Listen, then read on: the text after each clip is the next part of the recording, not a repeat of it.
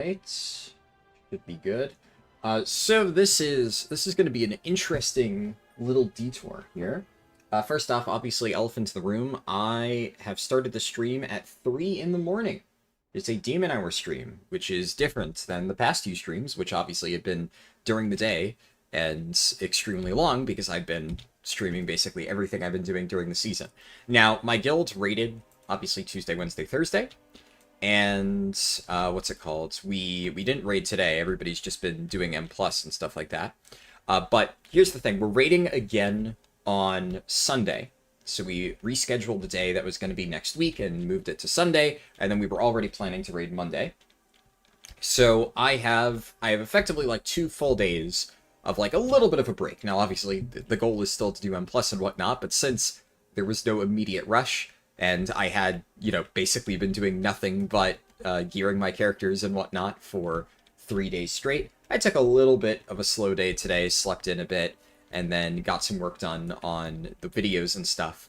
But one thing that I realized, because if you recall, I had a delve video planned for the main channel that I was going to release on Tuesday. And I'd mentioned, like, oh, I fell behind on that, I didn't have time to get it done. I quickly got out the companion video, the Valeera builds, the day after, on Wednesday. But the main channel video was, I would say it was 80% complete, but it was also a much bigger video than the Valeera one, so it would have taken me a little bit longer. Now, I was hoping to spend some time today and work on that, and then when I started looking into it, I realized that the Delver's Journey is uncapped. And I saw a few posts on Reddit mentioning that, which is not normal, and not something that I expected at all.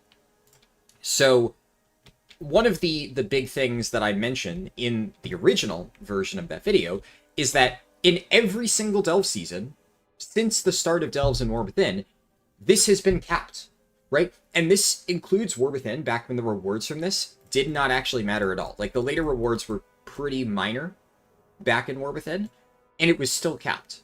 But then in Midnight, last season, they added this thing. We're at Renown 9, you get the chance to just get a hero track piece. And the ability to farm hero track pieces from Delves is, like, insanely fucking broken. Now, the best part about this is the guaranteed, like, vendor stuff from Zoran, because that is the ability to target farm a specific slot. That is very powerful. Now, if you look at the wording on this, it says that starting from week 3 of the season, you will be able to find Zoran. And because they added this wording, and because, historically speaking, Delver's Journey has been capped at Renown 4 until week 3 of the season, myself and multiple other people, from what I could see, because I did check, like, am I crazy? No, other people, like Wowhead Icy Veins guides, said the same thing. We all kind of made the assumption, like, alright, yeah, it's always been capped at week 3. Blizzard specifically added the week 3 text here, but it's uncapped. So I'm guessing what happened is Blizzard decided that because Zoran is not actually, I assume this is how it's going to work, Zoran, even once you get here, will not start appearing until week 3, and they figured, oh, well, that solves that problem, which, like, sort of, but the fact that you can get all the way up to here now and start, first off, farming Warbound champion pieces is, like, nothing to scoff at. In terms of getting alts caught up, this is very, very powerful. And one thing that I might end up doing, I don't know yet, but I might, is I might make mirrors of my mains if they get really bad RNG, and then start trying to farm for better, like, vaults and whatnot. So if I need to do that, the ability to just instantly kit them out in full champion track gear and basically get them to the level that my mains were at the start of this week is crazy. And then the fact that now I can just farm delves and get hero track pieces is really, really, really good. And there's also a few more things from Prey that I think I will mention in the final delve video, even though back in Season 1, there just wasn't really that much to talk about with Prey. Blizzard did actually add some interesting new stuff to it. So, effectively, I decided, alright, there's, like, way too much stuff that, I mean, I missed, but also, from what I can see, literally everybody else missed. And at this point, I could still, like, salvage a good chunk of the script, right? But I'm gonna just remake that video, like, rewrite the script, and obviously test all of this now, and then figure out, like, what is really worth it? Like, how easily can you get to max Delver's Journey? And does it really work? Like, can you actually just start farming hero track stuff? And then I'm going to see if I can test out the Prey stuff. I think that might still be capped, though, so we'll see. But either way, this is crazy. Now, also, so I can see, I'll answer chat in a little bit. I can see Seraphina and Confused Orc. I will get to you in a moment, but I want to finish my intro here. So, I am going to be finishing leveling my mage. Now, this is not going to be like a full speedrun. You might notice I already have some quests complete here. I started leveling this character like early in the season, and then I was like, I don't really feel like finishing it, but I have a bunch of stuff already completed, and I think if I recall, I was planning on finishing it like when the next Darkmoon Fair rolled around, and then before the next Darkmoon Fair rolled around, Blizzard announced like the 12.0.7 buffs. So I got a bunch of Delver's calls pre-completed, and then I was like, when 12.0.7 comes out, I'm going to turn all this in. And then I just kind of never got around to it. But I have it still ready. I don't think it's good to immediately turn in. I only have some of them. I have Collegiate Calamity, Darkway. I have the Harandar ones. I have the Voidstorm ones. And I think that's it. So I am still missing a bunch. And it looks like, so I'm missing, Zul'jin, it looks like. Zul'jin, Shadow Enclave, and Parhelion Plaza. Because also, worth noting, you cannot do the new Delves. They don't have... I think you can, actually, but they don't have Delver's Call Quest, so it's pointless. So I guess I have 4 Delves left to do. I also haven't done crafting. I suspect that with the buffs, at this point, if I just do those 4 Delves and then do all the turn-in stuff, I'll be good to go.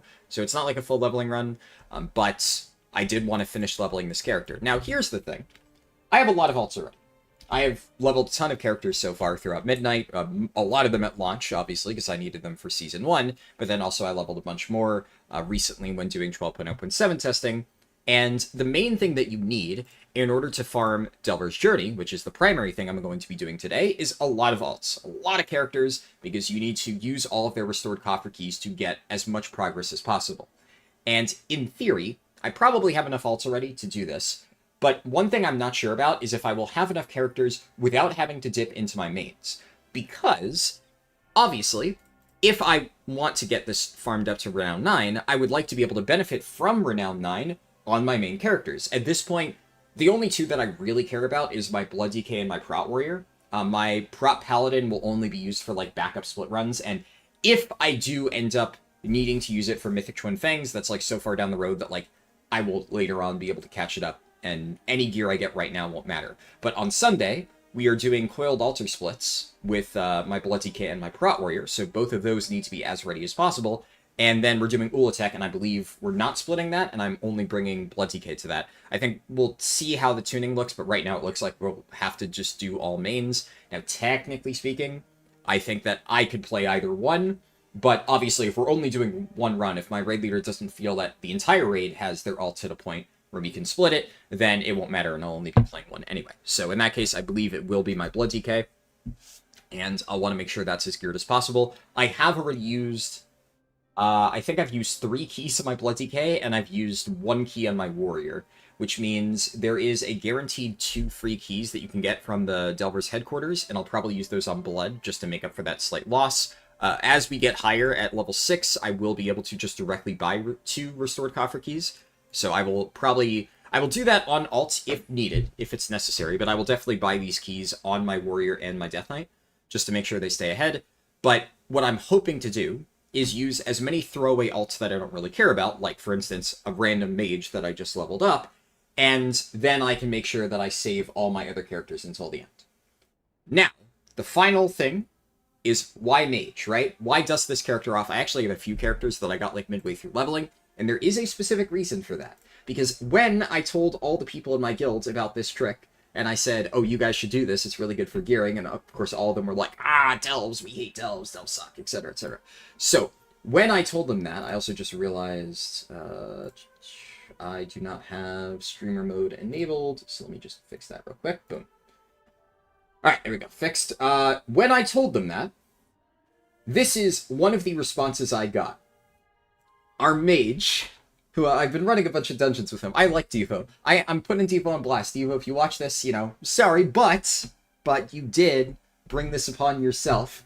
So Devo decided that he was going to challenge me. Now, I'm pretty sure he's just talking shit here. I think that he doesn't really think that this is going to be something I'm going to do. But I read this and I said, all right, You don't talk to me about delves until I do all of them as a caster DPS? Well, then I guess I'll just do all of them as a caster DPS, and then I can bring this back to him and say, see, it's actually really easy. You should do this to gear your characters. So that's exactly what I'm going to do. And Devo plays a mage, so I'm going to play mage too. And I'm going to do all of my tier 11 bountiful delves as an undergear fire mage, completely solo. Most of these runs, I'm going to multi-box them, because obviously I have the ability to multi-box it. So if I can just carry one of my characters who's like really undergeared with one of my mains who's like 290 plus, obviously that'll just be 2 delves for the price of 1. But specifically because Devo decided to challenge me, I'm going to meet that challenge. I don't think he meant it like that, but I took it literally. So that is what we are going to be doing today. I'm going to be getting this mage up to 90. I'm going to be speed gearing this mage. I'm going to be doing all tier 11 bountiful delves with this mage completely solo, and then I'm going to rub it in Devo's face. And then I'm going to keep farming it on all my other ults. So, with all of that out of the way, let me read chat. You managed to beat the question mark boss in your Holy Pally today? Nice. Yeah, healer is very good for it. I do think that generally the boss has been harder. Easily harder than Nullius, but harder than I expected. Because I did it on the PTR, and I know they buffed it a little bit. And the buffs were definitely something. I was getting my teeth kicked in when I tried to do it as Brewmaster, and I did kill it as Brew on the PTR, so they made it a good bit harder. So, grats on getting it done. My day has been overall pretty good, Serafina. Thank you for asking. You had your second heroic raid. You managed to get up to Vashnik. Nice. You got him at 50% HP, so decent progress. Yeah, and Vashnik is definitely, like, a major step up compared to the other ones. So, figuring out, like, the movement throughout the room and the timings and, like, when you can dispel, people running out with dealing with mechanics, especially the blood soaks, figuring out cooldowns for that, that's going to take a decent amount of time. But, yeah, good job getting up to there. You can farm hero pieces in delves. So I will read you. If you did not know this, by the way, this has been a thing since the start of Midnight. But honestly, I'm kind of glad that Blizzard is making this more accessible, because now it is even more relevant than it was back in Midnight Season 1. And one of these sections of my video, the original delve video that I've like partially scrapped, partially like retooling, is back when my guild was progging Mythic Laura, the final boss of Season 1. I had been doing my delves every week, so I had finished the Season 1 Delver's Journey pretty early on, by the time we got to Lura. Now, you might think, oh, well, who cares about hero track here when you're proccing a Mythic boss? But this was still early in the tier. It's like early April. We got World 56, right? So I had people on my raid team who killed Mythic Lura wearing champion items. And when I had to quickly gear up my Blood DK to play it for Mythic Lura, what did I do? I farmed delves because I had this unlocked. And I kept telling people in my guild, like, hey, some of you still have champion items. You could very easily replace this if you do your delves. And they didn't. And this is why whenever I make a video about gearing and people are like, yeah, just spam M+, it's so easy. It's like, well, no. It's in theory, right? You can just run M+ and get full 311. But if you've watched my earlier streams this week, I've run like a metric fuckload of keys on my Blood DK, and a single fucking weapon just does not exist. Like, I cannot get a weapon to save my fucking life. It is sometimes the game just hates you. That's how it goes. So there are, and that's a weapon, right? And the fact I haven't gotten a weapon on that character at this point, fucking crazy. I've even, I ran keys with people who could trade me weapons if they got one too, and it still didn't drop. So I'm still salty about that. I still have to farm one over the weekend, because at this point I am saving my craft on my Blood DK. What's it called? Another big thing that you often, if a slot ends up being champion towards the end of the tier, most of the time it's going to be rings. And I specifically, the final slot that I ended up replacing through the Zaran vendor from this thing here was a ring. I was playing Blood DK on Lura, and there was I think it was Blooming Leaf Coils, the name. It was a high haste ring. So I managed to buy one of those off Zaran. I farmed Invasive Glow a bunch of times until it finally popped up in the vendor. Only took me about an hour, and then boom, now I have a really well-statted hero track ring, and it would have taken me ages to farm that through delves, or to farm that through M+, whereas I did it in 1 hour through delves. And most of the people in my guild just had champion items on. I don't think I had a single champion piece still equipped when we killed Mythic Laura.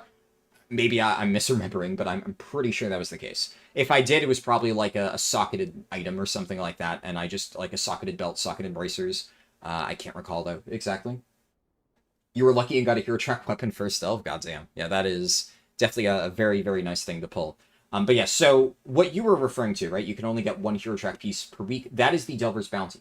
So every single week you get one guaranteed hero track piece through the Delver's Bounty.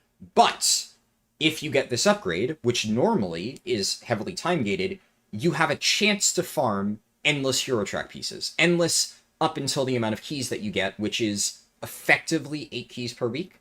But what you can do, right, is also as you do these things, you get this Untainted Mana Crystal, and now Zoran won't be available immediately, because as we can see from this one, won't be available until week 3. Obviously, I haven't gotten here, so maybe Blizzard forgot, maybe he is available, but I don't know. But presumably, let's say he's not available, I would imagine you could start farming Untainted Mana Crystals right now. This is also something I have not been able to confirm, so I'm going to confirm it live. And if you can start stockpiling them, the thing about Untainted Mana Crystals is there is a weekly cap. So if you just start farming them now, and you get the weekly cap every single week now, then when the vendor finally appears, it doesn't matter that he's like delayed by a few weeks, you'll have so much stockpiled resources there that you can just walk in, run a few delves, and just buy all of the remaining slots that you don't have on Hero Track. So last season, when it took me pretty much up until Mythic Lura to when this became available and I can realistically benefit from it, now, pretty much the moment Zoran becomes available week 3, I will have replaced every single piece of champion gear that I'm still wearing with, ideally, a really good item. And that is huge. Like, if you... I know I said earlier, like, people always are like, just run M+. If those people cannot understand how powerful this is, then, like, I give up, right? They're just being willfully ignorant. This is absolutely massive. Now, there are a lot of people in my guilds who, obviously, they play the game all the time, right? And in their case, they hate delves so much, and I know that they will actually just willingly sit there and just slam M+ 12 hours a day every single day for weeks on end. They're probably going to do that anyway. So, like, for those people, maybe they don't need this, but even then, some of them didn't have full hero track by the time we got to Mythic Lura, right? So, there's still extreme power in being able to just guarantee purchase a hero track item in a slot. It's really good. What do you use to sim tanks? Same thing as always, you use raid bots. There's no way to sim, like, survivability on tanks. Like, that isn't a thing. Survivability as tanks is, like, by and large, field crafting, because there's just no reliable metric to use for that. But as far as simming tanks for damage, you just sim it the same way you would sim a DPS. But when you are playing for a tank, right, what you usually want to do is, like, figure out, okay, this is, like, the theoretical highest damage build. And sometimes, and, like, a lot of the better tanks, right, like Blood DK, Prot Warrior, historically Brewmaster Monk, definitely not anymore, but right now Bear, probably, like, the tanks that are just at a baseline extremely tanky, more often than not can get away with running, like, the full max damage talents. Like, if you've seen my recent streams, right, with Prot Warrior in Mythic Raid, I am running an incredibly greedy, aggressive Colossus build as Prot Warrior, and I still just don't die, because Prot Warrior is just at a baseline so incredibly tanky. Now, I do have to tread, like, a very fine line there, and I am very experienced with Prot Warrior, so, like, if I fail to keep up my shield block for 1 second and I get slammed by the boss, I'm dead, right? But I know my shield block uptime, and I know that I can time my shield wall correctly, and that I'm going to, if I absolutely need to, like, I have impending victories, like an emergency heal, I have my health pots, health stones, like, I am comfortable with my survivability as a Prot Warrior, that I can strip away basically every extra survivability tool and just run max damage and succeed. Meanwhile, then you look at my Prot Paladin split, and in my Prot Paladin split, I was running, like, none of the damage talents, going full defensive, and I was getting auto attack for, like, 95% of my health. So, there's just, like, it's one of those things where, as a tank, you just need to know. And when I first pulled Twin Fangs on my Prot Paladin, I was running some damage talents, and then after, like, 3 pulls, I had swapped to full defensive stuff, because I'm just like, why is this boss doing so much damage to me? Some tanks are just squishier, and a lot of times you will just need to, like, pull it a little bit and, like, tweak your talents to say, like, alright, what is, like, the least amount of damage I can lose in order to take this survivability gain? But that's not really something you can sim, that's just a judgment call that you need to make. Or look at what other top players are doing, because often if a boss is really hard, then you will look at the average parse, at the high end, and most of the top players will be running actually defensive setups, and only maybe like rank 1 is getting away with the super greedy stuff. So that is just something to keep in mind. Where does it land for Blood DK? Generally speaking, YouTube just gave me, like, flashed a connection. Me. Yeah. I'm gonna wait a little bit because, yeah, it looks like there was a temporary connection thing with YouTube. It looks like it's not on my computer. YouTube's just been, or well, my internet rather. YouTube has just been fucking laggy sometimes recently. So hopefully if I just give it a little bit, because now OBS says it's fine, but there was apparently like a brief lag spike. Brewmaster Stray, less than 20 minutes live. Oh, I see what you mean. I mean, Brewmaster is in a really bad spot right now. The Brewmaster wound is fresh. Because, like, so you know that meme of, like, the person sinking and they get, like, a high five and then continue sinking? That is what the hotfixes for Brewmaster earlier today were. If you don't know, prior to this patch, Blizzard stealth nerfed Celestial Brew, so it has double the cooldown, but, amazing, they doubled the absorption. Now, that does fucking nothing, right? Because it's a pretty minor absorb in the first place. It's basically Celestial Brew is to Brewmaster as Shield Block is to Prot Warrior. So doubling the cooldown, but increasing the absorb doesn't really make that much of a difference, right? And Shield Block, I would argue, is even more important for Prot Warrior than Celestial Brew is. But the main thing that was important with Celestial Brew is the more you cast, the more Keg Smash resets you got. And then the more Keg Smashes you get, the more Brew CDR you get. So by doubling the cooldown of that ability, they're giving you less Keg Smashes, which means less casts across the fight, which makes the rotation feel awful, which gives you lower damage, and also, by association, means that your cooldowns come back much slower. So they just completely gunned down Brewmaster's rotation when, mind you, it was already the worst fucking tank in Midnight Season 1 for raids. Like, genuinely the worst tank. And it was, like, around the same as Vengeance, but if you look at Vengeance right now, Vengeance is actually doing decently alright in this raid tier so far. If you only look at raw damage numbers, then Brewmaster looks like it's doing kind of okay as well, except Brew is getting absolutely fucking pounded. At least they're not Prot Paladin, which Prot Paladin, it's very clear that they got over-nerfed, right? Their damage is abysmal. There's really just no reason to bring them now because you don't need Devo Aura from Prot Paladin. You most likely are bringing a Holy Paladin, so unless you specifically need them for Twin Fangs kicks, they just bring nothing. So Prot Paladin might, I don't know, be like tied for Brewmaster with the worst tank at the moment, and Vengeance, surprisingly, is sitting at 4th. Maybe even like tied with the other two for 3rd? I don't know. It's tough to say, but either way, Brewmaster is in a really bad spot. And remember that thing that I just described? The way they nerfed Celestial Brew? Of they doubled its cooldown, but they increased its absorb? And they somehow thought that by increasing the absorb shield, it makes up for the fact that they just completely gutted Brewmaster's rotation. Well, Blizzard heard all of the Brewmasters complaining, heard all of them saying how awful these changes felt. So here is what Blizzard, in their infinite wisdom, decided to do for Brewmaster Monk. They buffed Celestial Brew's absorption shield by 20%.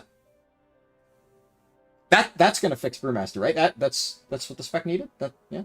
Oh, wait, that's exactly what they did. Is stealthily prior to the patch, and that's the thing that everybody hated in the first place? Ah, okay, right. So the problem with that change is not only does it do fucking nothing, but it sends a massive signal to every single Brewmaster Monk player that Blizzard has no fucking clue what they are doing. And they are just going to continue to run that spec into the fucking ground until whoever is designing it gets fired or, I don't know, like, finally decides to fucking listen to anything that a Brewmaster player has been saying for the past, like, however many years. It's depressing at this point, right? As somebody who used to main Brewmaster, just watching them completely fumble the spec for no fucking reason whatsoever. Like, they completely killed the entire playstyle this expansion just for the sake of, like, catering to more casual players, but then they're just, like, repeatedly nerfing it, so now nobody will enjoy it. So, like, Brewmaster isn't allowed to be for people who really like the high skill ceiling, like, expressive tank, right? Those people, they can fuck off, right? So people like me, who always loved that about Brewmaster, being able to, like, do all the really difficult mechanics in every Mythic boss, fuck me, I guess. But then also, all the new people who jumped on Brewmaster last season, fuck them, apparently, because they're killing the current playstyle. So what the fuck are they doing? It's just really, really pissing me off at this point. So, yeah, definitely more than a stray. But there is a reason why. Like I said, Brewmaster is it's a fresh wound. Unfortunately, Blizzard ripped that one right open. Let's see. Is this some new degen strat? Indeed it is. Why would you max delves? You would max delves specifically for this. I will say rewind the stream if you want to hear. I gave a large intro at the very beginning explaining all of what I'm planning to do today. But this is the gist of it. This is the main reason you want to max this. This is very powerful. You did manage to get your key to a 10. Nice. And promptly head it back down to a 9. Unlucky. How do you do 11s in your blood DK and avoid picking up the cracked keystone? Well, I mean, you can just do an 11, right? Like, if you do an 11, you will get a plus 10. The cracked keystone, or, okay, I guess maybe I'm misunderstanding. Are we saying tier 11 delves or plus 11 keys? I just realized that they're technically the same number. So there's technically a way to avoid picking up the cracked keystone if you fill your entire inventory with, like, blacksmithing hammers, I think is what a lot of people buy.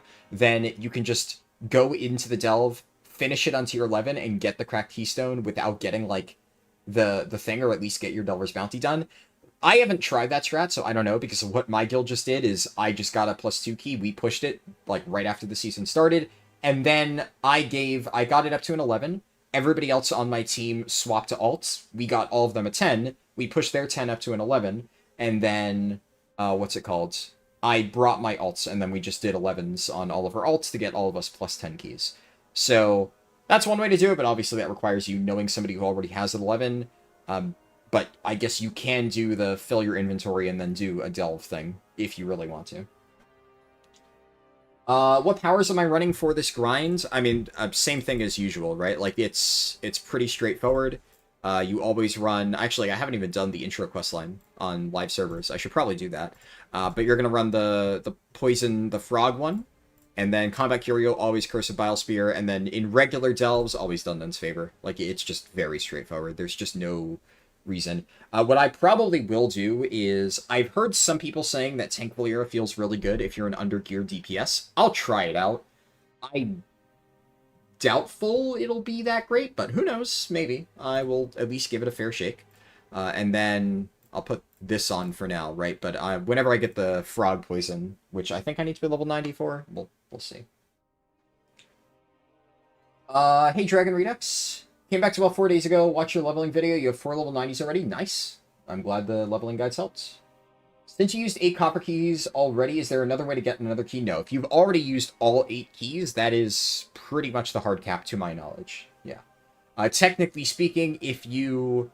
There is a once per account per, like, one character, 2 keys from the intro bag. So one of your characters can get 10 keys if you do literally everything. But that is only one character, and yeah, if you've already used all 8, it's not the end of the world, right? I've used at least a few characters on some of my mains, or a few keys on some of my mains, rather. And I'm going to try to conserve the rest of my keys. But worst case scenario, you just go back in next week and get more hero track gear. It's not that big of a deal. Let's see. You haven't played since the end of Dragonflight and you're thinking about coming back. How does the current WoW feel? If you like endgame rating and M+, the current WoW is okay. I would be lying if I said that it wasn't extremely poorly maintained at the moment. It's unfortunate. Like, I am enjoying the new raid. I'm having fun playing Prot Warrior and Blood DK. But the reality is, it has been the buggiest patch release I think I have ever experienced, and I played WoD, right? Even WoD just felt like kind of incomplete. It never felt like just things were not working. There were massive bugs that could, fuck up a lot of people, right? Like, it's been bad.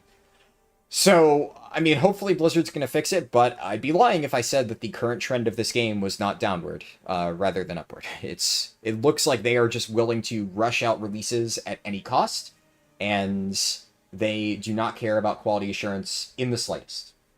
That's just kind of the reality at this moment in time. Whether or not you have fun with it, that's a separate story. A game can still be broken, and you can still enjoy it. But I don't want to sugarcoat it and say, oh yeah, the game's amazing, you should return. There are definitely a lot of issues. But I'm still playing it, I'm still having fun, but definitely definitely gets a bit annoying when you see the extreme lack of care by Blizzard when it comes to handling these new releases. Hello from Spain. Hello, Roy. Good to see you. You're fine with anything except 2 in your blood DK since you still need to learn. Yeah. It definitely... Blood DK takes a bit of getting used to in M+. Let's see. Hardest part is killing the ad before the intermission. Yeah. The damage check on that for the Nemesis boss is pretty tight. Alright, I've caught up in chat. And it took me 30 minutes to get caught up in chat, but you know what? Is what it is. I think that it is important to make sure I get all like these questions and whatnot answered. So I was curious, right? Can I start the Valeera questline while leveling? I can't. So I will do that on max level once I eventually get there. In the meantime, what was it that I need to do? I could pick up Hope in the Darkest Corners, but since I've already like completed most of the delves, I think there's just no real point. I'm not going to end up doing that many bonus world quests. So I will just head over to Parhelion Plaza, then I will do the Zul'jin delves, and then I will do Shadow Enclave. And then I think that's probably all I'm going to need to do, and then I can just turn in everything, and we'll be good to go. Because, as I said, I have already partially leveled this character. I'm just finishing it up, and then we're going to use the Fresh 90 to farm some delves. But I'll be able to get at least a little bit of practice playing Fire Mage in delves by doing this. Now, I haven't really looked up anything for Fire Mage. I did play it quite a bit back in War Within, and I'm pretty sure when I was leveling it before, I just kind of YOLO'd whatever build I happened to be playing or something close to it from War Within. So, I guess these are my talents. I have no idea how accurate this is. I don't know what I'm going to be running. Probably just, I guess Apex talents, right, are the only things I have left to take. And then... Oh, I remember, yeah, so Sun Fury. This is... Next blink will cause a blast wave at your previous location. That feels bad. I feel like you just take this, but didn't this used to, like, pull mobs that you weren't in combat with? I don't know if that's still a thing. We'll see. But... Alright, yeah, I'll run with this for now. And Bombing Run it's not the fastest delve, but, I mean, I have it ranked at B tier on my Delver's tier list, which, oh yeah, I forgot to call attention to that, but I have it pinned. I did make a delve tier list, so if you are curious about what the best variants are, you can go check that. I have been doing my best to also keep it updated every single day. So on that, in addition to just the rankings for the delves, I have been writing what the, what's it called? What the currently active bountiful delves and just generally active delves are. And then I also have like a short snapshot, which just says what is the fastest spam delve, and then what are the best bountiful delves ranked in order. And I have one sheet for North America and one sheet for Europe. It's the same link, one in the pin. But if you go to the bottom, there's a tab for Europe, because obviously they reset at different times. Okay, this is actually spicy as fuck. Wait. You can use corrosive powers while leveling? That's a thing? Do these work in the open world? Actually, I've never thought to check this. In theory, you would only be able to enable this in delves, right? But if you go into a delve shortly after, like, getting to midnight areas, and this still persists in the open world... Oh, yeah, so you've tested it, does work in the... That's fucking crazy. Yeah, that's actually really powerful. Okay. That's going to make speed leveling... Assuming this continues by the end of the expansion, that'll make speed leveling quite good. Oh, what do I have Valeera set to? Okay, she's still set to damage. Interesting. I mean, I'll have to do a speedrun at some point. When is... Okay, it's a guaranteed crit below 30%. I couldn't remember the number. And then Valeera finished everything off. So I'm trying to remember the exact order that I want to do as Fire Mage. But also keep my barrier up. It's super OP Ophidian Maw carries? Yeah, I'd imagine. Ophidian Maw in open world content sounds absolutely disgusting, and I can't wait to see it in action. I don't really think I'm going to be doing any, like, open world leveling as part of this particular run, but... It's like, this is not a full speed run, right? But still... I could probably also just... I've been holding on to combustion. There's really no reason for me to do that.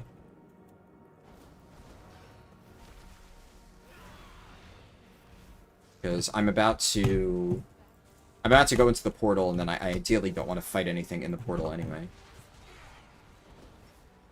Can I... I'll just fish for crits. Yes. Okay, do this. Let's see. For your spreadsheet, do you have a Discord that you posted on? It is... Okay, can everybody see the pinned messages in stream?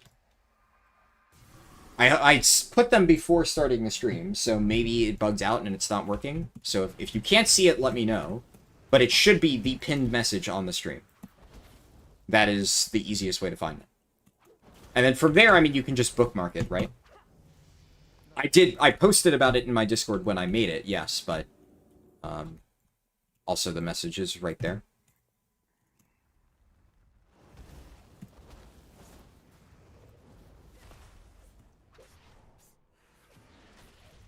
Okay, nice. You can see it? Okay, yeah. So if you...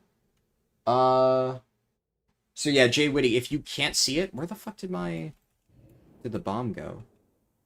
Did it... I think it bugged out because I got attacked immediately after leaving the portal. This is one of the reasons I really hate bombing run. So... There was somebody in my Discord who was like, how do you not rate bombing run higher? And I'm like, I mean, are we running the same fucking delve? Like, this is extremely annoying. Half the time, the bomb just randomly drops. And, like, yes, if you are playing a stealth class, which they said they were, it is a lot faster, but it's still a lot of travel time and a lot of dealing with, like, a really annoying gimmicky mechanic. Especially compared to the fastest elves, there's no way that this is, like, a good variant. It's okay, which is why I put it in B tier, but it's not, like, anything special. I saw Misled Curiosity, like, right here, okay. Yes. They have fixed Valyria XP from this, by the way. I know a lot of people were dooming about it. It was a temporary bug, I guess, and they fixed it. It's entirely possible that they also just intentionally did a fun detected thing, and then the backlash made them revert it. But also, Blizzard usually doesn't do that. They usually just stick to their guns. And, I don't know. They didn't say anything about it, so... They might just be trying to, like, slip under the radar, like, oh, yeah, I'm sorry, guys, total accident, and whatever.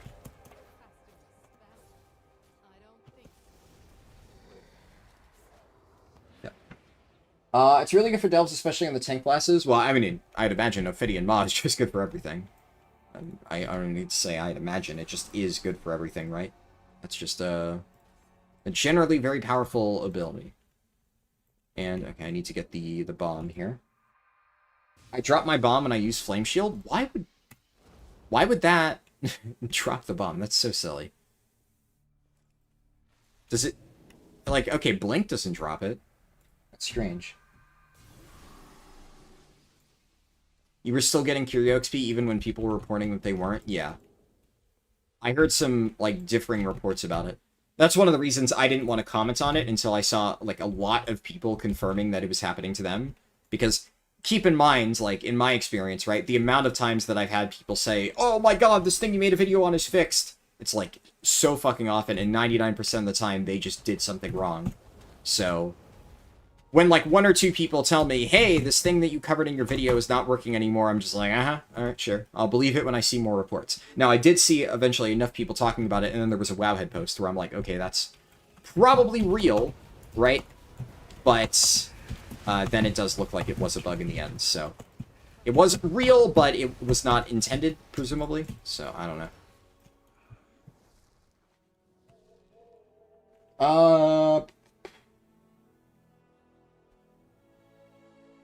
You had to get on your computer to see it?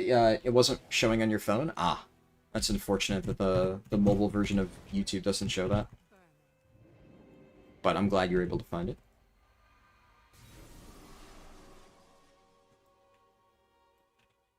Fuck, I forgot to Forgot to pick up the bomb again. I mean, like, since I'm not actually speedrunning, I'm not like fully locked in. Like I'm second monitor reading chat right now.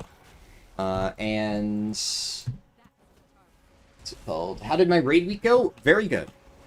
So we're still 6 out of 8, right? We haven't done Coiled Altar, but we did 3 6 out of 8 splits, right? So obviously, I guess, well, 7 out of 9 if you count Nimrissa. So we did splits for everything through Twin Fangs, and we did 2 out of 3 of our Nimrissa splits, and we also, we did full splits of normal, obviously. And the plan is we are raiding again Sunday and Monday, so our raid week is not over. And on Sunday, we are doing our final normal and heroic Nimrissa split. Then we are doing 2 splits of Coiled Altar. I am playing Blood DK for one of them. I am playing Prot Warrior for the other one. And then we are doing Ulatek. And I believe the plan is to just do all mains on Ulatek. I don't believe we're confident that we can split it. Now, I don't know. Like, plans might change maybe if it looks like, maybe Blizzard nerfs Ulatek, or we think that we have the gear for it. But I suspect that we'll probably just play it safe. And just do all mains, right? It would obviously be nice to get more loot, but it does kind of feel like, at this point, it's better just take the guaranteed kill and then worry about splitting it next week. Next week, it'll definitely be splittable. This week, probably not. Okay, I'm going to take my wormhole generator. Where is it? Why is that not favorited? There we go. And we're going to teleport to Zul'jin. But yeah, so one of the main reasons I'm doing this is because I do actually think this will be a good way to get all my characters geared up. Now, technically speaking, right, if I just wanted to brute force it, there is still a decent amount of loot that I can get from M+. And I will be streaming tomorrow, and obviously I'll be streaming Sunday because we're going to be raiding. And once I'm done with all my delves and whatnot, I will just be slamming endless keys to get all the remaining loot that I need. But I did consider this to be a slightly higher priority for 2 reasons. One, I haven't finished my main channel delve video, and now what this means is that I can revise that. And I can not only get it finished, but have an even better version with more up-to-date information than what I gathered on the PTR. So that'll be cool. But I have to actually do the testing. And now the other reason is because I checked on Europe, and a few people have pointed out that Invasive Glow is up right now for Collegiate Calamity on Europe, which means it will be up tomorrow on North America. And Invasive Glow is by far the best delve variant. So I was considering, do I make a video about that? And I think it is worthwhile, because while some people know Invasive Glow is good, I think a lot of people don't realize just how broken it is. And pretty much every single person who I've spoken to, who I've like explained to them why Invasive Glow is so good, they're like, oh, I had no idea that was a thing. And they also don't even realize what makes it so strong. Like, not only how good it is, but why you should be farming Invasive Glow. And the why is more just why you should be farming delves in general, but a lot of people think like, oh, farming delves is inefficient, like it takes 10 to 15 minutes to run a delve. And if you are looking at delves from it takes 10 to 15 minutes to do this, then certain farming activities can seem kind of inefficient, right? But then if you realize that you can run a specific delve variant in as little as 5 minutes, well, suddenly delves look a lot more efficient. And that 5-minute variant is Invasive Glow on tier 11. So you can speed farm tier 11 delves if you know what to do, right? But most people don't. So that's why I'm probably going to make a video about that. So the main channel delve video, I don't know when that's going to be done, because I do want to make sure that I do all of the proper research, and it is going to be like a longer video, so that one might not be done until Tuesday, even though hopefully by the end of this stream I will have all of the information I need. But what I might try to do is really quick throw out like a unscripted second channel video demonstrating how the Invasive Glow farm works and why it's so good. And although it's not currently up on North America, towards the end of the stream, I might go on Europe and demonstrate that on stream. But that is a lower priority. It really kind of depends on how much time I end up having today. If I feel like I have the time to do that, like I've gotten everything else that I need to get done already complete, then I will go ahead and demonstrate that. But otherwise, I'll test it off stream and make a video. We'll see. But I think the sooner the better, because if I manage to get that video done by, like, noon today, then it'll pretty much give North America a full 24 hours to benefit from it, and it'll at least give Europe 12 hours to benefit from it, so they won't be like, ah, damn, I just missed out. But it's kind of unavoidable that, like, I only knew that it was going to be up today because I saw it on Europe. So, at least Europeans, I'm now telling you, if you're watching, you should be farming Collegiate Calamity on tier 11.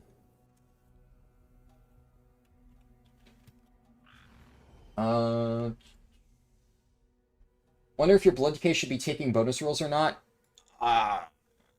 Generally speaking, I think if you... Because, no, you almost certainly should be. Yeah. The only situation, I think, where you don't want to take bonus rolls is if you have Myth 6 out of 6 gear in your vault, or if you have actually killed Heroic, Coiled Altar, or Ulatek, and then you might see that gear on 1 out of 6 in your vault directly, since that's what a lot of people want to get. And that will be the case for my guilds, which is why a lot of them, I've had to tell them, like, you should not be taking bonus rolls, because you might just be able to take something directly from your vault. But considering, like, 99% of the player base will not be in either of those categories, almost certainly you just take a bonus roll at your vault, yeah. And you mentioned, obviously, your prog earlier, right? So I just remember. Let's see, at this point, I just need to kill trolls, right?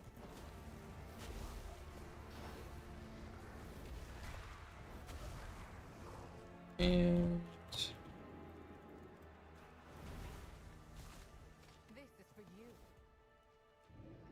still need one more. Bex Codus power for question mark. I have an entire video on that. Let me grab that for you real quick. An entire video that covers all of the best powers, everything that you could possibly need to know. The short answer is Ophidian Maw is the best one. So I'll post the link in YouTube chat there. I'll post it in Twitch chat. There was a question in YouTube, but I always like to post messages in both so that people on Twitch don't feel like they're missing out, and vice versa, right? But that video will cover everything you need to know, and there is some nuance there, right? So it would take me way too long to go through all the information, and the beauty is I've already done it. I have already gone through all that information, so it's just better if you watch the video. Yeah, no problem. Then where's the frog? Just to go directly there.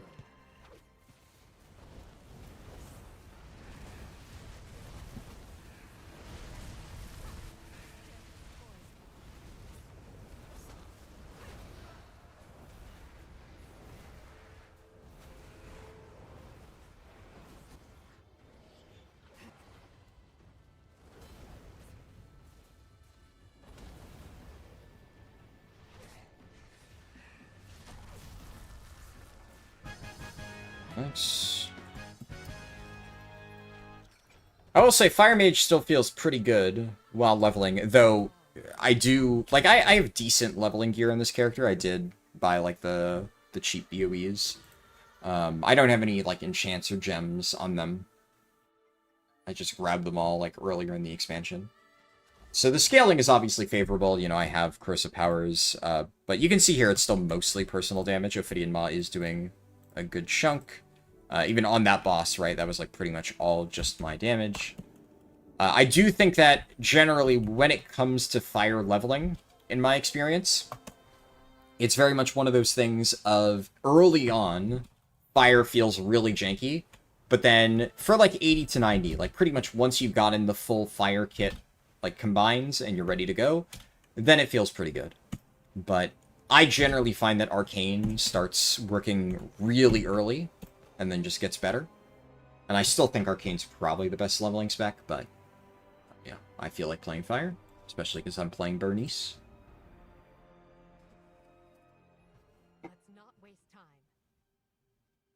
Um, so tomorrow just farm Collegiate on all characters. Not even just farm Collegiate on all characters, right? So, obviously you want to be farming Bountiful Delves, and I can tell you, right, Collegiate Calamity tomorrow as of North America, but also right now on Europe, is the active Bountiful Delve, and the story variant is Invasive Glow. So you can clear Invasive Glow really quickly in like about 5 minutes on tier 11. So if you just do that as a Bountiful Delve on all of your characters and use the Restored Coffer Key, that is an incredibly easy way to just farm Delver's Journey. But here is the really broken part about that. Invasive Glow is already just a good Delve variant for farming Hero Crests. So if you want to just max out Hero Crests or Champion Crests and all of your alts, you just grind it on tier 11. And if you want more Champion Crests, which sometimes later in the season maybe you do, just because you want to upgrade like a specific item that requires Champion, that way you can get like the Champion discount, then you will want to run it on tier 10. So either farm it on tier 10 if you need Champ, or tier 11 if you need Hero. It is by far the best way to farm Champion and Hero Crests. Notably, this was still the case last season whenever you saw people saying that farming Ritual Sites was the best way. It was not. It was still Invasive Glow, always was. But a lot of people did not know how broken Invasive Glow farming was, which is why I had considered making a video about it, but then I was like, you know. I was kind of like not really making many main channel videos. I was taking a break because I'd been kind of like exhausted from working on Fall of the Arrow. So I figured, do I really need to make a video about this? Like, especially it was late in the season, right? So I did kind of think to myself, like, there's a chance Blizzard would nerf it. And I was still actively using it to farm all my characters. And I figured, you know, if I'm gonna make a video about it, if Blizzard somehow doesn't nerf this by Season 2, which, you know, they haven't, then I'll make it at the start of Season 2. And obviously, a video covering a really broken Hero Crest farm is going to be a lot better week 1 of Season 2 than, like, a week 4 or whatever, which is, I think, when I was really actively using it and people started catching on to how broken it actually was. I think I discovered it, like, week 2 or something, but I didn't realize how good it was. Like, I used it on 1 or 2 of my characters, and I was like, this is pretty good. But then it wasn't until I started comparing the amount of Hero Crests I was getting to, like, every other source that I realized, oh, this is nuts. And then the really broken thing, that was the main thing that, yeah, I didn't really discover until week 4. And I have not seen anybody else talk about this, is whenever you do a Bountiful Delve, if you loot the Nemesis box, you get Delver's Journey. And if a Delve is bountiful, and you've already cleared the bountiful status, but you run it again, and you still loot the Nemesis box, as long as that Delve is one of the active bountiful Delves, you can run it as many times as you want, and continue farming, fucking hell. Can mages blink through this? No, of course, because Blizzard hates fun. Okay, I guess. But yeah, so you can continue farming it, even after you've cleared the bountiful status, to get an infinite amount of Delver's Journey progress. Now, one of the reasons it took me until I believe it was week 4 of the season to actually realize this is because, historically speaking, Delver's Journey has been capped until week 4 of the season. So it wasn't until I started, I think I randomly did the farm for Hero Crest on one of my characters on week 4, and then I realized, wait, what the fuck? This is giving me infinite Delver's Journey. But then I recommended it to some people, and they tried it, and it didn't work. And what I had not realized when I first did it is that because it had been bountiful, that's why it worked. And then when a few other people, I told them, like, oh, it's a really good way to farm it, and they said they did it and they got nothing from the Nemesis box, it wasn't until, like, 2 weeks even after that. So, yeah, now I remember. I was thinking about making a video, but because nobody could replicate it the next time it came up, I was like, I guess I must be missing something. Didn't make a video. And it wasn't until, like, right around the time when my guild killed Mythic Lura, like, mid-April, that it lined up again, and then I tested it, and then I realized, oh shit, that only happens if it happens to be Bountiful Invasive Glow, which is a pretty low combination when you consider that there are 4 Delves active in Eversong Woods, and nowadays there are, the Delves would just randomly pick between anything. And yet, despite that, despite the pretty low odds of that occurring, we have already gotten that to happen this early in week 1 of the season. On Europe right now, it has lined up. You have Bountiful Invasive Glow. So that is really big.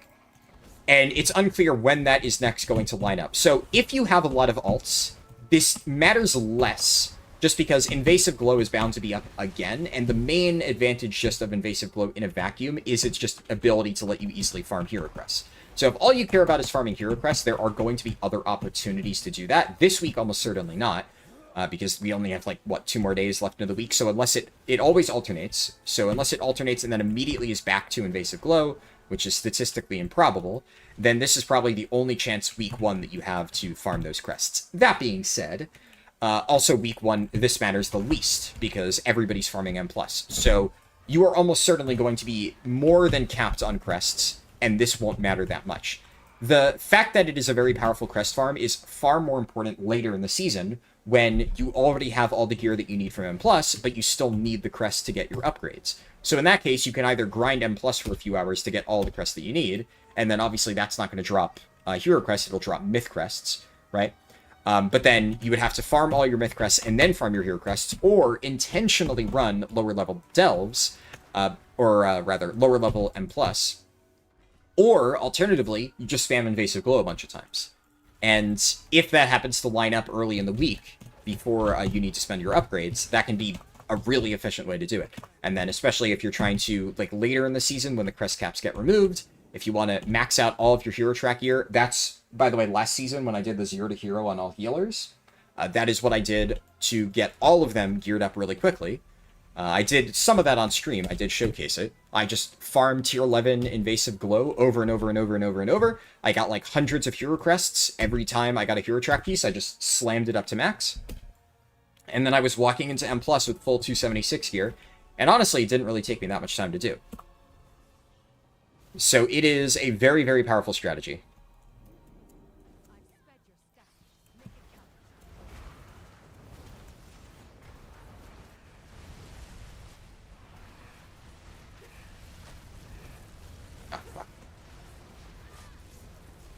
Mistimed that slightly. Oh well.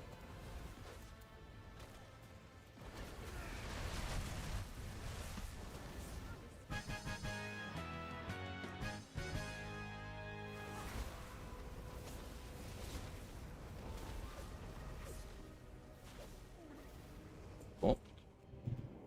I did remember to... Okay, I remembered to pick up the Twilight quest this time. Good. I'm learning.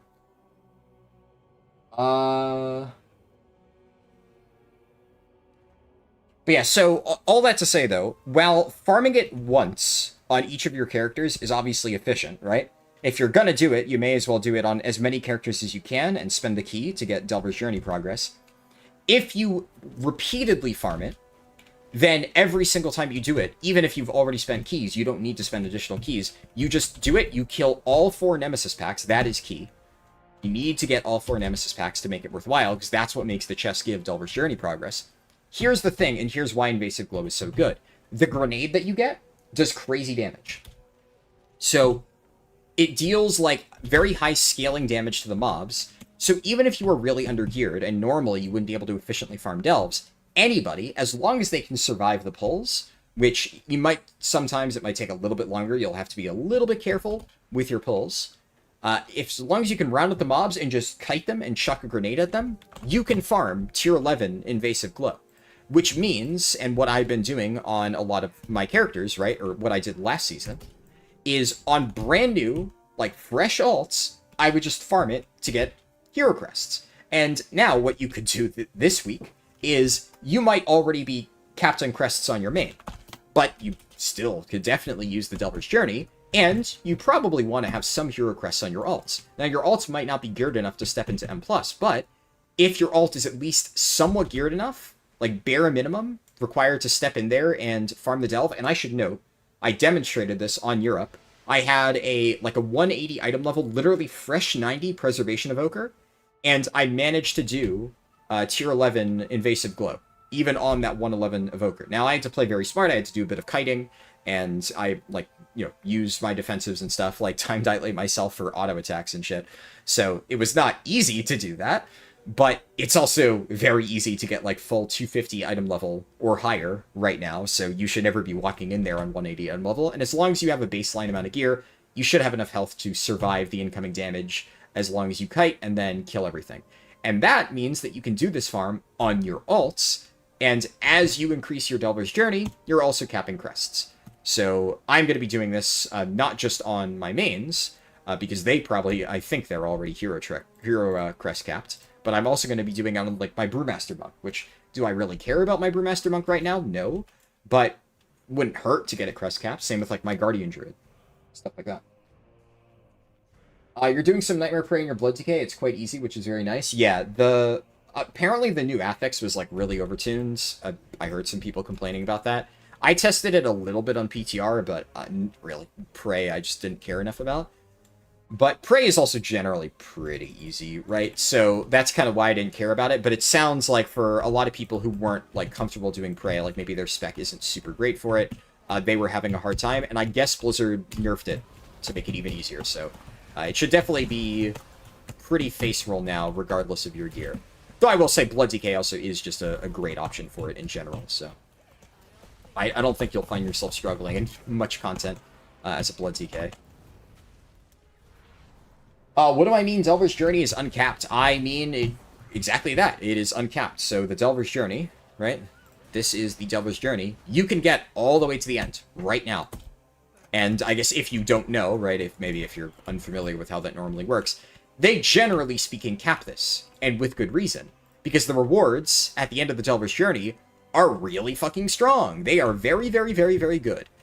So here, I'm trying to hover over it with my mouse, but that means I also can't turn without using my fucking movement keys.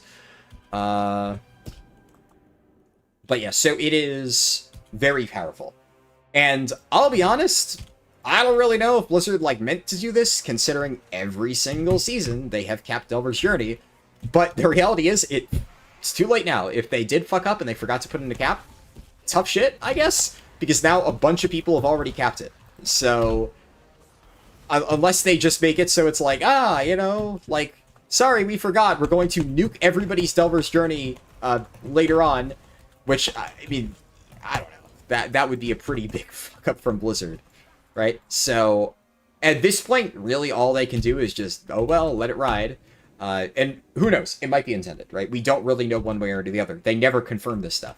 Like, they never say the cap is going to be here. Last season, well, every single season there has been a cap. The only time they have ever explicitly confirmed that a cap exists is last season. And that is because, for the first time, the Delver... Like, where is it? There is... Delve bonus events. Oh, here we go. The Delve bonus event, where you get increased Delver's Journey progress, happened to line up on, like, week 2 of Season 1. And so a lot of players decided, oh, there's Delve bonus events. I'm going to go farm Delves. And then they realized the Delver's Journey was capped. Now, obviously, I knew this because I've always hit the cap early on in the season, ever since we're within Season 1, which has always pissed me off because they never communicated that. So, like, back in War Within Season 1, I'm like, oh, I'm going to go max out my Delver's Journey, like, at the start. And then there's just a cap, and I made, like, a post in the forum saying, is this a bug? And then they, like, slowly increased the cap over time, and at no point ever said that this was their plan. They never communicated that this is how it was supposed to work. They never acknowledged any of the people asking, like me, why is it capped? Like, can we at least get some information about, like, whether this is intended, or when you are going to release the caps? Never said anything. They continue doing this the entirety of War Within. Never fucking stated what their plans were, why they thought this needed to be capped. It's just, it became, this is how it is. And then finally, and this is why I do actually think there is a chance that Blizzard did this by design, because there was a decent amount of backlash finally last season because of how badly they fucked up the timing, right? Putting a Delve bonus event on one of the first weeks of the season while the Delver's Journey is capped. And so you had a lot of people who had never bothered pushing their Delver's Journey early in the season, and they never even knew that these secret caps existed in the first place, and they're hitting it for the first time after intentionally going out of the way to farm it because the game says you get more Delver's Journey progress, and they're justifiably pissed off. And so it forced a blue response because there were so many people complaining about it, and they said, like, we're aware of this is intended, sorry, it's capped until week 3 of the season. And people were not happy. There were a lot of complaints, which I felt a bit vindicated by, because imagine how I felt over a year, the entirety of War Within, like, writing forum posts to the void, asking, like, hey, Can we, like, get Blizzard confirmation on whether or not this is how they want Delves to work? No fucking response, right? Ever. So, finally, over a year later, Blizzard confirms that this is how they intentionally handle the start of their seasons, which, like, at that point, I kind of picked up on that. But I would actually really not be surprised if, like, some person higher up at Blizzard decided, like, after seeing the backlash, like, who maybe wasn't even aware that this is a thing, because, like, again, I mean, they don't play their own game, right? That, okay, you know, enough people are pissed off about this, and, like, it's only Delves, it doesn't really matter, just remove the cap week 1, which also, one of the other, like, pieces of evidence to why I think that they did intend this, is because Zoran specifically states, and this did not used to be the case, specifically states that starting week 3 of the season, Zoran appears. So, what I think they did, is I think they believed, oh, well, if we just timegate Zoran, then it's all good. And then we can just, it achieves the same thing, right? People can farm the Renown, but Zoran, the good thing, doesn't appear until week 3. Except, like, that's not true, because farming Warbound Champion gear is still, like, really good alt catch-up. Farming repeatable hero track gear is still incredibly powerful. It's normally really powerful catch-up. This is the first time we've had it as an actual gearing method early on in the season, which is absurd. So, I mean, like, I don't want to complain, right? I don't want to say, like, they kind of maybe overlooked this a little bit, but it does kind of seem like they may have overlooked this a little bit. And I hope that they don't, like, panic when they realize how broken this actually is, and the fact that just gating Zoran doesn't really stop anything. Because here's the thing, right? Even if Blizzard, like, did kind of overlook this, and they thought, oh, it'll be the same thing, like, we can uncap it, it's fine, and then they realize, oh, wait, people are just farming hero track gear from Delves. Then I raised the question, is that a bad thing? Is it really, really such a bad thing that people can run Delves week 1 and actually get normal rewards from it? Because in terms of volume of gearing, and even the raw item level, right? Mythic Plus is still better. Now, I do still think this is very good, and I actually think that this is better than Mythic Plus in terms of gearing for the amount that you can do it, right? Like, you can't endlessly farm this. You are still limited by the number of restored coffer keys, but you definitely do want to use up all of your coffer keys to farm as many chances at hero track pieces as you can, especially because right now, early on in the season, for many people, even for my main characters, right? So if anybody says this doesn't apply to them and they're not in fucking Liquid or Echo, they're a fucking liar, because I'm in a Hall of Fame guild and I still have some veteran pieces on, right? Or unless they get, like, giga-funneled by their guild.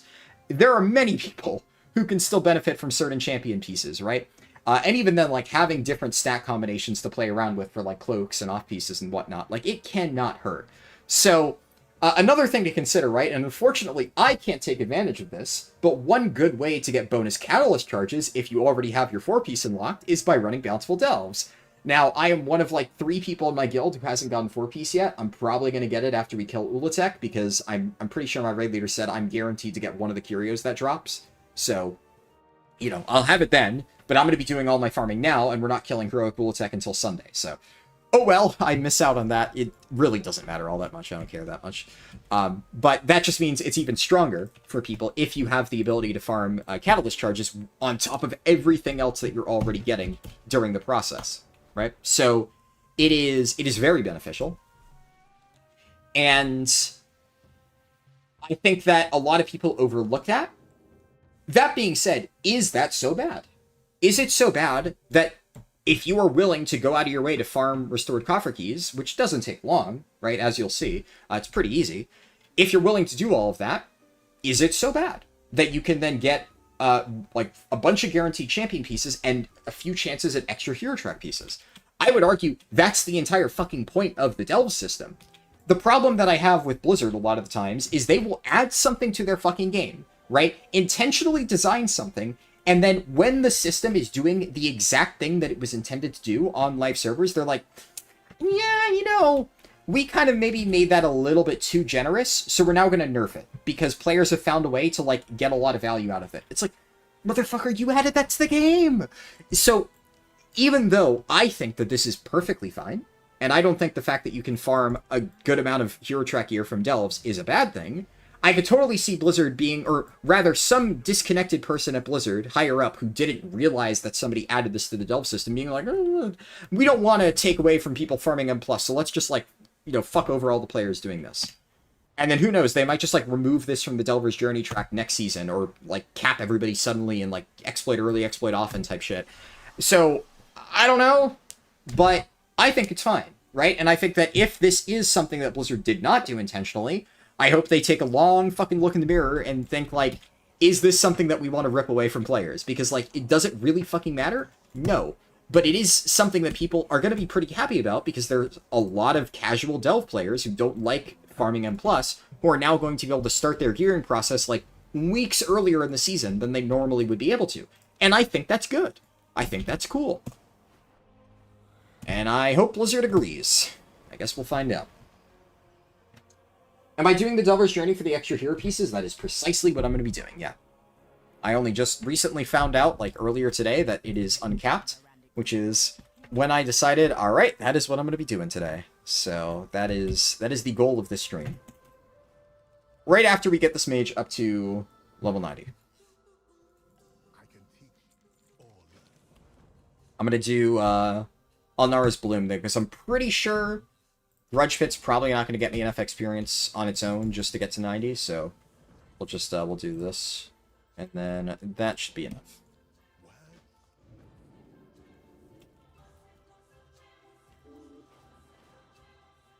Are all those turning quests going to get me to 90? Very close.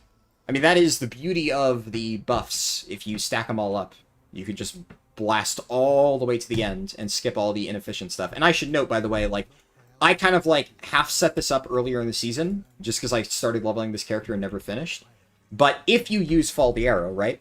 So if you use my add-on, you go to Midnight Alt 80 to 90, over the course of this process, as you go through this guide, you'll stack up even more quests than what I had here. Obviously, you're going to do all the Delver's Journeys, but there's a lot more than that, and then if you go to, like, the final section, there's even crafting, right?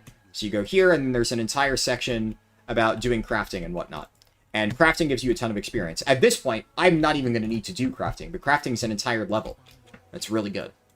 So, if you follow, or I guess rather, if you use Follow the Arrow, and you follow my instructions, then you will be able to do all of this, like, setup stuff up until level, like, 84, 85, depending on your XP buff.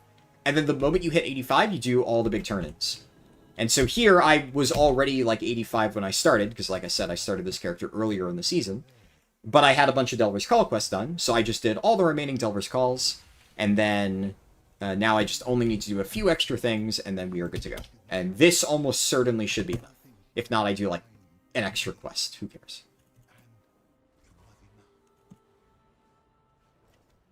Turn this in. Yeah, should be good. What's the best way to max Journey? Does tier matter? You see the easiest one on the dock. Tier does matter, yes. So the best way to max Journey is by running Bountiful Delves. So regardless of which ones are generally good, you always want to do the ones that are bountiful. That's what actually gives Delver's Journey.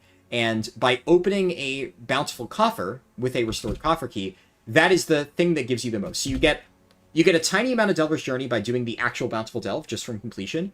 You get a bit extra by doing a Nemesis Strongbox, getting it up to the max rank, rank 4, which you can only get on, like, tier 10 or higher, so you want to do it on tier 11. And then you get a big chunk whenever you open a Bountiful Coffer.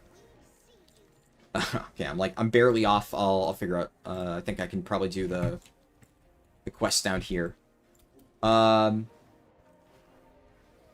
I could even, you know what, I'm just gonna do, I'll do Silvermoon, right? Where's, Silvermoon Burning Crusade. Do I not have the new Silvermoon? I guess I don't. I mean, I could just do Orgrimmar, and then Portal Hop, and then learn the Silvermoon Portal. Yeah, oh yeah, true. Good call, Hoodsalad. The Hidden Trove also does give you Delver's Journey progress, yes. So, the combination of that means that the most efficient way to farm Delver's Journey is to have a lot of characters, because you're obviously limited in the number of restored coffer keys you can get, and as Hoodsalad pointed out, you can also get it from the Hidden Trove.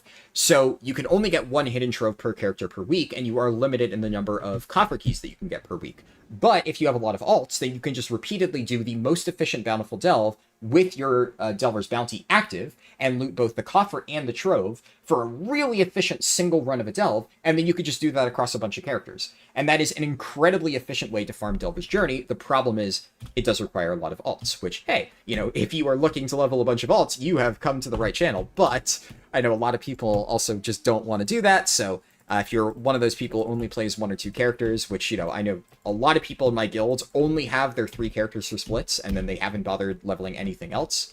3 characters is still significantly better than 1, obviously. But it does require quite a few to actually get everything set up if you want to get to the end right now. What else was I going to say? Oh yeah, but one of the other things that you can do, right, is after you've done all of your bountiful delves, which is the best single way to get it, the Nemesis box, this I mentioned a little bit earlier, if you farm it on a delve that was bountiful, even if you already open the chest, even if it on the map shows as no longer bountiful, as long as it is one of the 4 active bountiful delves, you can farm that Nemesis box an infinite number of times to get additional Delver's Journey.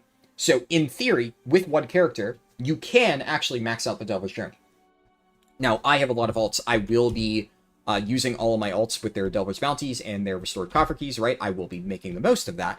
However, it is worth acknowledging that you can farm 1 delve, and the best delve to do that is Invasive Glow. And Invasive Glow is up tomorrow on North America, and it is up right now on Europe. So I will probably put out a second channel video explaining all of that and explaining how to take advantage of it. Because the fact that it's up this early in the season is kind of huge. That is very lucky. And we are not likely to see it again for quite a while. What do I need? I guess I'll buy a bunch of Evercores. I only need to craft like 1 or 2 things, and then I'm probably fine. Core... Guessing I have some random shit selected. Okay. Where is, reagents? Go, just buy 100.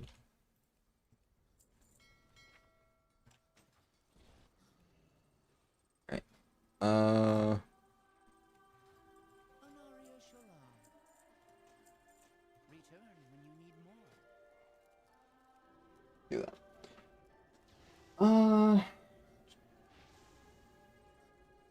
You're 241 item level already and haven't even started delves. Nice.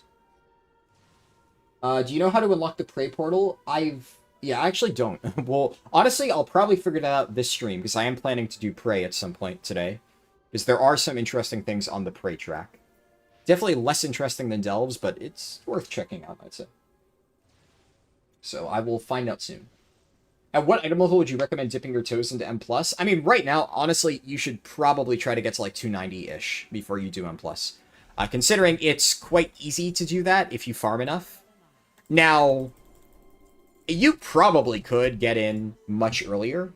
And especially as a Blood DK tank, like, I don't think you would have that much issue. The real issue would just be getting invites to groups, right? It's going to be a hard time getting invited to any key if you are at a lower item level than, like, 290, because so many people are already around 290 from last season. And considering the catch-up right now is just extremely trivial, there's kind of no reason not to do that. But I guess it does kind of depend. Is there anything else that I can equip right now? I'll do this. I'm going to replace most of this gear in, like, a moment anyway. But there we go. That's level 90. Update the chat cover real quick.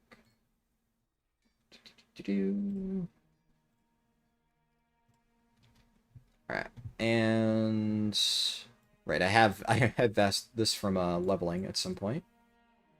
And...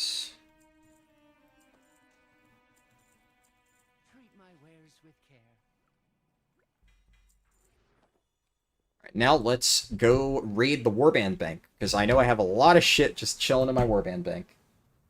I found out the craziest thing the other day. I was talking to my raid leader. My raid leader doesn't actually have his Warband Bank unlocked. That fucking guy has never touched it, and he said that every time he gets a piece of Warband-wide gear, he just deletes it. Like, I don't understand. Why? It's free gear. But he just said, yeah, you know, I can't be bothered to figure that shit out. So, alright. I guess. Surprises me, but you know, he manages to make it work, I guess. He just doesn't care enough about that stuff, so that's what it is. I do have a few cloth pieces. I don't have any cloth alts, right? So none of this matters. I mean, I may as well use these trinkets just because... As only if it is, I could run the... Honestly, run the Ultradon Cuirass. I'm not gonna use this over anything real. In fact, I don't even think I use it over either of those other two trinkets. I can put them here, right? I'll put them in my bags in case I need to equip them for, like, item level discounts or something. But those are garbage trinkets that I'm never going to use on any actual characters, so may as well, I guess.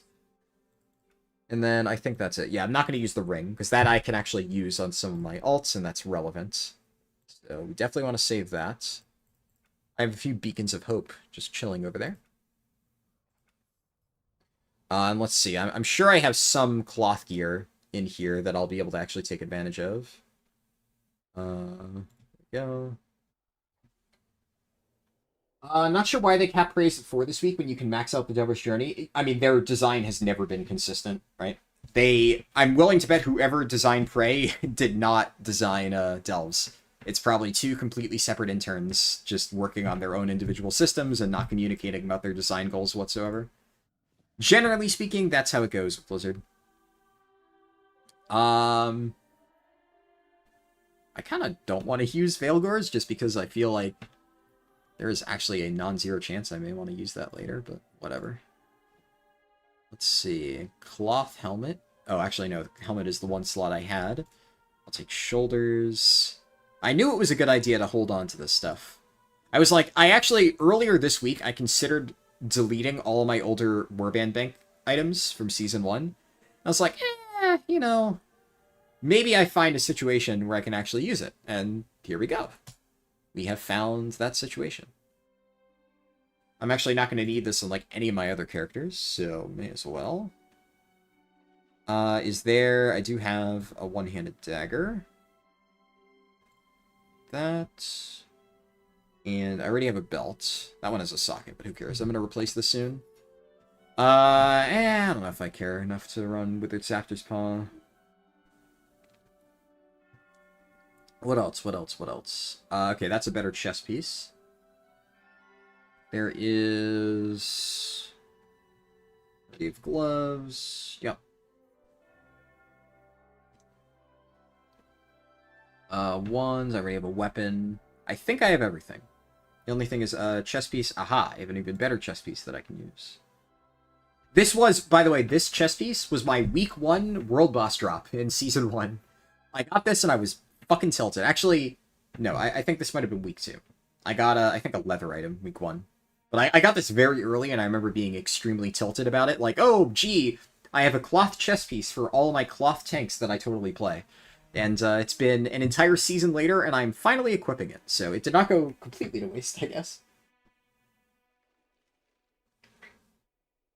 Are all the turning quests going to get... Oh, I read that already. Only exception where M+ could be better than solo delves is if you're armor stacking. Let me tell you, no, it's not. Obviously, it's better. But as somebody who did armor stack a shitload of M+, just like a few days ago, and got jack squat on my blood DK, sometimes that's not even enough. Sometimes the game just fucking hates you. I still insist that in terms of time efficiency, the time it takes you to get the hero track gear from Delves is much more efficient than running M+. Much more efficient.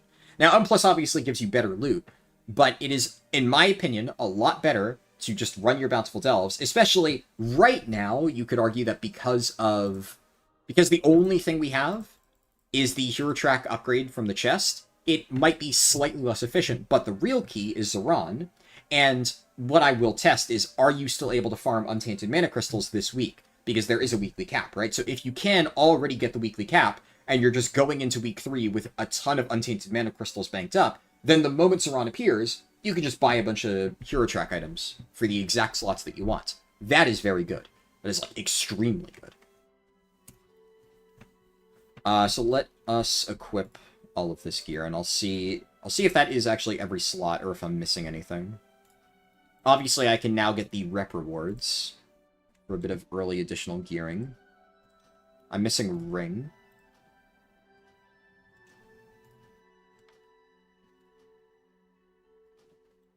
I have... right, yeah.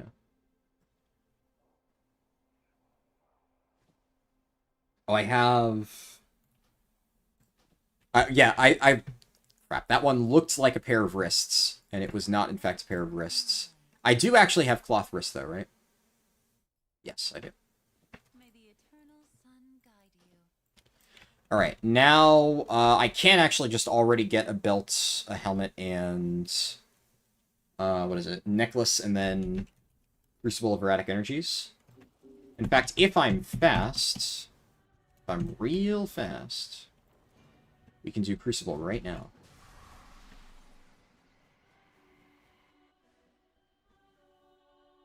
Let's see.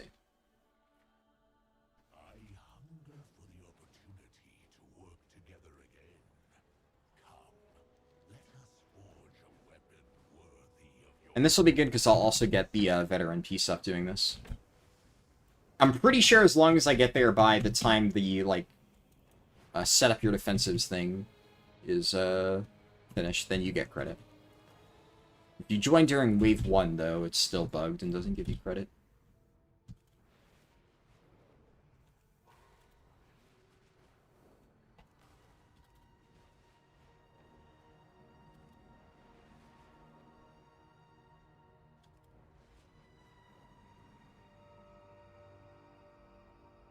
Yeah, World Quest shows, so, I mean, I should be fine. Alright, while I sit here and wait, a bunch of chat messages that I can read through. Let's see. Pissed you off that Blizzard removed the Vigor bar? Yeah, I mean, I don't know if I'd call it almost unplayable. I'll be honest, I definitely preferred Vigor. It's a little bit annoying. The only thing that makes this better than the Vigor system is the fact that Whirling Surge is now free.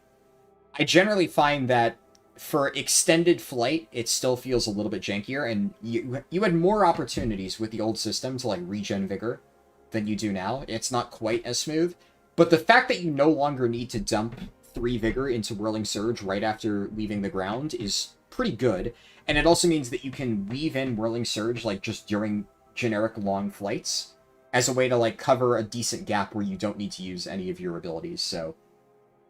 It's annoying. And I think the main thing is it's just a very baffling change, right? Because it doesn't really add anything to the game. It just kind of, like they could have still made Whirling Surge cost 0 Vigor. You know, and it would have been better, I think. It's one of those where it just makes the game look uglier. Like, the Vigor system, I think, was a very intuitive, neat way to track your dragon's progress. Now, like, the charge system is just bad, I think. I definitely don't like it. I don't really know many people who prefer it. But I would not say it's unplayable, and definitely I think that I have found that it has bothered me less than I thought it would, for what it's worth. So.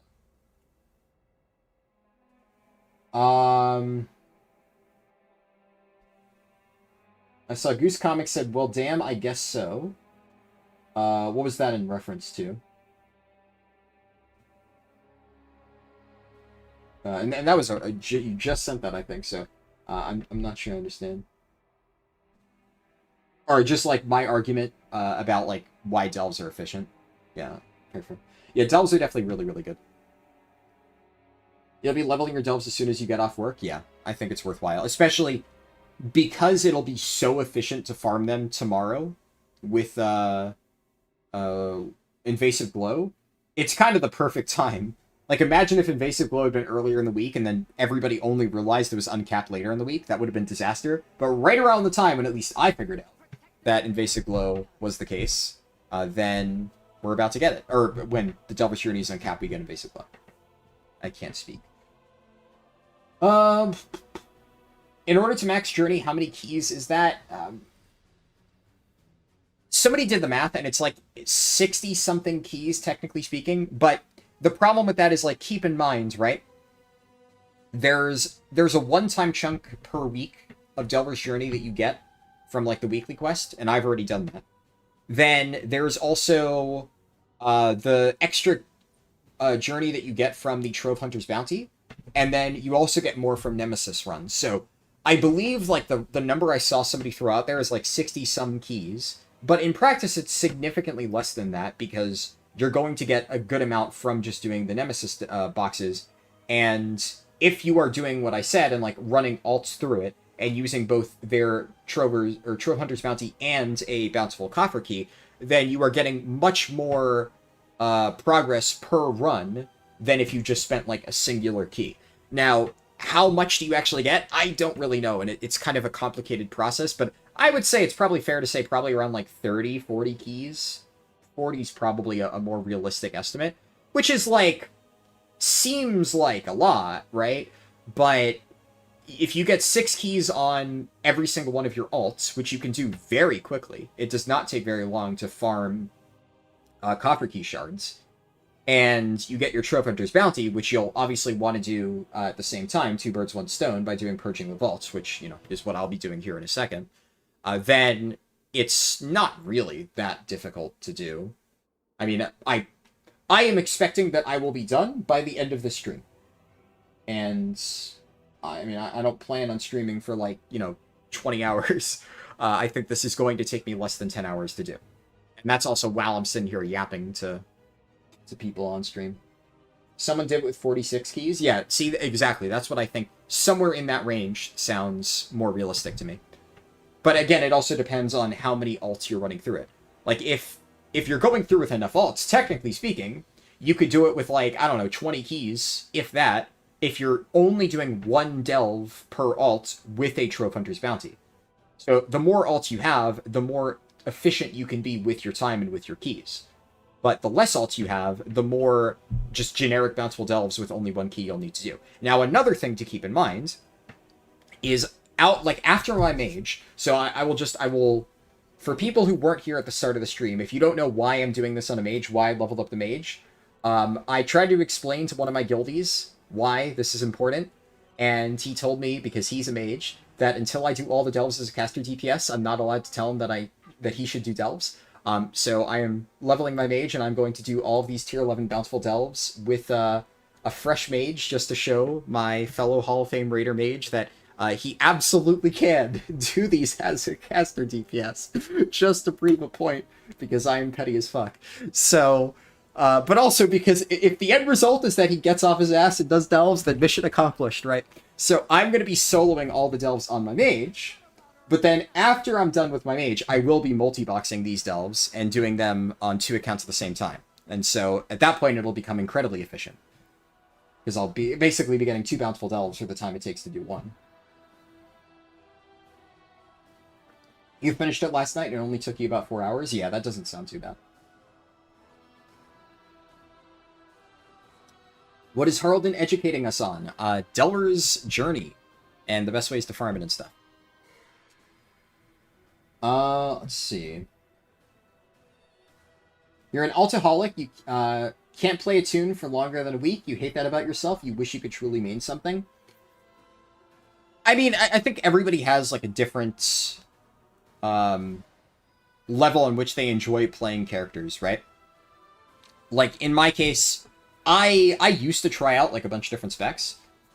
It should go without saying, right? You know, obviously, I do a lot of leveling. I definitely have tried out a lot of different things. Currently, I'm, in the process of doing the long challenge of trying to get Keystone Hero on every single spec in the game, which really is more of just a tracker for, I want to learn how to play every single spec in the game at a comfortable level. So, definitely, I know how it feels. That being said, there are definitely characters that at this point in time, I main for raid, right? There are characters that are definitely my mains that I enjoy playing more than others. But I think, you can still play alts, and then still have a spec that you go back to. Like, one great example of where being an altaholic and having other characters can benefit is the other day on streams, when I was doing keys with my guild, none of our healers were on. But we did have a bunch of people who could play tank. Well, I main tank, but what did I do? I swapped to my paladin, I dusted off my holy spec, and I healed a bunch of keys. Week 1 of the season, on my holy paladin, which I just learned how to play holy paladin for the first time last month as part of the European Keystone Hero Challenge. But while I tried out that spec and I found I enjoyed it, I didn't just say, okay, challenge done, put that away for good. Now that is part of my arsenal. So even though I now main, I'm still maining Blood DK, I'm still maining Brat Warrior, etc. I still have Holy Paladin as part of my toolkit. Now, am I nearly as good at Holy Paladin as I am at tanks? Absolutely not. But that doesn't happen overnight. So by continually like busting out my Holy Paladin and playing it whenever chance I get, and making sure that I keep those skills sharp, eventually, then that alt spec in this case, that I don't really play as much, will hopefully become on par with all my other mates. Whether or not I end up ever maining healer, that's, who knows. But right now I'm definitely very happy to continue maining tank. But it is always good to have options. And I'm just really happy because I said multiple times during the European Keystone Hero Challenge that one of the main reasons I was focusing on healers is for that exact reason. Because many times early in the season, if there's no healers around and I don't have the ability to play my off specs, I feel like I'm holding back my guild's ability to farm. And I could be like far more efficient if I was able to just seamlessly swap to a different spec that made things easier. And that was one of my main stated goals, and we're already like a few days into the season, and I've been able to get a lot of keys done by playing one of the specs that I learned last month. So I'm glad that I was correct in my judgment there. And then one thing that I've been noticing, right, is there have been a few times, not as often, but there was a time, like I think it was Wednesday night, where we had two groups that had both tanks and healers, and what's it called?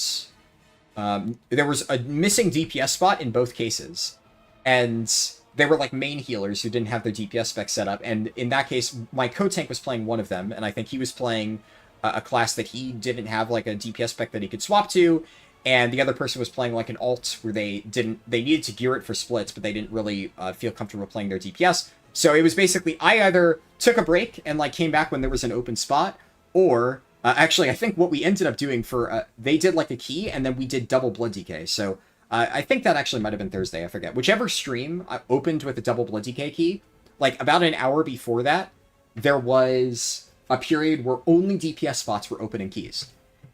And I'll be honest, I did not have the ability to play any of the specs. Now, I technically speaking could have played Ret Paladin. Like I've messed around with Ret Paladin. I'll be honest, Ret Paladin's a fucking easy spec.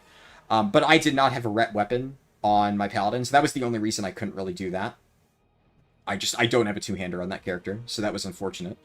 And in the case of my other two characters, I'll be honest, I have not played Arms and Fury at a high level for quite a while. I think I barely started playing Arms as part of the Keystone Hero Challenge, like back in more within Season 2, but I never finished it, and I haven't gone back around to it ever since. And in the case of Death Knight, I have played Frost Death Knight, but not in a while. And I've heard Frost, well, it just got buffed, right? But it was pretty bad, apparently, earlier.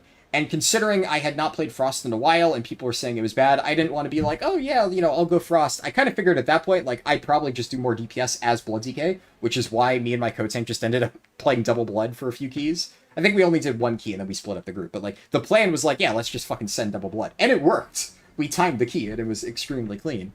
But I did kind of realize, honestly, I didn't think this would happen, but it would be nice if on these characters I could play my alt specs. And it's a bit of a bummer because historically speaking, back when I mained Brewmaster Monk, I am able to play Windwalker. So way back in the day, way back in the day when I mained Vengeance Demon Hunter and Brewmaster, I am able to play Havoc and Windwalker. I have actually played them in Mythic Prog before. So that has never been a problem for me for the longest time, because if I ever needed to DPS a key, I could. I could swap to Havoc, I could swap to Windwalker. I am perfectly comfortable at both of those specs. But I'm playing neither of those tanks now. And it's the dumbest bug ever.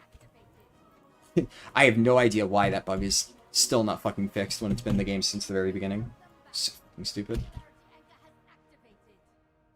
But yeah, so I do not know how to play my off-spec comfortably. Now, there was a time back in the day when I at least felt comfortable playing both Arms and Fury. So I don't think it would take me too long to adjust to them. but I realized I did not feel comfortable playing them right now, and kind of similar for Death Knight, in the past I have played Frost and Unholy, but that was like ages ago, and I do not feel comfortable playing them right now. So, one of my priorities, I think, this season, for the Keystone Hero Challenge, is I'm going to try and prioritize DPS specs for... what piece of gear did I get? I got boots. Alright, cool. I'm going to try and prioritize DPS specs for tank classes. And we'll see which ones I do. Probably, honestly, I'll skip Windwalker and Havoc, because I've already played those, like, multiple times. Those ones I already know I can do. Maybe I'll even do Devourer, though. I guess that still counts, and that is one that I'm not comfortable with. But I definitely want to do... I'll probably do Arms this season, right? Because it does look very good. I'll do Arms, I'll do... what's it called? I don't know necessarily between Frost and Unholy, but I'll pick one of them. I'll play Red again. Red I did actually finish a Keystone Hero Challenge with, but more as a formality, I'll do it again, because it's not a spec I have a ton of comfortability on. And... how many coffer keys do I have? Okay, so I only have 50 out of 600. I should do Legends the Heronir again, just to get that out of the way. And then, and that one's, like, obviously extremely time efficient. Then I definitely want to do Salthoril Soiree, because that is also very time efficient. And I'm going to do Purging the Vaults. And I guess after I do all of that... Oh, I can also get my Veteran piece over here. So, Veteran Belts. After I do that, I will double check. Oh yeah, and then the other thing. I should do Abundance for the necklace. So I should do all of those just to get the gear. Bare minimum. And then once I've done that... Yeah, okay, so I automatically get this because I picked it up this week already. Let's take Ice Colds. Once I get all that, we'll see how much I still need to get all 6 keys. Technically, I don't think I'm going to be doing all 6 of my keys on this character, especially because there's only 4 delves up each day. But I am kind of curious to see how many, or how much time it takes to actually get all of your keys, because actually a few people have asked me that. Like, what's the fastest way to farm restored coffer key shards? And obviously, the Stormarian Assault isn't necessarily the fastest way to do it, but it can be fully AFK'd, as you saw. Which I should also note, by the way, I am not like increasing the scaling of the event by sitting there AFK. The unfortunate reality of how that event is designed, just in case anybody's like, oh, why are you not helping? My character, completely naked, would basically not actually do more damage to the mobs than the scaling I would add to them. So it is unfortunately better to just sit there AFK. If you attack the mobs, I'm not going to do enough damage to actually account for the added health that they gain. So it is unironically better for you to just sit there and AFK. It's just very unfortunate design with Stormarian Assault there.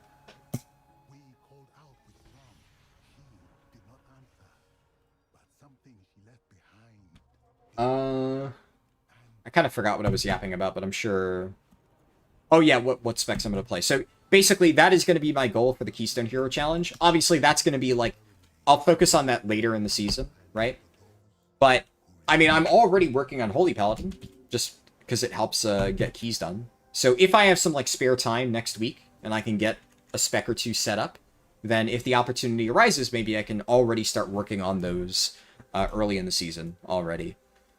Where am I going? I guess I'm going to... Do I still have my Hearthstone set to Amanizar Village? I can't remember if I actually swapped it or not. It would actually be good if I didn't swap it. I did not swap it, actually. Okay, that's optimal in this case.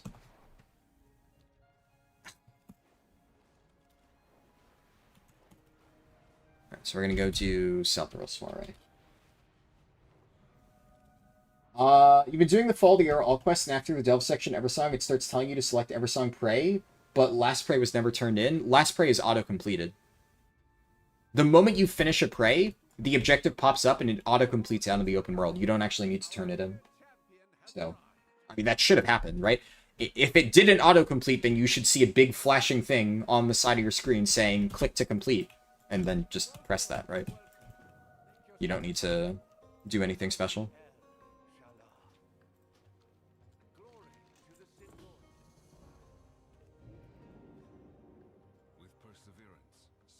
I can't remember if these actually... I think they do give copper key shards. Yeah, they do. So if these quests are really efficient to do, which depends... usually Blood Knights have the fastest ones. That's why I do them for leveling. They're okay. And then I'll pick up one Magisters, just on the off chance if this one is good. Actually, that one's not bad. So then I can do these, and then we will see... Where is the Runestone right now? Runestone is... My blind? Oh, it's right here. And, okay, the Runestone is not active. So I'm going to check questing. Fortify the Runestones. We'll see.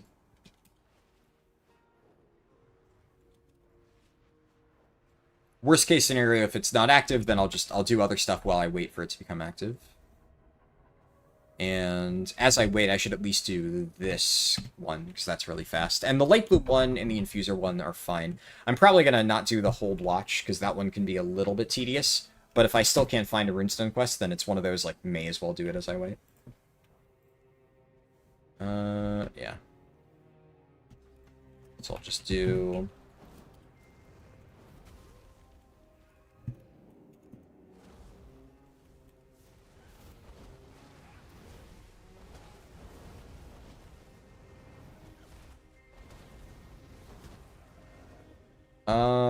Okay, yeah, so it's just...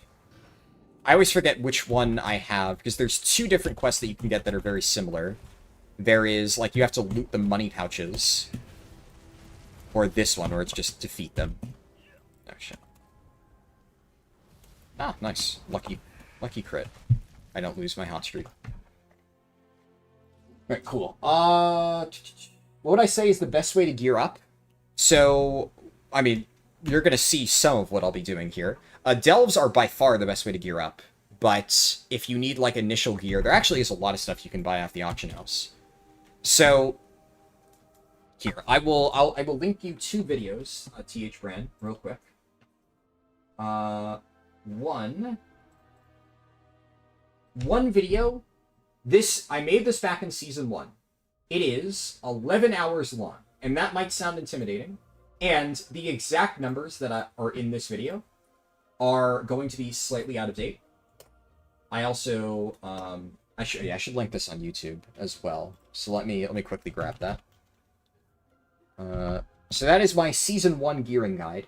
Now, well, like I said, the exact numbers I say, like, of this item level gear, some of that is going to be out of date, right? But the general principles still apply, because a lot of the stuff that I'm doing right now is showcased in that video, because a lot of the Season 1 gearing methods... Oh, nice. Somebody activated the runestone, so I'm going to go there quickly and get it. A lot of that still applies now. And one of the main things I talk about in that video is, like, not necessarily like, oh, this is a specific tip to Season 1, right? It's general gearing advice, best practices that have pretty much been the case for multiple seasons now, and are still the case now, of like what you should farm, what activities to prioritize, how you should be spending your crests. That kind of stuff has not changed. The only real big gearing change this season is bonus rolls, which I will probably make an entire video talking about, like, bonus roll stuff. The main thing now is, in terms of Great Vaults, you pretty much only ever take a bonus roll if you are, like, a new or casual player. For high-level players, it's much more nuanced, but obviously if you're getting a fresh character geared up, that doesn't apply to you. So here, I'll post it to YouTube. So that is my Season 1 11-hour-long gearing video. But like I said, that is more of like a masterclass on everything that you need to know if you are getting into Midnight Endgame. I talked at length about, like, different strategies and whatnot. And then more recently, during the preseason week, so last week, I got rank 1 world item level on my druid. So I will link the video about that. So that will go over a lot of the more like seasonal specific strategies that you can do, primarily involving the coiled isle. So there's obviously new activities here, mostly the same, right? Like there's new delves in the coiled isle, there's new world events on the coiled isle, etc. The main thing that video will talk about, that obviously won't be in my Season 1 video, is the Vaults of Atalu tech, which is really, really good for gearing. There are some very great ways, like farming the end boss here in Vaults of Atalu tech is a really good way to get catch-up gear.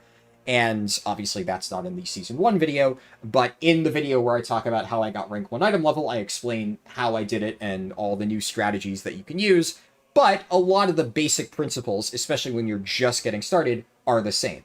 And then the big key takeaway from that 11-hour video is the later sections where I talk about, as I'm working through Mythic raiding, what are the decisions I'm making. I also like teach you how to look at logs and how to analyze logs, how to sim your character. Important skills like that kind of go beyond gearing are all covered in that 11-hour video. But I think, and the other video, the second one, is like, what is it, 8 minutes or something? Yeah, 8 minutes long. So that one is much easier to follow. Should explain the really simple steps. And then the 11-hour one is more if you want like a real deep dive into all the stuff that you should be doing.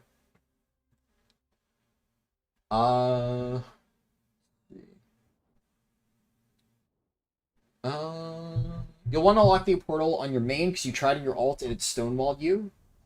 I see. I believe Blizzard posted in a hotfix note the other day that it was incorrectly giving the portal, or it wasn't giving the portal correctly to alts, and that they fixed it. Now, they could be lying, but they claimed that that was not intended and that it was fixed. So, who knows? Yeah, oh, and while I wait for this to be completed, another really good way to get copper key shards, because I just noticed this rare mob is up. Rare mobs are a great source of copper key shards. So I'm just gonna blow up this rare really quick. Meteor.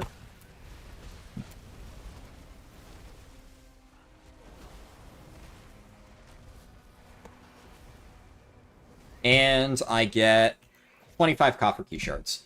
Now, somebody in my Discord said earlier that apparently you get double this amount by doing rares in the Coiled Isle. I don't know. I haven't confirmed that yet. But I will be able to confirm it probably on the stream. I will test it at some point just to see.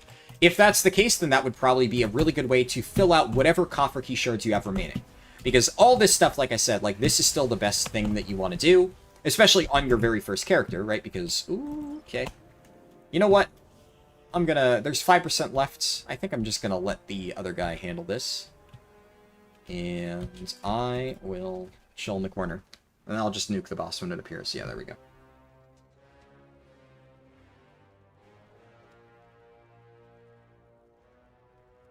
Let's blast this guy.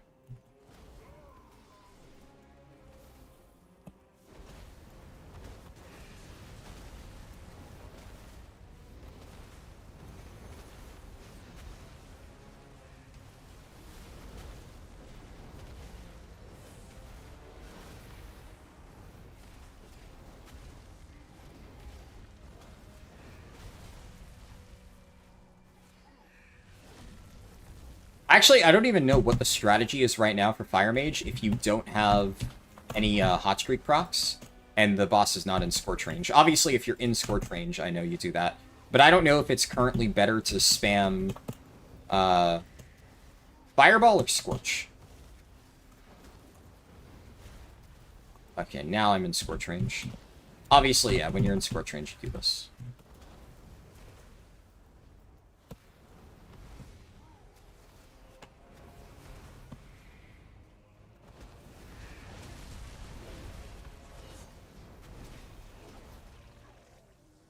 Cool, we got that done.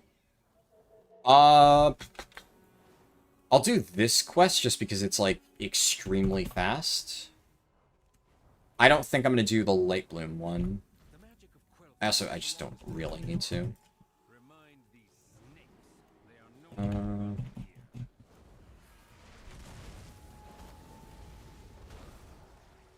Okay. Shit, I did that in the wrong order. Tragedy. I figured I'd use my meteor for one, and then I'm gonna save combustion for the other one. just to make things a little bit easier.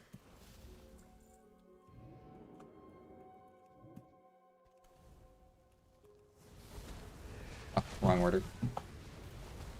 And then if I'm fast, there is an infuser over there. My combustion's gonna fade, but I think I can get hyperthermia into this. Okay. And then just one more infuser. Should be one on this beach somewhere.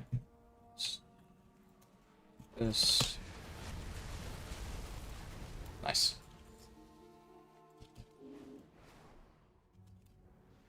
Oh, and there's a rare mob.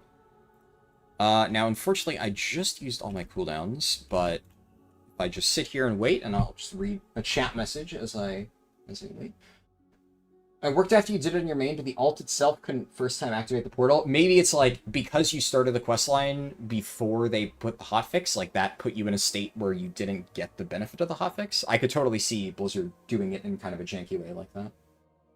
If you don't mind me asking, is it the case that, let's say, two different gear pieces, same slot, have verse haste, they will always be the same stats at the same level, or will it be 40-60% randomly? Oh, no, absolutely. I mean, you can observe this, right? It's different distributions. I'm pretty sure I could even just, like, find an example for you very quickly. So if we look at... Let's look at Tidebound Grotto. We look at this on Hero Track, right? Or let's look at Champion Track, actually. That's probably better. So this is a haste verse ring. You can see this has 242 haste, 68 verse, right? Really high haste, low verse. Now, if I look at, let's see, dungeons and mythic, and I know that I'm pretty sure there's a haste verse ring somewhere. Let me see.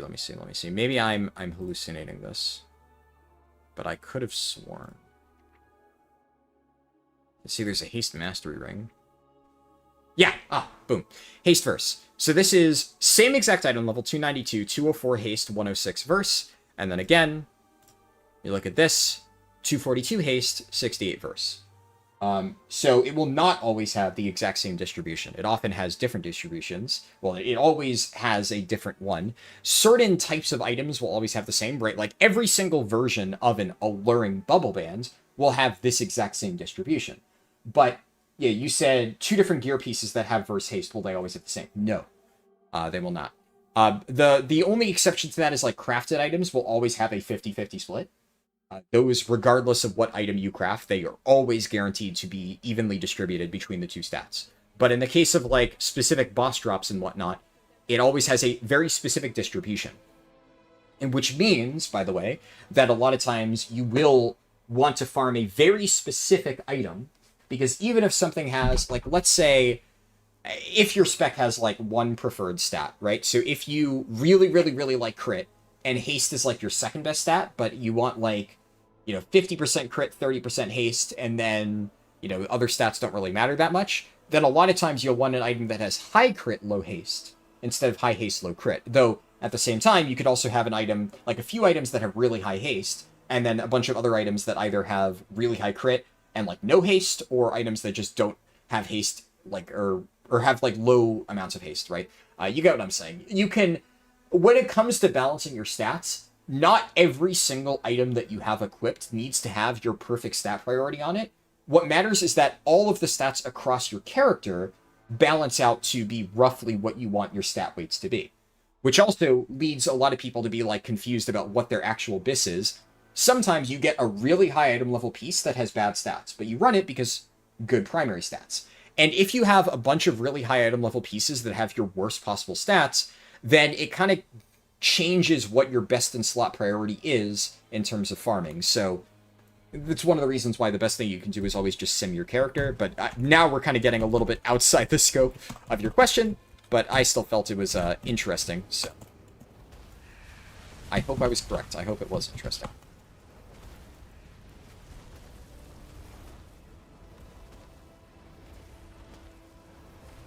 There we go. I feel like I kind of do quite a lot of damage despite being fairly under-geared at this point. Like, obviously 252 is not terrible, all things considered, but it's also not that much. It's not, like, amazing item level. So the fact that it already feels like I do pretty decent single target is good. It means farming delves honestly won't be that much of a challenge.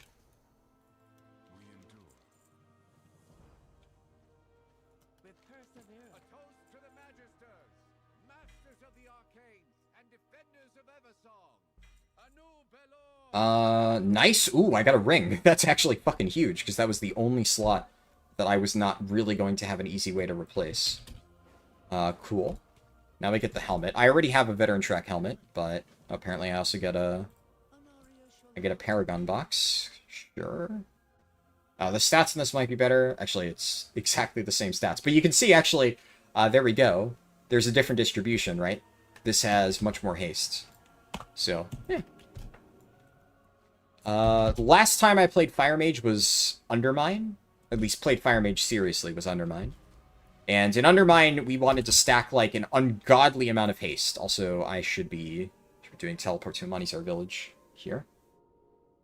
So, I don't know if that's still the case, but either way. Yeah, no problem. Glad I can answer. How am I liking Fire? I'm more just playing Fire because, you know, I think Fire's fun, right? I am not playing Fire super seriously. From what I have heard from my mage friends, right, a lot of them are kind of dooming Fire at the moment. And one of the mages in my guild really, really, really likes Fire, and he basically tries to play it whenever possible. And even he has been, like, kind of in agreement that it's not super great at the moment. I think they've both been mostly playing Arcane. Though it looks like right now it's kind of like Arcane in the vast majority of situations, but then there are certain bosses where I think Frost is going to be really good, because apparently like Frost 2-target cleave is nuts, and obviously 2-target cleave is really important.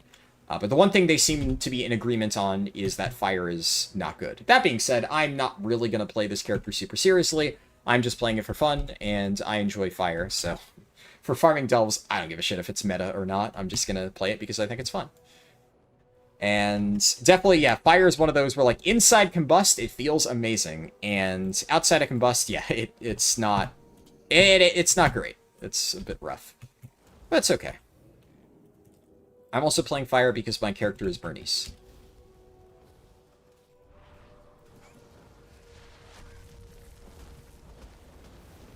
Okay, wow, I had so much haste there that my inputs fired off way faster than I expected. Oh, and there's Ophidian Maw.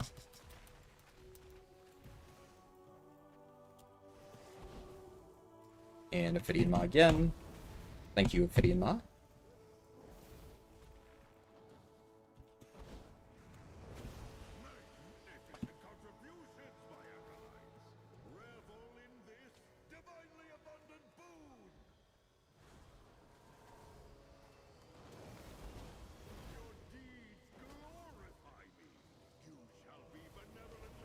In abundant kind.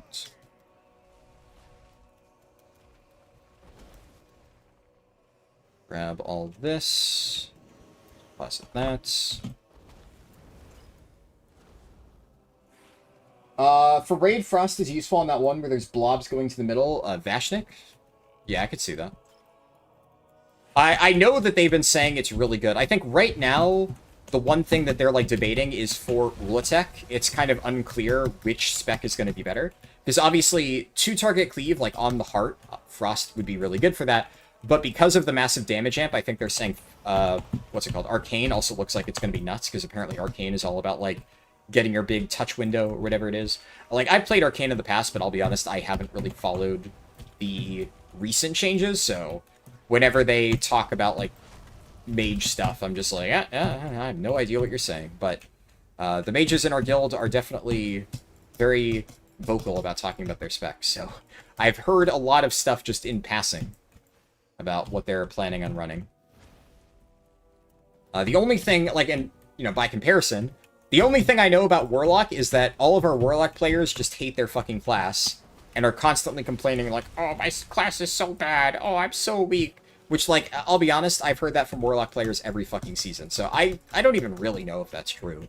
It could be true, But it's kind of like the boy who cried wolf when it comes to Warlock players. Boomkin players, too. But at least Boomkin players can genuinely say that they have been, like, kind of weak the past few seasons. Warlock players are always like, oh, my class is so weak, oh, look at my sims, oh, and then they're, like, constantly sandbagging, and they actually just end up blasting. It's just, really the trend for Warlocks there. Alright, I think I got enough to complete the quest.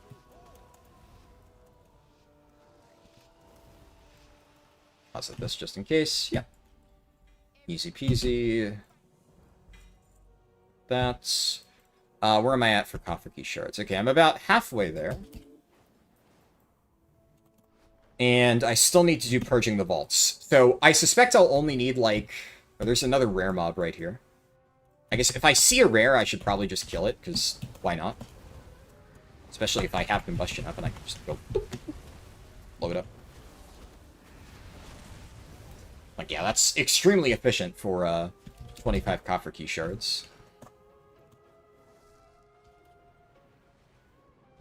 Fire Mage is meta for Ula Tech? Oh, really? That's interesting. I didn't realize Liquid was playing that on Prague. I will take your word for it, though. Like I said, I hear Mage players speaking, and they're just like, oh, you know, fucking Touch of the Magi this, and Combustion that, and I'm just like, my brain glazes over. So I've not really been paying that much attention to it, but if that is what Liquid is playing, I believe you.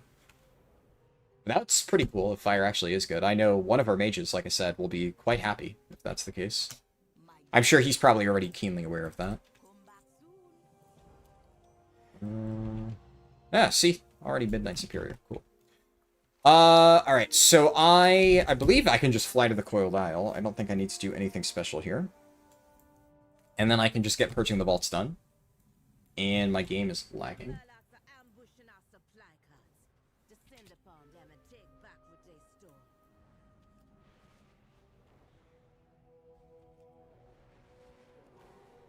Thanks for the guides, no problem. I'm glad that you enjoyed them. Let's see. The biggest reason that you have a lot of alts is that after playing one tune, you forget the previous tune and how to play it, so you make a new one to remember to play it, and that cycle never stops. Fair enough. Is this... Oh, shit. Okay. Well, I don't have the Curse Surge quest, but, I mean, I may as well kill this since it's literally right here.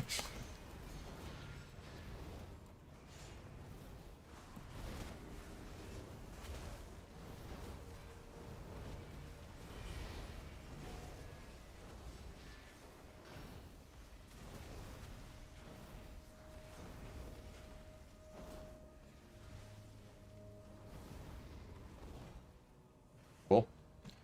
I think I actually do get... Yeah, I was going to say, I'm pretty sure I get restored coffer keys off of that. Nice. Well, that's going to save me a little bit of time later.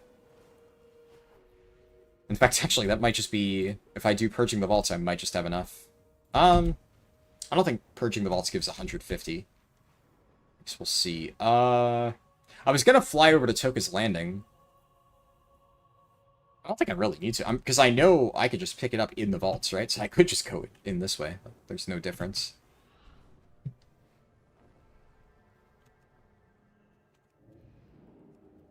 All right.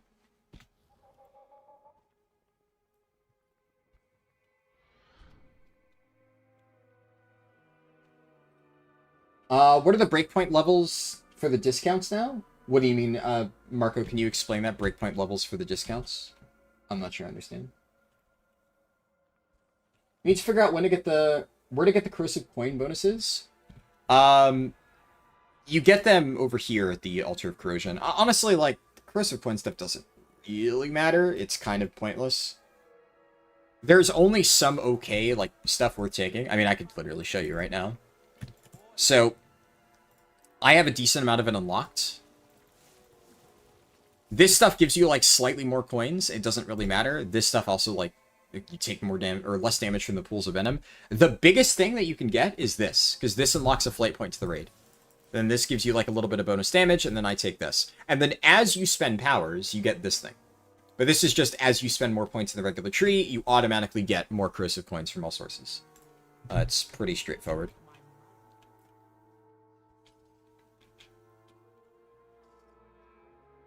Figured out on your own the achievement that has the crest. Ah, yeah. So it's whenever you get a fully upgraded piece in a given slot for that track. So for instance, veteran gear goes up to a maximum of 295, so it is 295 for the veteran discount. That is how that works. I need to do at least one temple strike for the quest. Underbelly.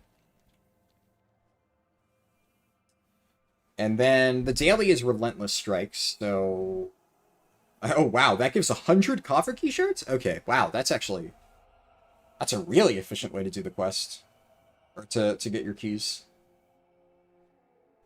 Yeah, so farming all 6 coffer keys is going to be pretty trivial this season. Because you're always going to want to do Purging the Vaults regardless, and how much does that actually give?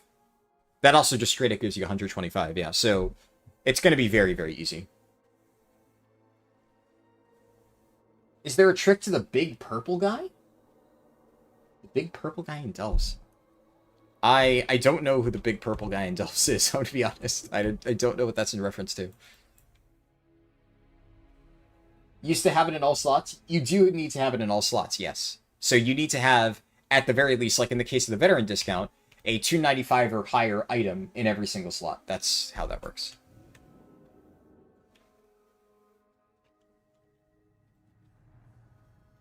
Does, okay, Invis does give me a speed bonus. I can remember.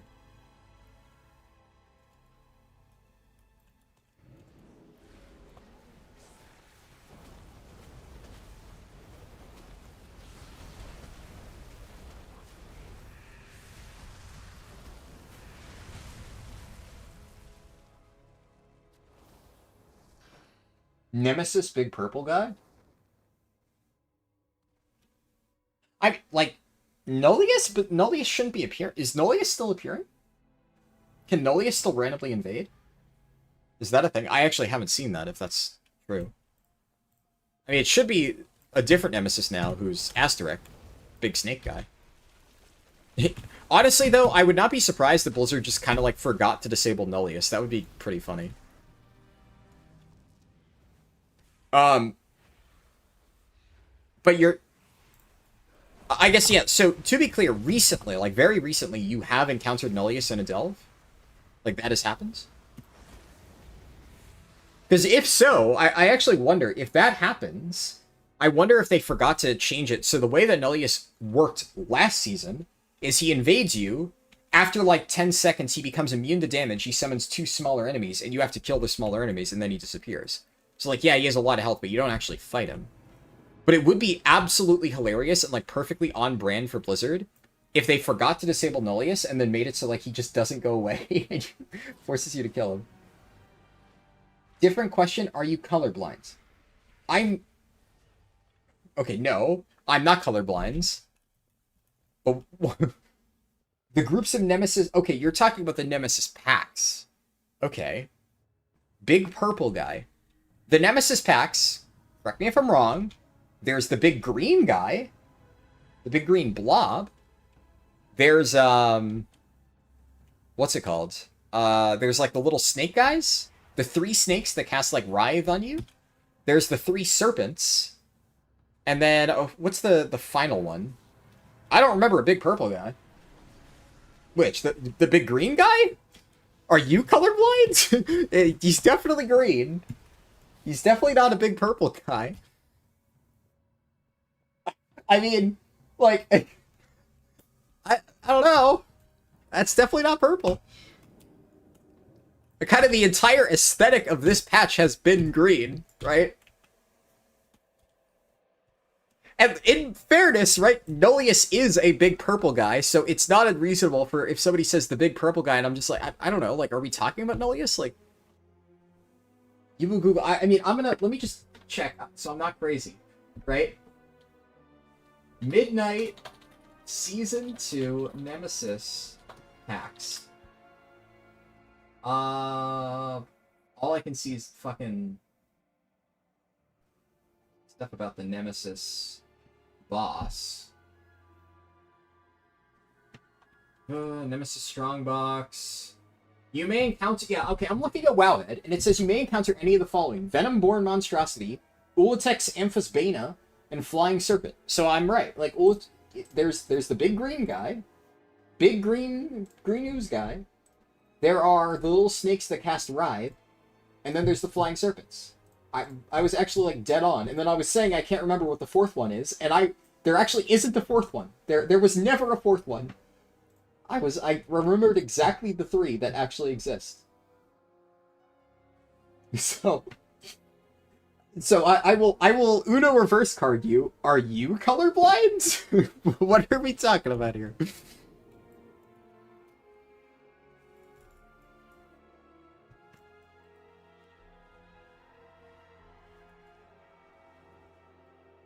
Do I recommend damage or heal for Blood Decay? Definitely damage. I mean, honestly, Blood Decay, if you press Death Strike, you should never be in danger. You probably don't need Healer Valera.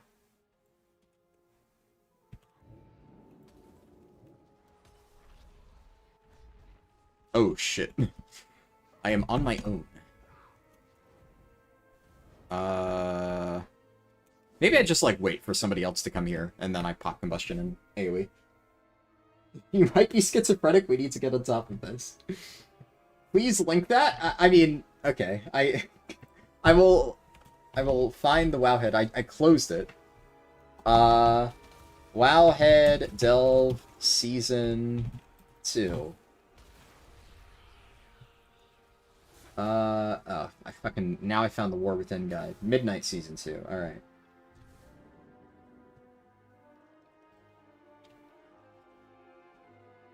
Alright, here we go. Nemesis Strongbox Affix. Blah, blah, blah. So, go to those. Wowhead has a list right there. So, I'm not crazy.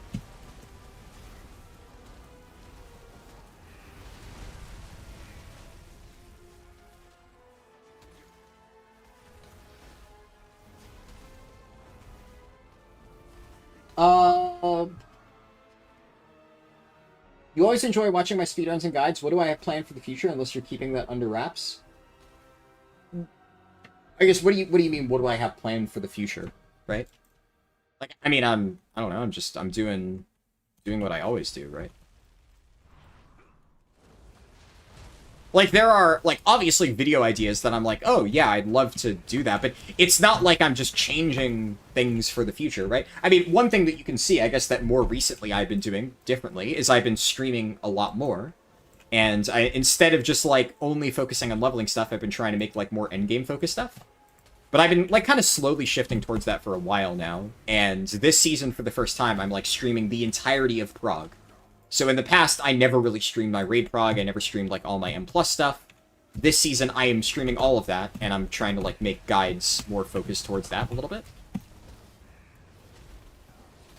So I don't know, I mean, that's kind of, I've always enjoyed Mythic raiding. I think one of the main reasons I've decided to do this is since Mythic raiding has always been a focus of mine that I enjoy doing in my free time, it's going to be nice to actually be able to cover that in videos, right? Whereas before, it was just kind of a hobby.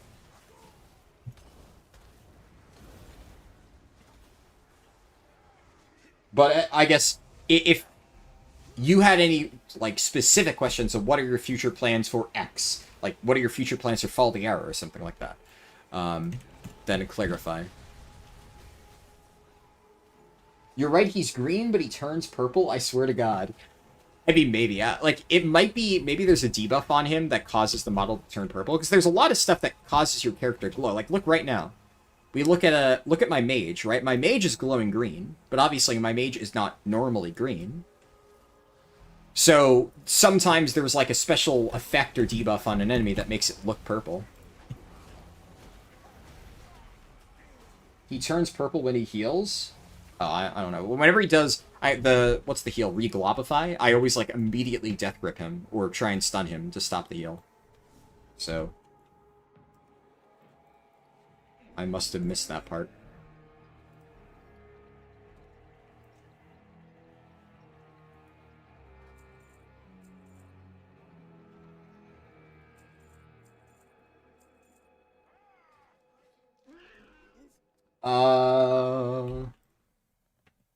Harldan, you make many guides, all of them helpful. Can you make a guide of how to learn a class well? You don't mean read Wowhead, but truly learn a class.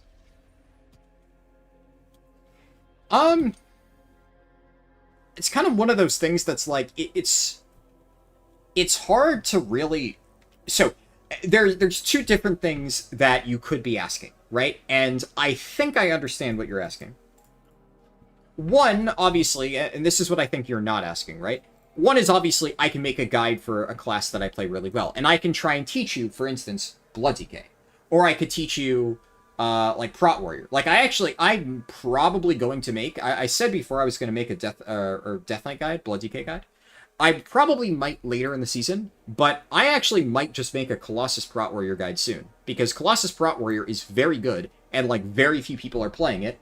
And obviously, I mean, if you look at fucking rankings right now, I am slaughtering as Colossus Prot.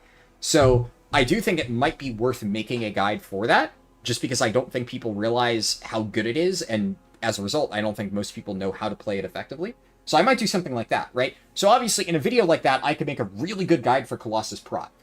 I believe what you're actually asking, though, is how to, like, teaching you the learning process, right? Like, what are the steps that I take when I'm trying to learn a new spec, and how can I, like, teach you to do that as well? Which, good question, though I would say it's a very hard thing to, like, teach in a guide, right? Because I think a lot of that stuff, a lot of what it takes to, like, learn a spec isn't really something that I could teach you, right? Because a lot of it would be fairly straightforward. I'd be like, yeah, you need to be willing to put in the effort. You need to be willing to, frankly, read a Wowhead guide, right? Maybe not Wowhead, but Icy Veins or your class Discord or something like that. You need to look through logs. You need to find out what all the top players are running. If you're doing M+, look through Raider.io, see what they're playing in M+. That's what I always do. And then you need to practice. You need to go into content and just get a feel for it. And you're going to fuck up and die a bunch of times. And that's how you learn.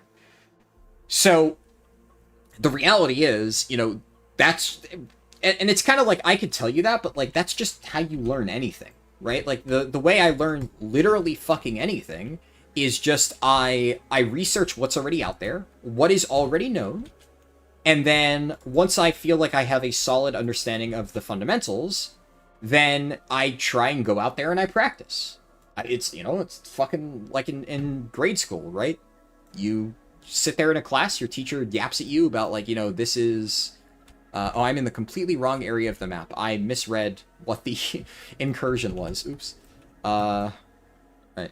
You know, your teacher yaps at you in class and says, like, this, blah, blah, blah, blah, and then you go home, you do homework assignments to practice retaining that information, and then eventually you are tested on that information to make sure that you actually did retain it, and you're not just able to, like, well, look it up at home, or I guess nowadays have AI do your homework for you, or whatever the fuck kids do these days. But, I mean, that's just learning, right? I mean, it's the same shit that you did in grade school. It's just you have to apply that to World of Warcraft as well. So there's no magic trick, right? It's effort. And I will be honest, it is one of those things where there is kind of, in many cases, just an unspoken something either clicks or it doesn't. Particular spec. Like, I have had specs where I play it and I'm like, oh my god, this clicks. And I get it. And then there's been many times where I try to learn something and I don't get it at all. And I really struggle. And I'm like, I don't know how people have this feel so intuitive to them. Like, I can't figure this shit out. And in those cases, you play and you play and you play. And, like, a good example for me is, like, Preservation Evoker. The first 2 seasons I played Prez, I did not feel confident with it. It wasn't until, like, the end of War Within, after I had done, like, enough keys and I had asked some of my Preservation Evoker friends, that finally something clicked, and I'm like, oh my god, I get Prez now. And then I loved Prez. Once I started actually understanding what I'm supposed to be doing on the spec, suddenly it feels really fun. And I had to brick a shitload of keys before I got to that point. But I went through all the bricked keys. I had to deal with people calling my Preservation Evoker Mao Zedong because I kept murdering groups over and over due to lack of healing, right? Like, I had to deal with that nickname, and yet, despite being, every time I joined a group with my guild, and they're like, oh no, Mao Zedong's healing another key, I still kept running. I kept saying, yeah, fuck you, I've been practicing. And then, you know, another key would go sideways, and I'd keep at it. I'd try it again. And then eventually, I do better. That's just kind of how learning is. So, I guess, like, to your question about would I make a video about that, I don't really think that it's worth making a video on that. Because, like, I'd basically just be telling people things that, like, they already know. And I think the bigger issue there is that you might think, like, there is some secret answer, right? When really the secret answer is just do research and practice. The only thing I really do think would be important to stress is a lot of people skip the first step. A lot of people are just like, I'm going to just go into keys and YOLO the spec with the one-button rotation and just assume that's going to try. Before I ever try a spec, I do a lot of reading. I read the Wowhead guide, I read the Icy Veins guide, I read the class Discord, I read Warcraft logs, I read Raider.io. I get as much information about what the top players are running before I ever even try the spec. And I try to make sure that I at least understand what I'm supposed to be doing before I enter a key and just figure it out. And it's also, like, one of the things that really annoys me is I will often, when I'm doing, like, my M+ challenges, I will get people who tell me, like, this isn't my main spec, like, how am I supposed to learn? And when they're doing, like, less damage than me as a tank, or in one case, like, I'm specifically thinking recently of, I had an Algathar Academy that I was healing during the European Keystone Hero Challenge, and there was, like, a BM hunter who was doing less damage than my healer. And they were like, oh, I don't know what you expect from me, like, you have to learn somewhere. And I'm like, motherfucker, I'm not a healer, mate, right? You think I just fucking walked into this dungeon and immediately knew what to do? No. I did a shitload of research before I ever set foot, and the fact that I'm able to out-DPS a DPS player as a healer goes to show that I did do proper research on how do I actually do damage as a role that's not even meant to do damage, but obviously healer damage is relevant, especially in keys, right? So I didn't just say, like, all right, what are the basic healing buttons for this? No, I did all of the proper rotation on what is every single thing that I need to understand to play the spec properly. And am I going to get it right first try? Absolutely not. I'm not going to play it perfectly. But I want to make sure I at least have a clear picture of what I am supposed to be doing, what all the top players are doing, before I even try it once. That way, I'm at least... I'm like playing without training wheels, right? So one of the things that I hate about one-button rotation, and I guess if you need another piece of advice, do not use the one-button rotation. Never use the one-button rotation. And I will hear people say, if you are trying to learn, right? A disclaimer, if you are trying to learn. I will hear people say that the rotation assist is helpful. I'll be honest, I don't think you should use the rotation assist, but if you really need that, it's fine, I guess. At least it is trying to help you understand, but I think that you should have a fundamental understanding of what it is that you're pressing. And if you end up pressing the wrong button, it should be because you thought that your priority was something else, and then you realized, hey, my damage is kind of bad. Let me look into this. Why is my damage lower than it should be? And then you realize, oh, I've actually been doing the rotation wrong. But if you're just blindly following the rotation assist, then you might be making a lot of errors because the rotation assist is not perfect. Blizzard designs it. It's not necessarily fully accurate. But definitely do not use the one-button rotation. The one-button rotation exists for casual players and people with disabilities. If you are using the one-button rotation as a learning tool, then you're doing it wrong because it's not going to help you get better at the game. It is honestly worse than training wheels. It is, like, extremely heavy training wheels. Frankly, one-button rotation is like fucking taking an Uber. I guess taking an Uber is more like buying a carry, right? But you get the point. It's not an effective way to level, or to learn words. So, I really, really hate when...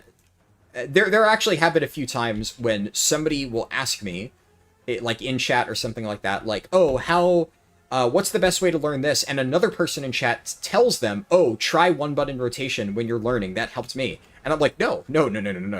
If somebody is coming to me asking, how do I get better at X spec? The absolute worst advice you can give to anybody looking to get better at really any spec in the game is use the one-button rotation. That is not what it's there for. And if you are using it as a learning tool, you are holding yourself back. And then some people say, oh, I don't care, I'm just playing for fun. And, like, that's fine, right? But then those people should not be considering themselves someone who's actually trying to learn and improve at the game. If you're truly trying to learn and improve at the game, you should never be using the one-button rotation. If you're just playing casually and you're just looking to have fun and you're not really, like, that concerned about your performance, yeah, it's fine, do what you want. I don't care.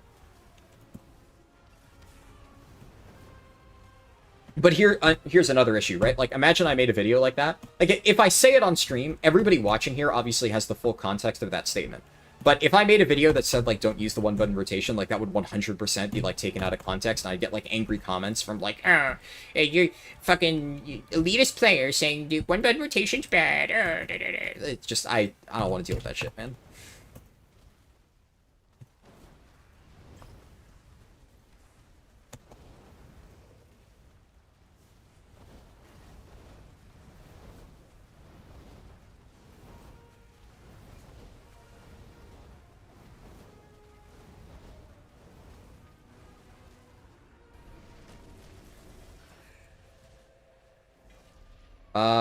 I I got boots again. Alright, whatever. I also have my Venom Curse Fragment, so now I can get a champion piece when I finish purging the vaults. At this point, what I should do is I'm just going to server hop until I get another purging the vaults. So, or, rather, what I meant to say. I'll hop like this. Just look for the final boss. And at least if I find one that's on an incursion, then that is fine too. That is acceptable. Yeah, like this. We're on an incursion, and it looks like this one's actually close enough to completion that I should be able to get credit.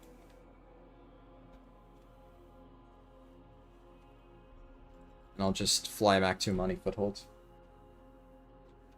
It's a YouTube commenter. You hate YouTube comments? Yeah, they can be pretty hit or miss, generally. Let's see.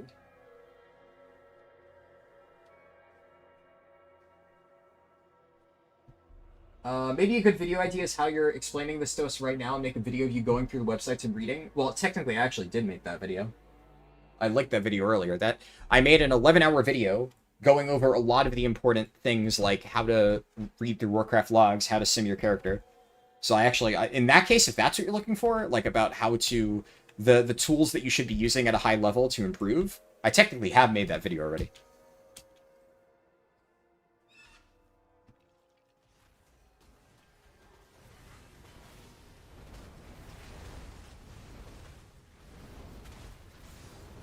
Whether or not I remake it for this season, I don't know.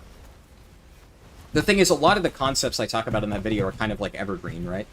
So I think what I might just do is if I make an updated gearing guide this season, it'll be shorter, and I'll just say, like, if you're interested in these particular topics, I already discussed it in this, like, previous 11-hour long video. And then that's kind of, it should be enough, right? You would like that video here? I'll link it again. It is, let me scroll up. Hold on.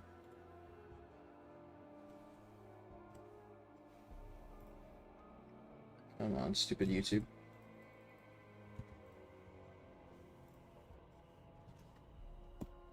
Yeah, you're good. Alright, there's the video. I made that back in Season 1, right? So some of the exact numbers won't be 100% up to date, but the general concepts of what I am thinking about, like the main thing I tried to discuss in that video is what is my thought process as I am gearing up a character with the intention to play it in Mythic Raid. Effectively, the context behind that video, why I created it, is when my guild got to Light Blinded Vanguard last season, my raid leader asked me to swap to Prot Warrior. So I had been playing Brewmaster Monk as my main up until that point. Not at my choice. I had insisted to my raid leader that Brewmaster was really bad. He thought we would need it for Monk buff. Turned out I was right, we didn't. And then for our split runs, I had been playing Brewmaster Monk, Blood DK, and Guardian Druid. But then my co-tank ended up maining Guardian, because he also was playing Guardian for one of our splits, because it looked really good, so we had it prepped. But then my raid leader basically set Guardian as his main, because we thought it was going to be Guardian Brew, and we wanted me on Brew. But then now we're in a position where Brewmaster's really bad, and we also really need Warrior, because we needed... everybody was running Prot Warrior. A lot of people were running Prot for the buff. So I had not been working on my Prot Warrior at all. I didn't even have it max level until, like, basically right before Raid opened, and I had very little time to actually gear it. So now suddenly, with like a few days notice, I needed to get my Prot Warrior ready. Now, my raid leader did offer, to be clear, like, I want to be clear, right? He didn't say, oh, you know, I need you to get this geared in 2 days, good luck. He actually offered to pay for, like, a full M+ carry and buy me, like, basically 10 keys or more just to get my Prot Warrior geared, like an armor stack, and I told him, no need, I will do this myself. And within the span of like 48 hours, I got my Prot Warrior from a fresh level 90 geared up to bring into our Heroic Reclear and some of the early Mythic Reclear bosses. And while I didn't end up playing it on, what's it called, on Light Blinded Vanguard that specific week, I did play it the week after for Prague. And I played it for a kill, and then I ended up playing Prot Warrior for our Crown of the Cosmos kill and our Bellerin kill. And then I ended up doing the exact same thing of gearing up another character for Lura. So when I was in the process of gearing up my Prot Warrior, I figured, oh, I may as well document my decision-making here and, like, what I am thinking about when I'm gearing up a new character and, like, all the strategies that I'm using.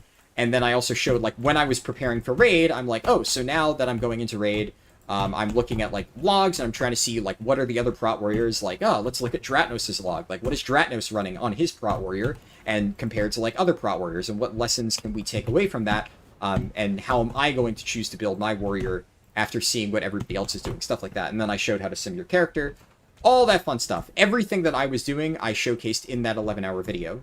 And then, since it ended up taking me such a long time to make, I actually didn't even finish it until after my guild had killed Lura.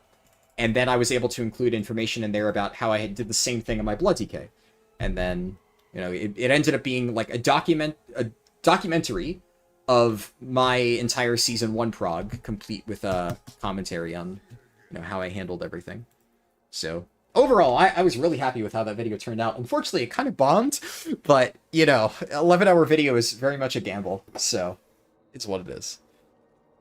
I knew I was taking a risk when I made it. 1 delve done and you jump 10 item levels. Nice.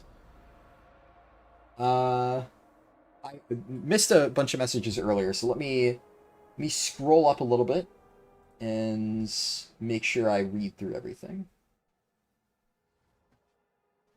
As a mage, you set your hearth to the Coiled Isle just because you have ports. I mean, I set my hearth to the Coiled Isle on every single character. Just because you can use our Cantina key to get back to Silvermoon. So, right now, it is by far the best Hearthstone spot. There is no other option that is remotely as good. Alright, let's see. Cloak. Alright, that's nice. And we have our champion piece. We got a weapon. Okay, that's pretty good. Sure. It's not a two-hander, though, so obviously still gotta replace the one-hander. Now, I believe I should... Yeah, I have all my Coffer Key shards. I have everything that I need. And I have my Delver's Bounty, so we are good to go. I'm good to hop into Delves. Now, I could try and farm more gear before going in, but, like, I think, honestly, it'll say even more about how easy this is if I just do, like, the bare minimum. The minimal amount of gear that you can get extremely easily. And to be clear, by the way, you can buy... I should even demonstrate this, right? Like, if I wanted to go to the auction house, and wanted to say armor, cloth, search, item level, obviously ignoring the BOEs, if I wanted to buy, like, a 260 item level robe, which would be an upgrade, I could do that. I could do that right now. I'm not going to, just because, like, I don't care. There are 266 adventurer track items that are, like, slightly more expensive, but 3k is, frankly, a drop in the bucket. So if I didn't have all of these Warbound pieces from last season, I could have just done that. It's a pretty trivial amount of golds. But also, I don't really think you need to do that. I think that's not that relevant. There we go. Finally flying. Where can you follow my builds? Which builds? Because I would not follow my Fire Mage build. My Fire Mage build is whatever the fuck I feel like. So this is my Fire Mage build. Do not follow this. I'm not a Fire Mage expert. I do not. But if you're asking about, like, one of my tank builds, then let me know, and I can point you in the right direction.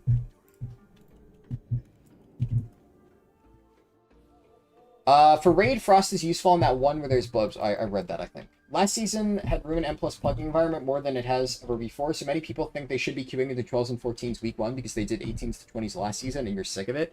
Yeah. I mean, I'm just farming 10s and 11s, right? If all you need is gear, there's just really no reason to be doing higher keys at the moment, unless you just really feel like pushing score. You don't believe that they'll play Fire Mage for Mythic Rule Attack, but they went from 12th in the meters to 1st every time the heart popped. I mean, it sounds interesting. I can definitely see how that would be good. Because especially, like, I'm guessing the way that Ignite works, right, is if you're building up, like, a massive Ignite on the heart with the damage amp, then, like, would that Ignite get replicated onto, like, Ulitech and, in theory, do, like, a lot of cleave damage? Could be really good, I can definitely see that. You got a leech weapon for the vaults, nice. Let's see. Okay, I read all of this. Let's see. You're struggling to do any damage with mage at level 80. You just use your boost, but you're struggling to get to 81. Any tips? So one of the biggest issues that you might run into at level 80, regardless of spec, is that a lot of the early gear can be kind of weak. So if you are really, really, really struggling to do anything at level 80, you can go to the auction house and you can buy gear. Now, unfortunately, if you just boosted, this might be tricky. But if I search, like, let's say level 80 to 80, right? Yeah, this is a little bit expensive, right? There is some cheaper stuff down here. I don't know what the starting gear is. This might be lower than the starting gear. I am aware that there is... where is it?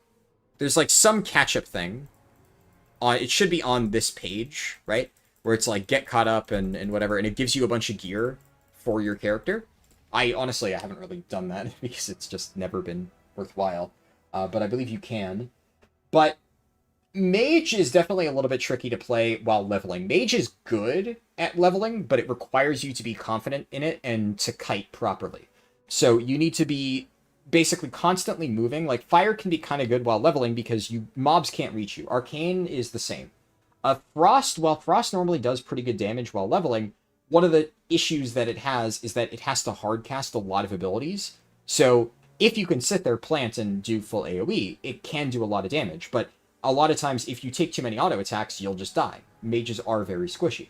But if you're playing Fire or Arcane, you can basically constantly, like, run and cast, and then you'll just be able to kill mobs without them ever reaching you. But you need to be able to do that effectively. You also have a lot of crowd control tools, like you have Frost Nova, which CCs all mobs around you. You have, I mean, there's other stuff. I don't know if I'm talented into it. But yeah, Dragon Breath Supernova for leveling, that's really good. Kite tools. There is Cone of Cold, which... Am I talented into Cone of Cold? Do I actually... yeah, I think you get Cone of Cold by default, right? I'm not... Oh, no, I do have it on my bars. I'm blind. I'm blind. Yeah, Cone of Cold, decent slow. And then you have Mirror Image, right? Mirror Image will reduce the threat, so sometimes they'll basically take hits for you. And then your biggest tool is just Blink, right?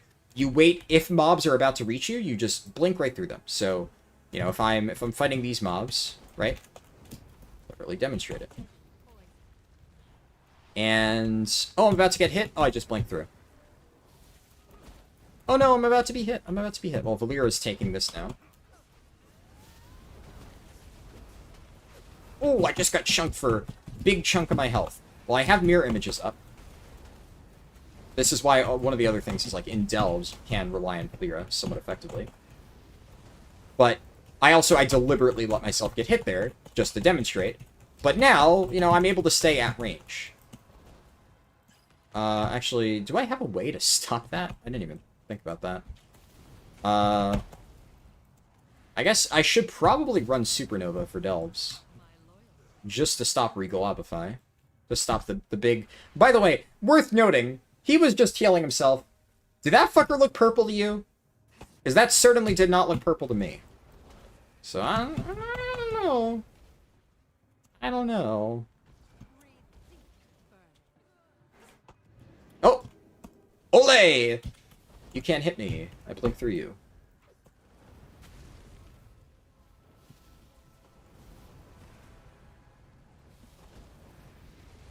So that's pretty much how you have to play Mage in world content. You just kite. And if you do that, it's not too hard. Unless, apparently, you are a Hall of Fame Mage player in my guild, in which case, Delves just feel impossible as a ranged DPS. Just, let's put this here.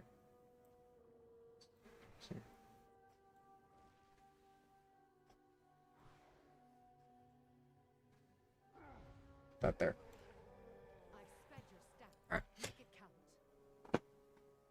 I feel like Devo's definitely gonna see this, and if so, Devo, you know, you're awesome, but you can't say that and not expect me to prove you wrong, right? What's my journey item level, and is it capped this week? It is not capped. It is uncapped. We can get to the end. So I only just started farming, so my journey level is still at level 3.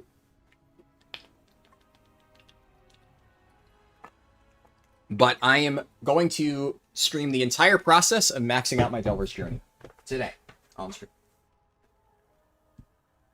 Let's see. Like, what class speedruns next, if I have some in mind, or what guides in endgame you enjoy my Delve guides, because you had no clue what Delves were until a couple of days ago? Endgame guides, I mean, we'll see. Honestly, I don't really have anything specific. Like, I am making more Delve videos, as mentioned, and I might make some class guides. Really, when it comes to endgame guides, it's like, if I stumble upon anything that I think happens to be pretty good, then I will cover that. As for class speedruns, nothing really for the foreseeable future. Speedruns are definitely taking a backseat now. I am a little bit burnt out on them, but also there's just kind of no need to do them right now. There's, there haven't been enough leveling changes for me to, like, really care enough to do more speedruns. And I just got done doing a really fast speedrun. If you have not watched my Havoc Demon Hunter 10 to 90 run, then you should watch that. It's a really good speedrun, and I put a lot of work into that one, and it has not performed well. So, considering I just got done spending, like, the better part of a month preparing for a speedrun that has, like, vastly underperformed from what I expected it to, I really just don't have any interest in doing speedruns for the foreseeable future. I'm not going to, like, completely stop doing them. I just mean, like, I'm not going to be actively trying to do them anytime soon. Like, until a major leveling thing happens and I have a reason to do any other speedrun, I'm not going to be doing them for fun. Because, like, I'm bored of them personally. And as it stands, they are just not performing well enough for me to, like, force myself to do them despite being bored. It's, not worth my time. Oh my god, that hits me from over there? Okay.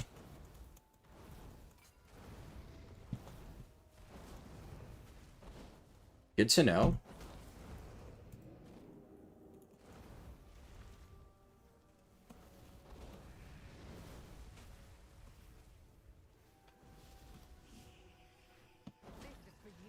Ahahaha.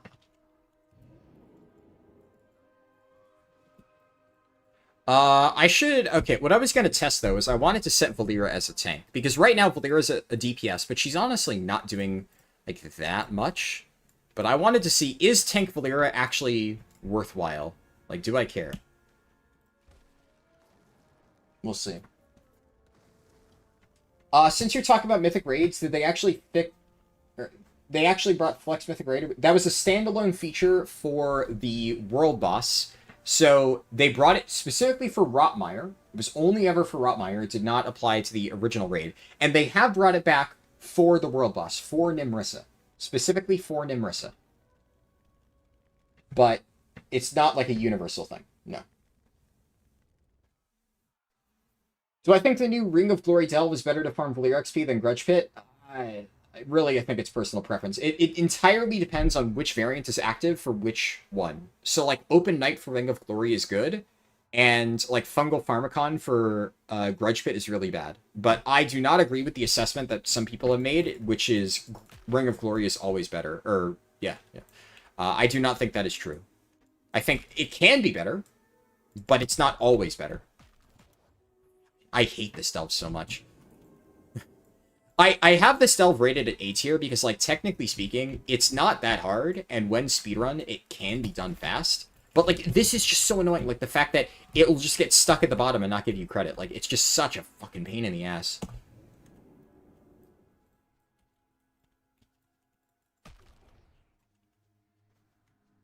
And you're forced to score pretty much, like, 2 goals in each one.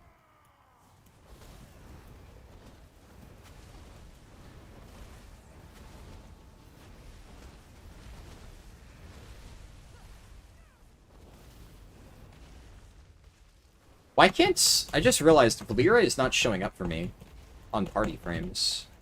Why is that, Valeera? What's your deal? Why are we bugged? Okay.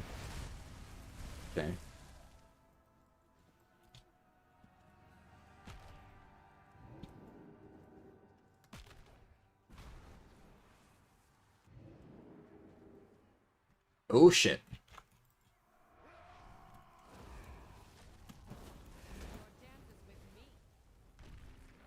Ow.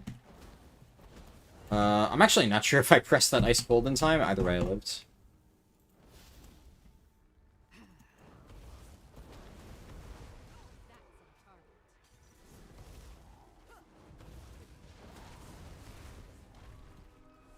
Jesus, Blizzard.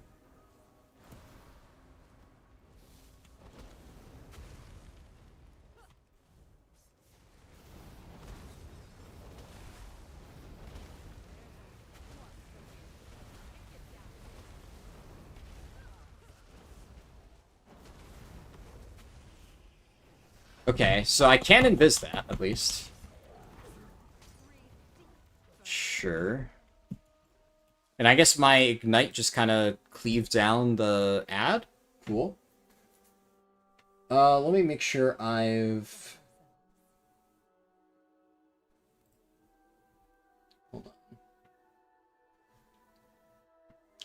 Isolate segments of the class, learn and combine, and you figure that part out. For example, you learned Arcane by excluding Arcane, Surge, and Touch the Magi. I kind of... honestly, I disagree with that. To each their own, obviously, but that is not at all how I approach learning a spec. Failing is often part of learning, absolutely. You get my answer, but obviously people who progress to Liquid, barring their 12 hours a day of practice, learn something different than we do. I mean, yes, that's kind of why I said, like, sometimes something just clicks and sometimes it doesn't. I mean, I'm not going to pretend that, like, obviously everybody can learn everything, but at the same time, I'm sure if you asked somebody in Liquid, how did they get so good, they would tell you the exact same thing. They did research and they practiced, right? It's just then when they actually put it into practice, they were just better, right? It clicked. And that is one of those, and again, then how do you teach that, right? Like, obviously, you can teach nuance to a specific spec, and that's at the point where you just need to understand the intricacies of a spec, and to some people that comes more naturally than others. But there is no generic guide to just being good at everything like that. You don't understand how BM can fuck up? They only have 3 buttons? You would think, yeah. Hey, Finn. Come here, buddy. What are you doing? My cat's just, like, staring at me. Sitting in the doorway to my room. The only time that backfired is apparently M+ Preservoker Wowhead Guide hasn't been updated. Oh, interesting. Used 1 button on Boomy in Season 3 War Within and constantly top DPS. I mean, I think that's just more about the people you were playing with, right? Like, I believe you, but at the same time, like, yeah. I have beaten a lot of DPS players as a Blood DK, and I've also, as I said, beaten some DPS players as a healer. That doesn't mean that, like, I should be doing that, right? Let's see. Don't forget to spam ping the mob. I did test that Goose Comics. It does work, actually, yeah. I'm not going to bother, because it was... I didn't find it to be that much of a damage increase. It was more just funny that it worked at all. And it only really helped in pure single target, but it was very funny that it did that. Let me see. Lack of Valera might be because you didn't do the introduction quest. Yeah, I guess if you're missing Valera, then definitely go to the Delver's headquarters, which I guess if you don't know where that is, if you go to Silvermoon, right here. Or no, I'm dumb. Right here. Where Seasonal Refresher Midnight is, this place. I guess. Devo's on Fraud Watch. Maybe his point is when you take delves, you can finish them in like 5 minutes or some crazy time, where range DPS take forever. Yeah, but like, I mean, I'd like to demonstrate here that it's actually not that bad, right? And I am inexperienced at playing mage, and I am extremely undergeared. So I'm going to have to play very safe and very, like, comfortably because I am, you know, not very geared. But if you can just pull a lot of stuff and have Valera AoE it down, like, it's not that hard, really. Am I going to upload the stream? All stream VODs are saved. Yes, all stream VODs get automatically saved. You've been using Healer Valera with Bursting Toxin, and she puts out a lot of DPS, yeah, for sure. Figured out a way to force every single ball into a goal, but it's kind of annoying and not amazingly consistent. Yeah, I mean, I know generally how you have to do it if needed. It's just, it can be really, like you said, annoying to do and kind of slow. And then, what else? What is the hardest class of healer, tank, or DPS? Tank is hard to say at the moment. I'd say right now probably Paladin.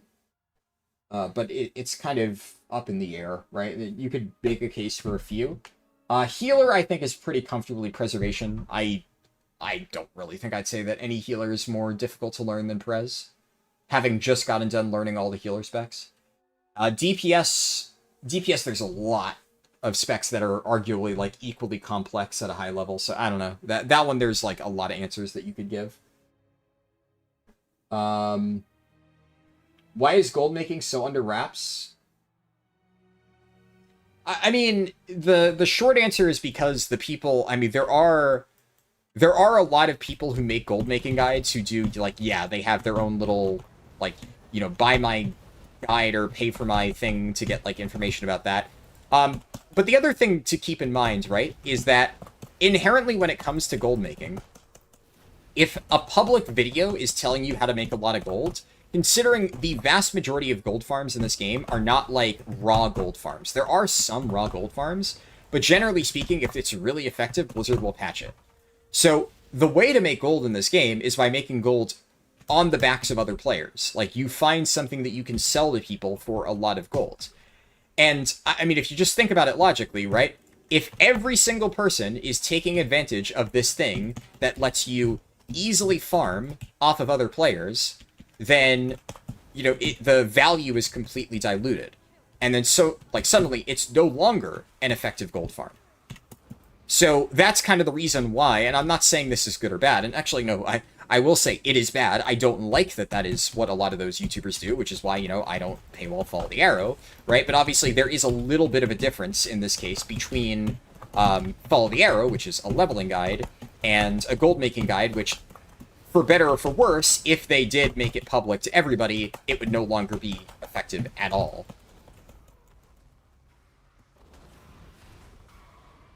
Is that a... So, I mean, it's unfortunate that that's how that works, but it just is what it is. Yeah, see, like, this is the thing with these fucking skulls. Like, unless you perfectly angle it to where it's, like, right next to it, and you can just wait for the opening to do, like, this shit, where it's like, I'm gonna wait, and then I'm gonna kick it in. And then sometimes it's still just, why? Why does it stop short? Like, why does it do that?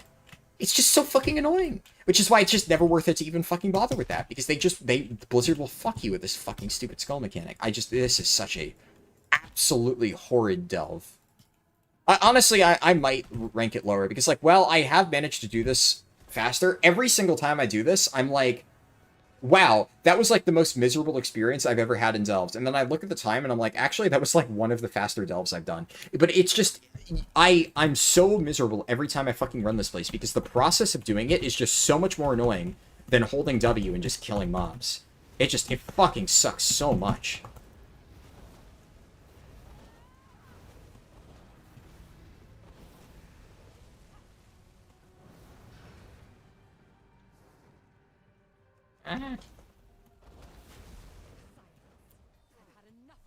You want to have as much uptime on Vampiric Blood as possible. Uptime is not really ever a concern that you have with major defensives. So, no. You'd obviously like to have as many casts of Vampiric Blood as possible, right? But if you're not taking damage, or if you're not taking any relevant damage that you can't just, like, heal off with regular Death Strikes, then, like, why press Vampiric Blood? Just pressing Vampiric Blood for the sake of having higher uptime, I guess, is what I'm trying. Why does that go in? Why does that go in? How does that, like, I kick it from here, it goes all the way in, and sometimes I kick it from, like, 2 feet away and it doesn't go in? Blizzard, what the fuck? Make it make sense. It was in the goal! Oh, the stealth is so buggy, the stealth is so fucking janky, dude.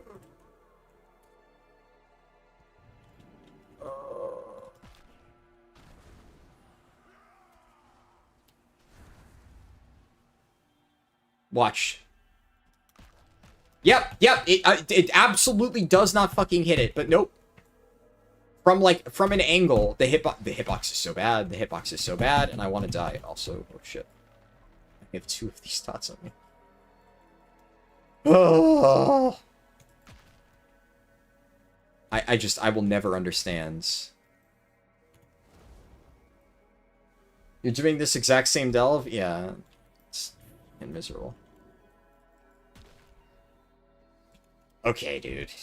Alright, Blizzard.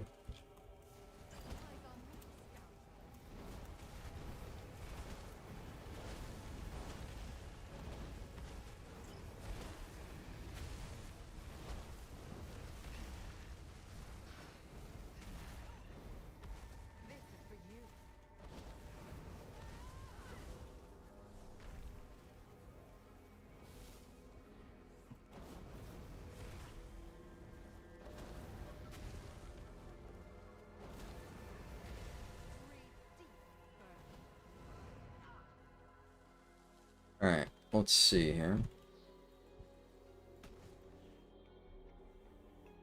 Okay. I guarantee you, I'm gonna kick one of these in, and then the masks are gonna spawn and immediately kick away the other one. Yup! Yup! Yup! Because this game is designed by fucking morons who've never actually playtested a single fucking thing they develop in their entire lives. Jesus Christ. Yep! Stop! Why? Why? Why? Who makes the shit, dude? What the fuck? Why? Oh. Fucking finally. Worst shit ever made.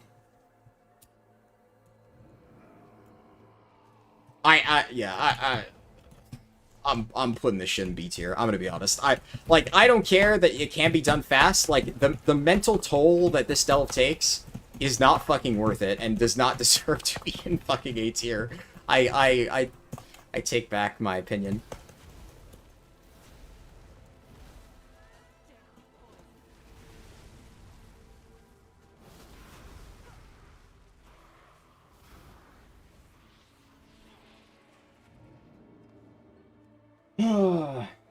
As you can tell, Harldan is Blizzard's #1 lover. Oh yeah. Oh yeah. Blizzard, okay. I'm getting, like, absolute, like, massive serving of karma right now. God.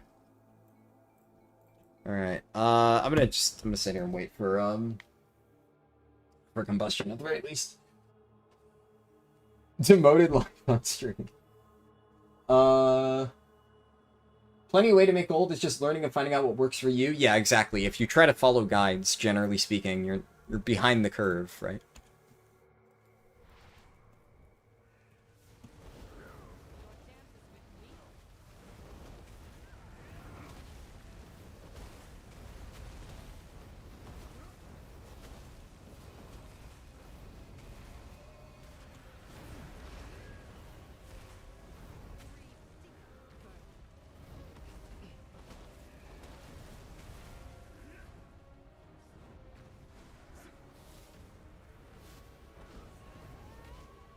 Ah, shit.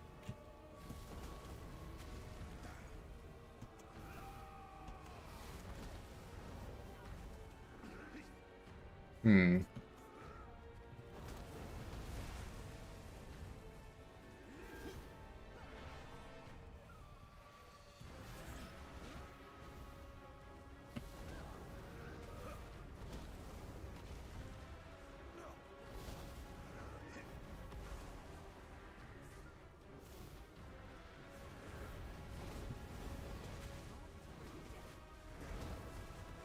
I just forgot that I haven't even popped Bloodlust.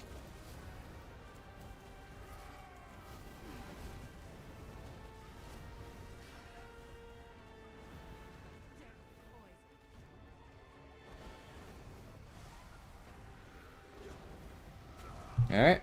And that is, oh yeah, Immortal Spelunker. Immortal Spelunker. First try, by the way. Very first delve on Mage. A Dundun Shrine? Oh, did I have a Dundun Shrine and I missed it? I wasn't actually paying close attention. Do I think these mobs will attack me, right?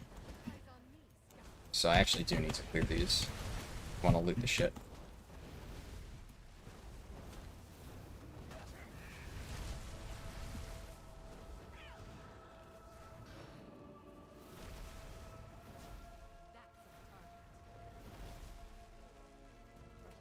do this. Safekeeping.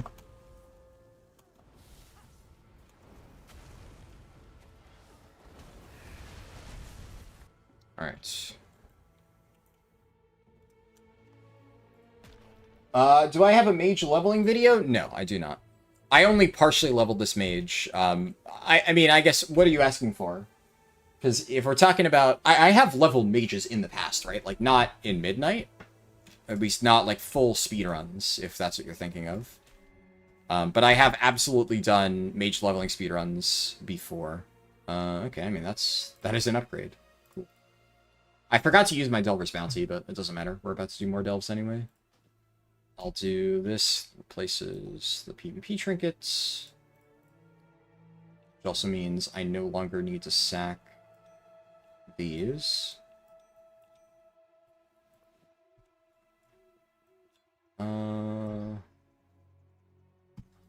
And then, what do we get from this? We got, oh, an offhand. Perfect. That is actually exactly what I needed. Alright, my mage is up tremendous. Now, actually, real quick, before I do any of that, right, because, what did I get? Yeah, I want to make sure it's an accurate depiction. Okay. Or no, it would be this. Alright, hold on. Just gotta do this. And then I gotta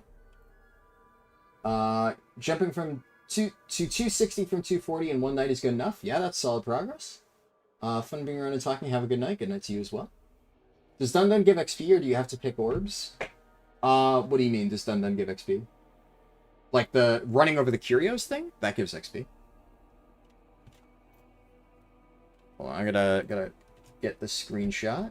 And just quickly... Okay.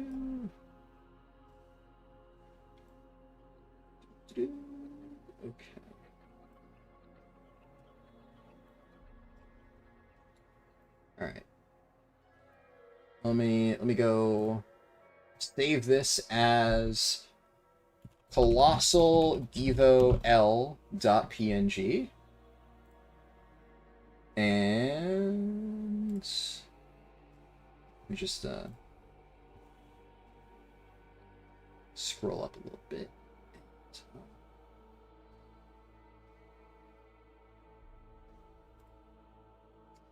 Reply, attach image, and there we go. Okay.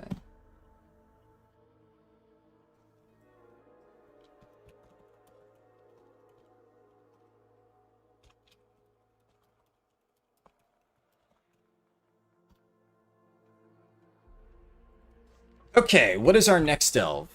We have all of the Silverman ones. All right, easy. And we'll Arcantina key.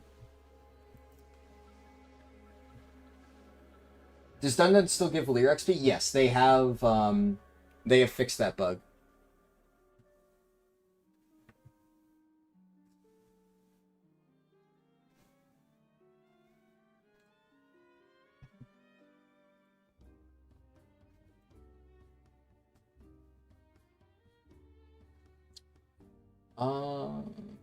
Oh, you know what I should do? Before I forget, I should actually, because I just reread the comment about use Valir with bursting toxin. Yeah, I actually haven't unlocked that on North America, so I should go do that now.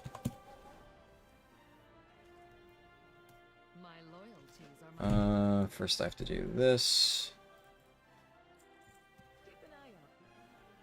Fucking crazy. Okay, I just realized it requires you to purchase the Delver starter kit, which I actually don't want to do on this character, so... Okay, never mind, I'm not going to do that. I'll run with this for now. I didn't realize it forces you to do that. That's such bait by Blizzard. Yeah, purchase this, like, once per account reward. Without making it clear that it is a once per account reward. Fucking amazing communication from Blizzard. So I have to just wait to do that. And then before I forget, we'll just do Delver's Bounty. And then Collegiate Calamity. How much... Okay, yeah, so I got, like, a little bit of journey progress. The main source is going to come from the one that you do with your Delver's Bounty active. In fact, actually, if I scroll up, how much exactly did I get? I got 300 progress and 300 from the Nemesis box. Okay, so completing the Delve gave me 250 reputation with Delve Season 2. The Bountiful Coffer gave me 300, and the Nemesis chest gave me another 300. That's actually more than I remembered. So a Nemesis box is actually equal to a Bountiful Coffer. That's pretty good. Okay, I despise this particular Delve variant, but is what it is.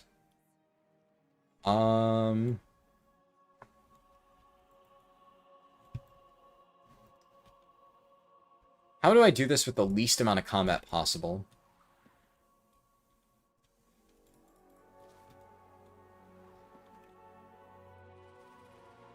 There's definitely going to be some way to do this, like, somewhat easily.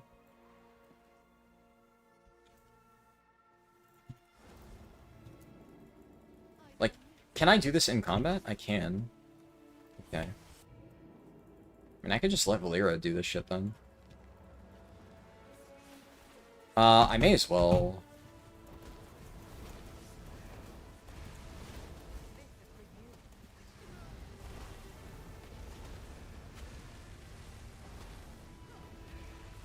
And Hypercarbon.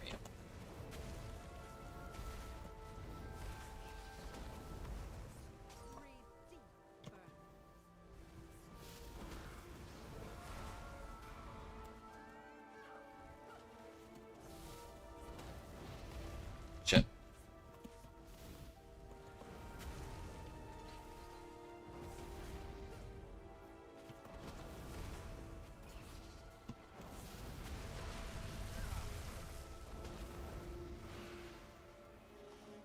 Okay, I need 2 more research tomes. I've only done this one like once or twice, so I am less familiar with how to do it.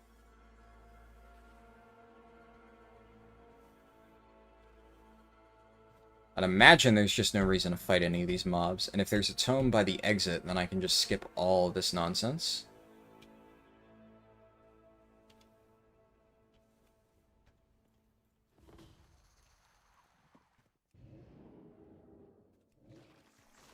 Nice.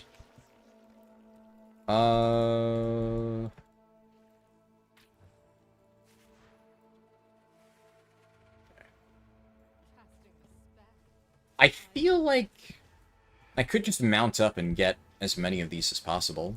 Like, that should work. I will say, by the way, I may have underestimated Tank Valeera as DPS. Like, I haven't been, like, actively commenting on that, but she actually has been doing quite well, so... I think one of the biggest issues is that back in Season 1, Tank Valeera just genuinely fell over if you didn't constantly pocket heal her. She was incredibly squishy, so there was just no reason to ever use her. But now the fact that she actually has decent survivability, it means that the Valeera's Agony thing has enough time to actually contribute value and keep her sustained. So that's pretty cool. I still think that Healer Valeera would be more consistent if you are a geared DPS player. And then DPS Valeera, obviously, if you have enough survivability on your own to just not even need any help from Valeera, then you may as well just do that. But I can understand why people like this. Mage needs some rocket boots. Yeah. That would definitely help a little bit right now. Oh, come on, really?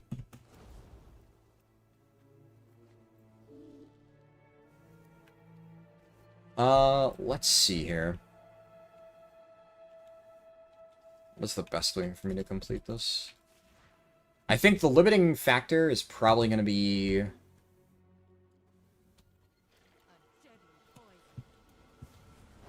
the, like, rescued people. Thing is, though...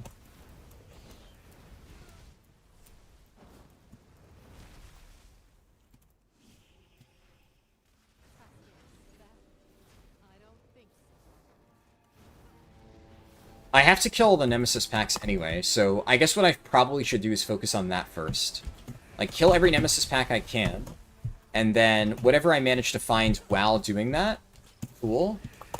And then whatever I don't, then...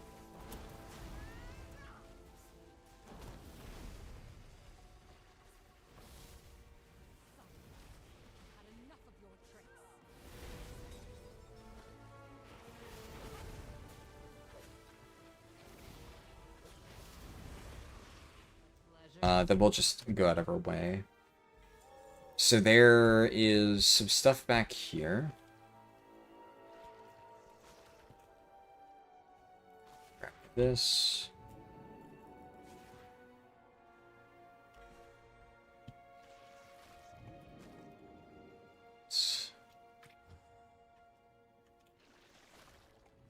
And...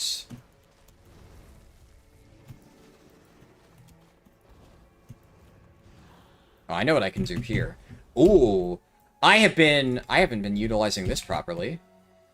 Right, yeah, just do that. Grab a new one. And look at my damage breakdown. Fungal Pharmacon. I forgot that these existed in all the new delves. I just needed to find their locations. Okay.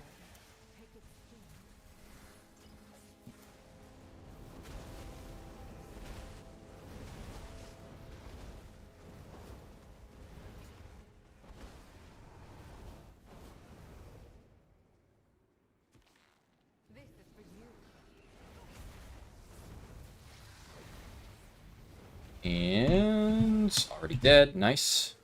This gives me one more envenomed denizen. Blah, blah, blah, blah. Let's see here.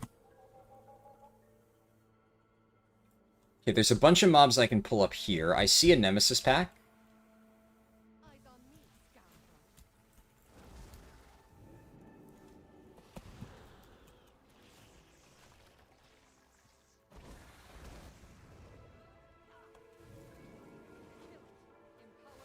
Do that.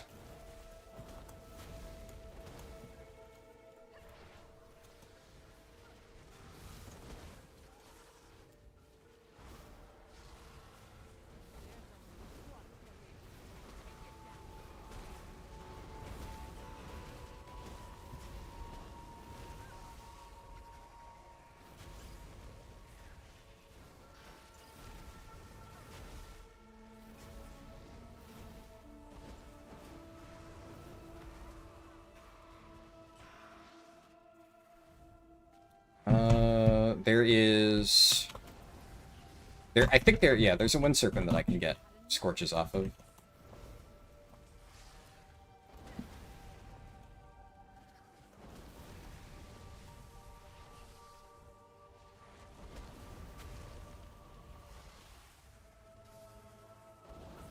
Alright. Yeah, so the earlier comments, right, about, oh, I think it's just that as a caster, you can't do, like, big pulls and delves. But, like, also, was that not a big pull? I think by most definitions, that was a pretty big pull. Right? Now, nobody's denying that, obviously, delves are at their fastest as one of two things. Either a tank spec or a healer spec. Healer specs are actually quite good right now, because if you run either tank or DPS Valeera, you can just pull a lot of stuff and just keep yourself alive through crazy amounts of damage if you know what you're doing. So that is actually really fast, and for whatever reason, Valeera does just crazy damage if you're spec'd into healer. I don't know why Blizzard designed it like that, but she does. So, that's just really strong, sure.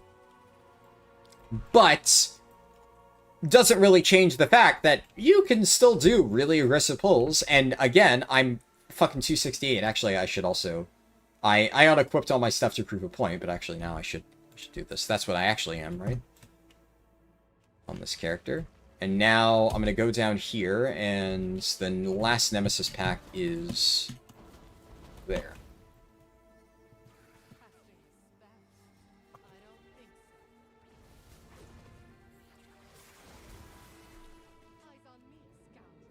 I'm going to get the Fungal Pharmacon again.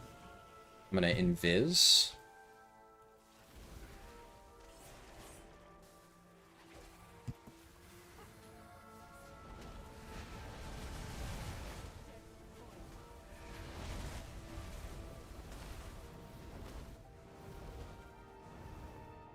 the fungal pharmacon yet another time. And one-shot the mob.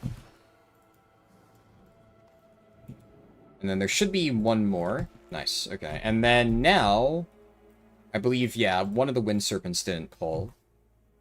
But I should be able to separate this, right? Nice, I sniped it.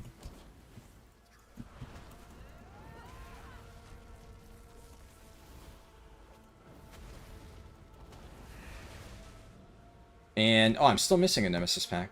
Oh, it's this guy right here. And then there should be a fungal pharmacon.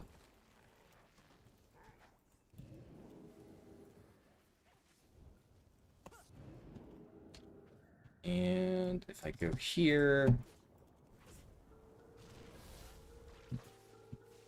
grab yet another one.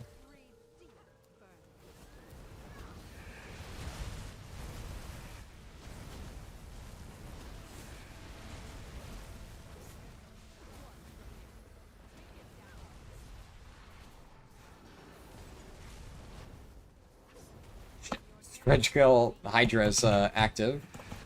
That's a little bit awkward. I don't see another nearby fungal pharmacon puddle that I can benefit from.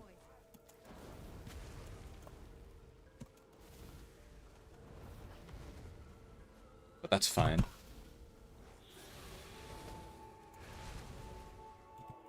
Oh, it does it regenerates. Okay. I didn't know if it did that. I hadn't really checked.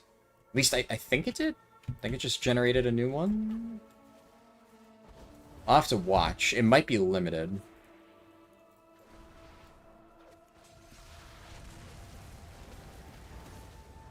And at the very least, there's no final boss in this particular delve. So there's nothing I need to save this for. Yeah, it does regen. Oh, okay, that's good to know. Alright. And then now I should just be able to do this, right? Just grab all these ingredients, and then there's like one more flower patch over there. Leatrix just kind of took it upon herself to go fuck that mob up, but... I'm missing probably like one random flower.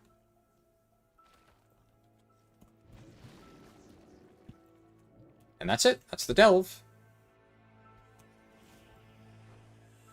Valera, you can stop killing things now. The delve is over.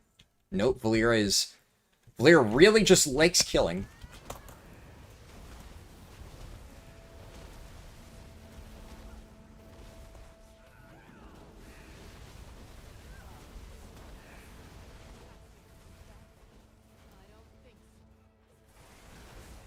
Okay, nice.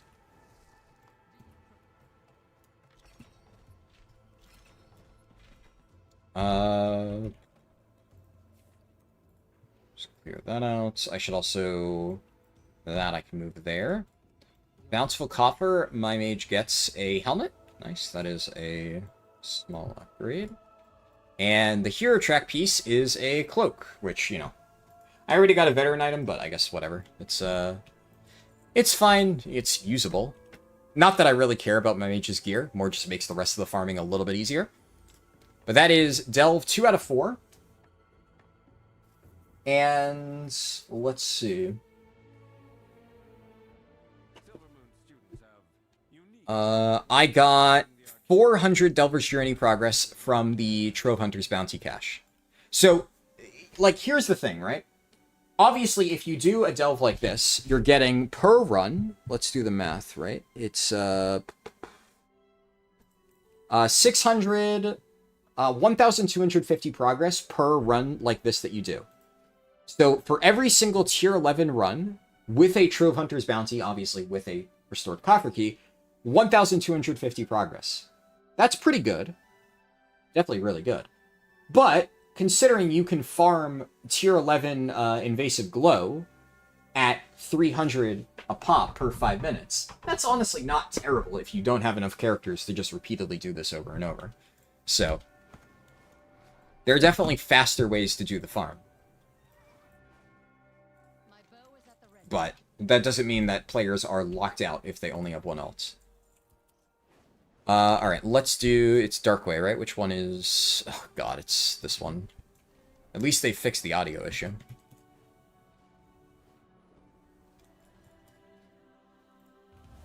Alright. I also, yeah, I need to look for Dun. Should be checking for that. Because Dun will let me spend one more of my bountiful coffer keys, I believe. I think that's how that works. You're already at Delver's Journey 7.5? Nice. Yeah, it's uncapped, so you can get to the max, which is what I will be doing today. Oh, right, I remember now. Yeah, there are 4 packs. There is a big flying serpent, and then there's a pack of 3 smaller flying serpents. I knew that there were 4 packs, and I just couldn't remember what the 4th one was. There always are 4 packs. So Wowhead's actually wrong. Wowhead's missing the 4th.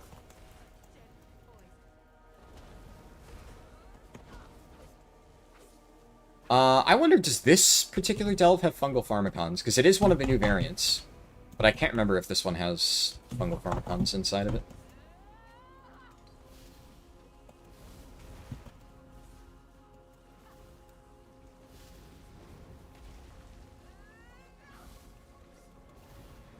There's one. The Flying Serpent Nemesis pack loves resetting. Yeah, it's a little bit annoying for sure. Ooh, that actually does decent damage.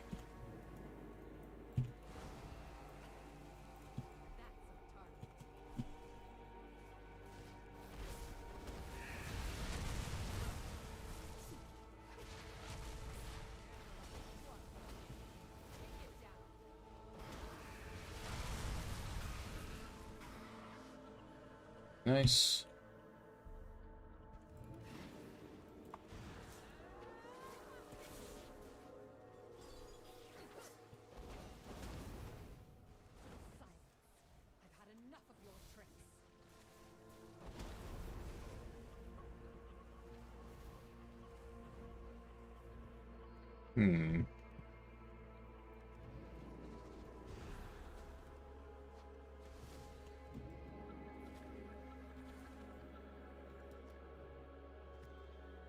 As long as I... Okay, Valera is not helping me here.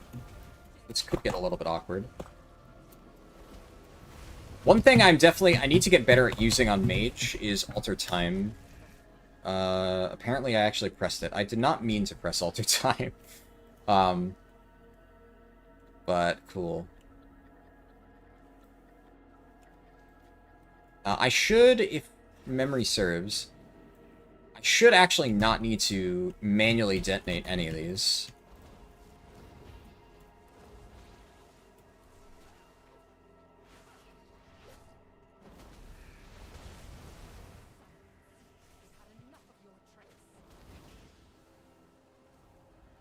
Shit, I targeted the wrong one.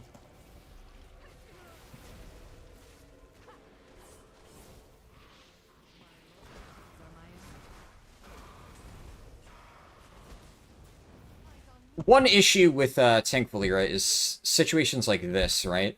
You have patrolling mobs, and I don't know if she's going to move in time. In fact, in that case, she actually just goes and aggroes it, so... Okay. Not really what I wanted you to do, Valera, but... such is life.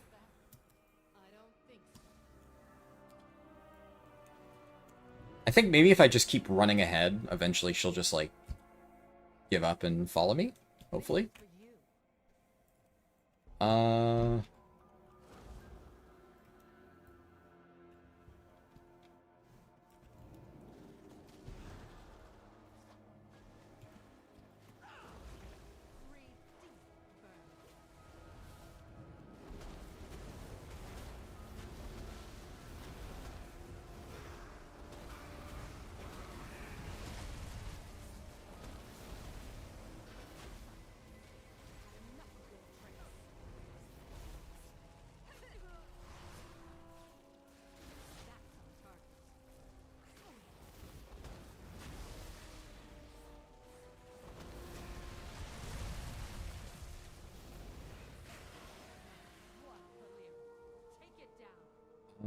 Okay, I'm not sure...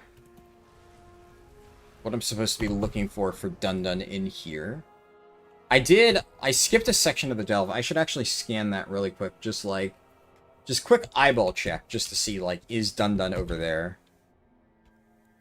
Also...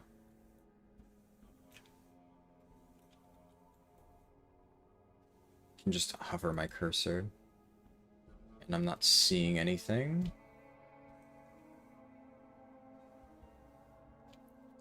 Yeah, looks good. And there's no Nemesis packs over there, so... no need to actually bother with it. We gotta talk about how ugly the question mark 3K and CE mounts are this tier compared to last. I mean, I don't necessarily think Bellerin was, like, the coolest CE mount we've ever had. I don't know. I mean, I'm still using on Urelos.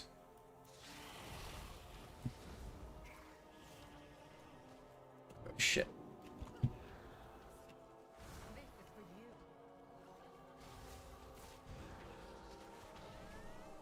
That's combust.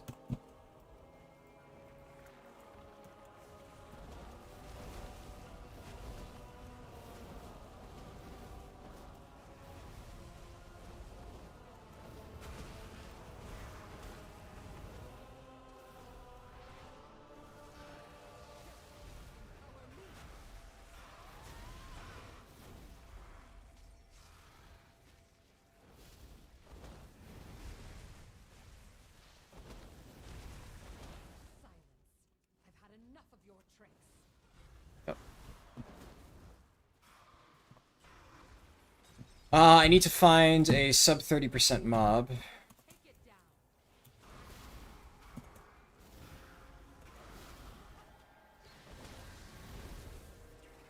This one I can farm off.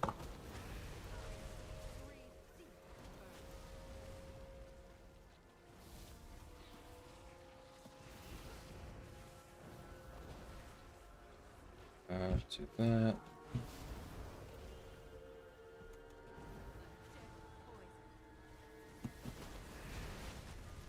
Barrier up.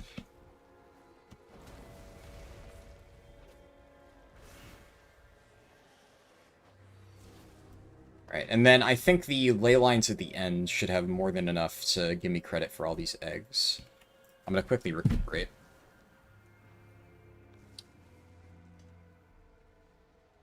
Wasn't the coolest by far, but is a hell of a lot better than this plain bat serpent thing. Yeah, I mean, don't get me wrong. I don't like this current CE mount, but there have been worse. What's it called? Antirex CE mount was, like, extremely ugly.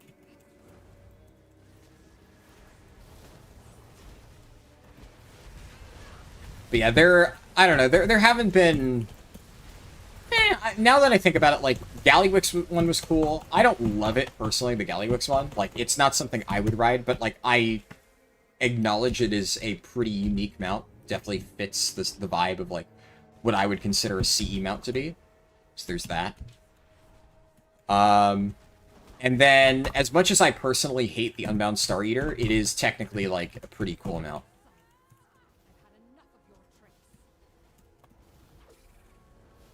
But I stopped using Unbound Star Eater because the visual effects on it are actually just genuinely fucking annoying to deal with. Shit. Lear's already almost killing this one.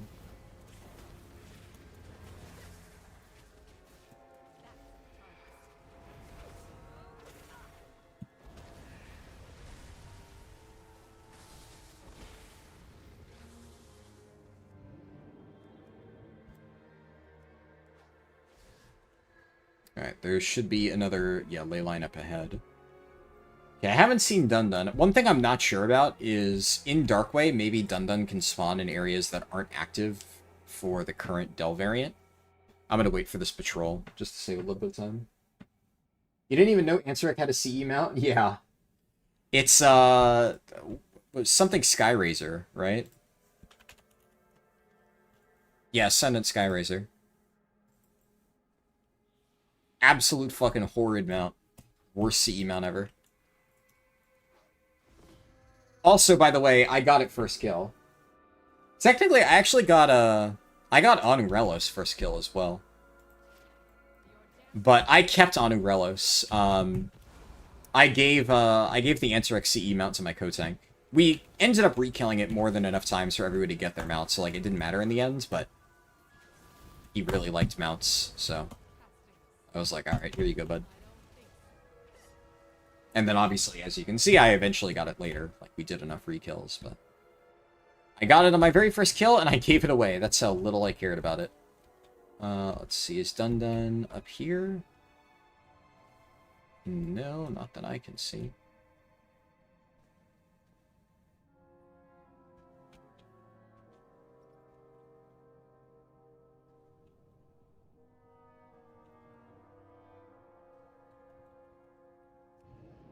Alright. I haven't seen him enough times to really know what I'm supposed to be looking for, though, to be honest. Eventually, I'm sure I'll be able to, like, spot him very easily. Oh well.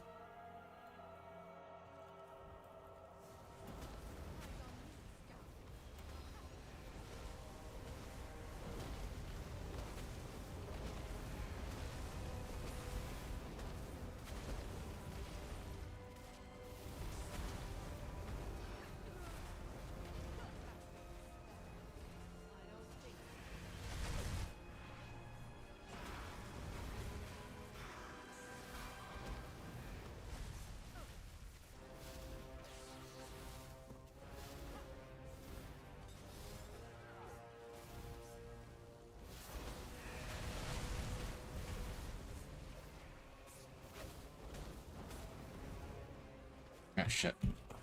I thought that was Leatrix Agony. I didn't realize there were adds in this fight.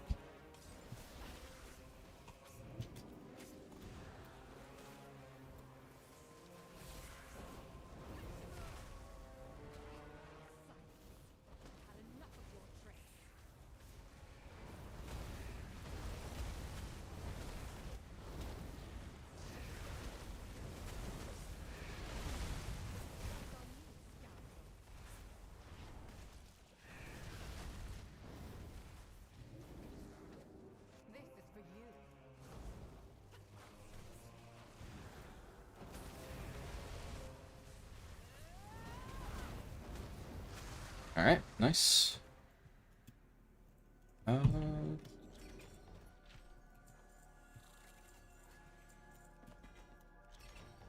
And...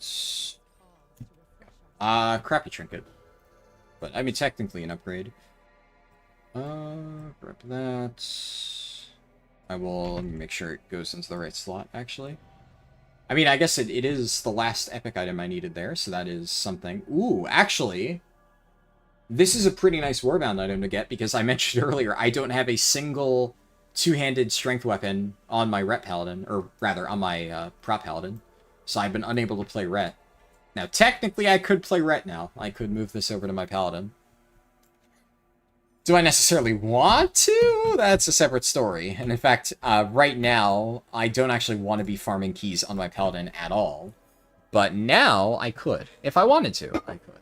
Let's fix that.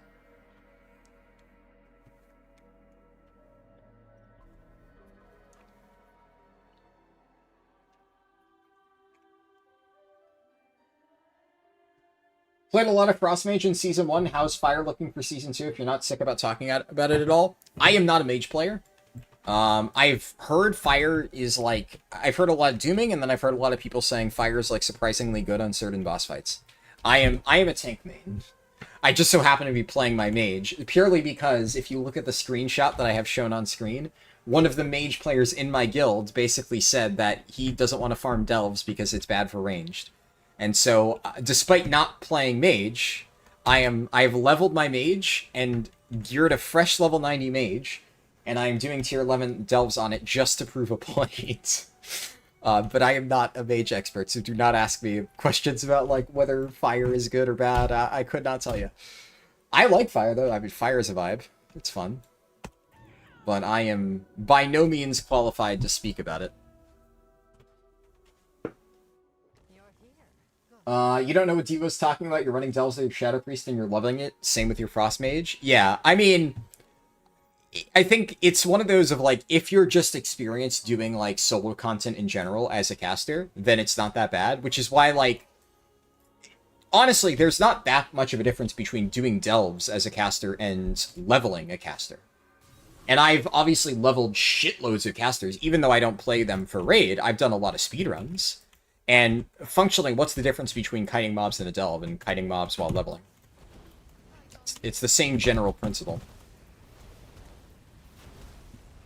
In fact, it's even easier in delves, because you just have Valeera tank for you. Oh shit, I didn't even know you could get threat on those mobs.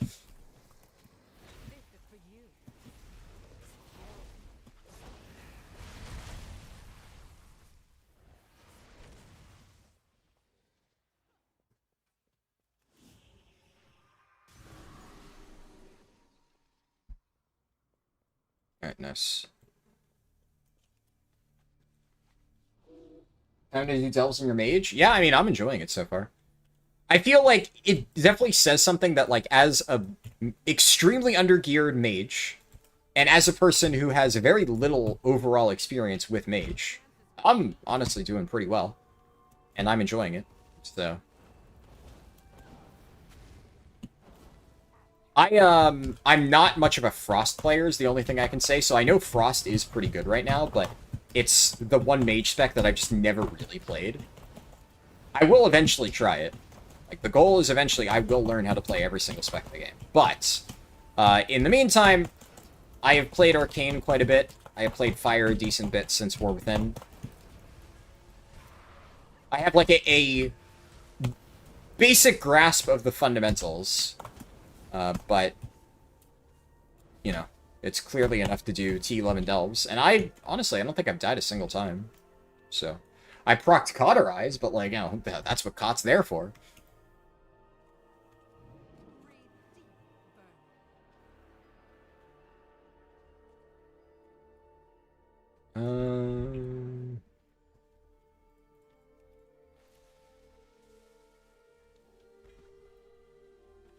I think I don't have to fight these mobs, right?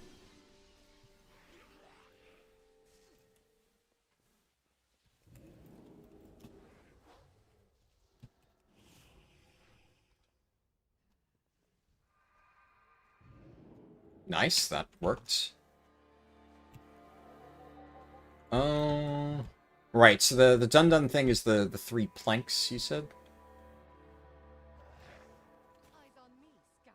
I definitely didn't see it anywhere in the last delve, but I will try to keep a closer eye out for it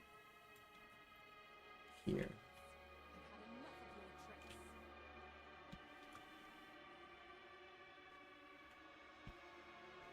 You found delves on mage using Valeera as a healer? Yeah, generally speaking, that is my strategy for most DPS specs.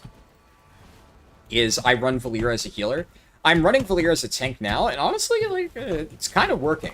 The main thing is, I think the thing with running Valeera as a healer that I usually find is if I'm, like, geared enough, or confident enough at, like, DPS, and I can just, like, pull the entire delve and just be fine. Shit. That's really unfortunate. But thankfully, I got enough healing. If I can just pull the entire delve and be fine, then I feel like I'm able to get more done with Healer Valeera. But right now, even with Healer Valeera, I'm pretty sure my gear is too low to where I would just die to auto attacks before she ever got a chance to heal me. But that's the beauty of Tank Valeera, I guess. It lets you kind of get through delves even while you're under geared. And I mean, she's putting in work. It's just not bad at all.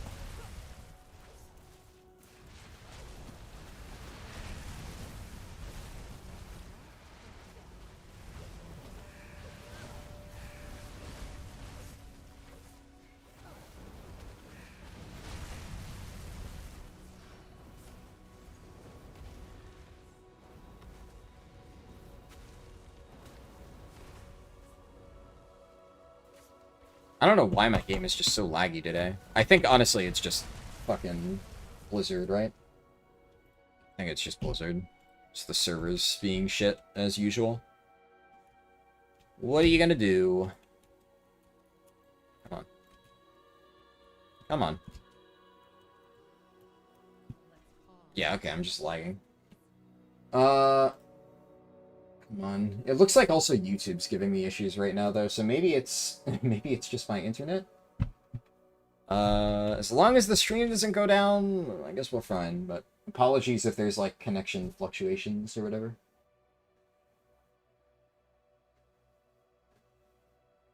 You saw it in the middle of the delve where you kicked the skulls? Yeah, now that you mention it, I think I remember seeing something like that and then walking past it. But I did not see it at all in the dark way.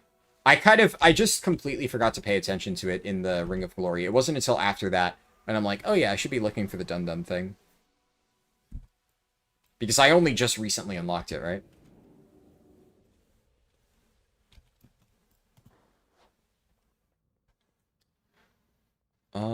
I wonder if it can spawn in the Voidstorm portals. That would be interesting. I don't think I saw it in any of the other ones, but I also wasn't really looking. One of the issues with Parhelion Plaza is this place is fucking gigantic, so if it has a lot of spawn points down there, it might be hard to find. Just trying to, like, pan my camera around, see. I'm not seeing anything. You're one of those two you love learning every class, takes a lot of time? Yeah, absolutely. I'm, debating... I might, if I have time, I might find a raiding guild on Europe this season so I can learn how to play healer in a raid environment, because I think that would be kind of fun. But we'll see. On, man. Is this... I hope this isn't my internet, but this is really bad. It's so hard to tell, though. It might just be a pure coincidence that, like... Because YouTube has also been giving me, like, shit for a while. Every now and then it'll just, like, have a connection issue that seems completely unrelated to anything on my ends. But then also, fucking, you know, with Blizzard this week, there have been lots of connection issues that are 100% just their fault. So it's really hard to tell. It could just be a double whammy. It could just be that YouTube's fucking up at the same time that Blizzard's fucking up. Because I got a fluctuation in the connection on YouTube. But at the same time, like, this is really bad. I feel like if my actual internet was this bad, then the stream would be, like, fucking unwatchable, so. Unless anybody else is seeing it be, like, really bad. Yeah, I'm looking at, like, now it's fine on my OBS. It hasn't given me anything for, like, the last minute or two. So I kind of think it's just a Blizzard thing.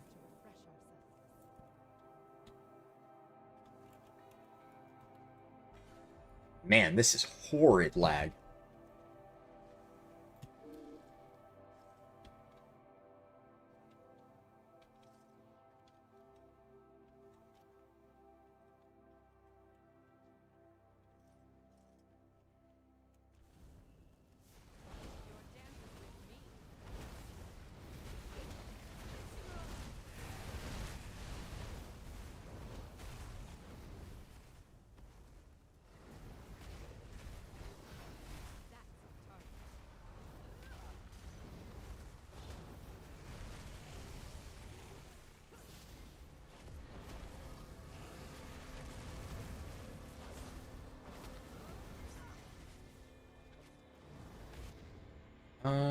Oh, there it is. There's Dun-Dun. Yeah, so it's not always the same thing, right?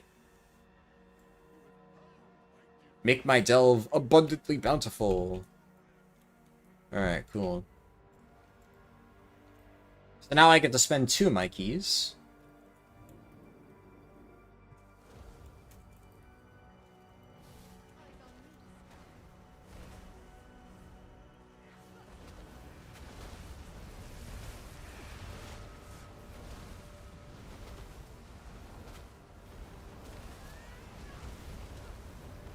I will say, fire during combustion is, like, maybe one of the most fun DPS specs to play in the entire game. Outside of combustion, yeah, it's like, eh. But during that cooldown, holy shit. It's just really, really fun. Hey, Annie Sue. See ya. Uh, is it worth doing T11 delves this season? Yes. Yes, it absolutely is. You get more Delver's Journey progress when you do a T11 delve, and then, obviously, once you get to Renown 4, you get the Gilded Jackpot at the end of a delve. So, in that case, you'll always want to do your first 4 delves each week on T11 to get this bonus. But if you are trying to farm either Valir XP or Delver's Journey progress, you should be doing your delves in T11. If you don't need any of that, and the only thing you need is a champion piece, then yeah, you can do it on T8.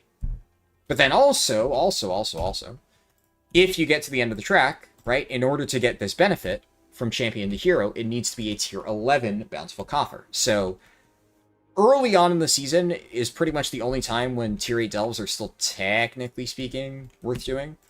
But eventually you're just going to want to run them all on tier 11. And, like, here's the reality, right? Like, look at my fucking gear, right?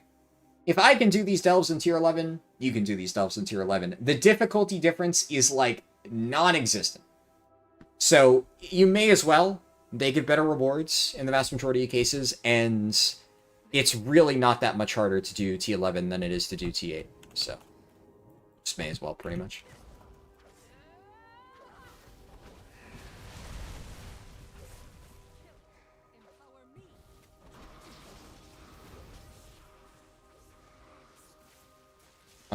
Let's... Warrior's just killing all this stuff. I'm going to save my cooldowns for the boss. This boss, I remember, kind of fucks. So, I know there's going to be a lot of random damage that might give me trouble.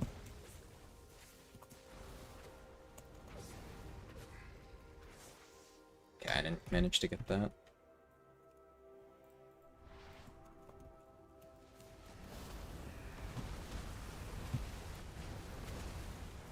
Oh, nice, but all the casts seem to be going on Valira, so that's good.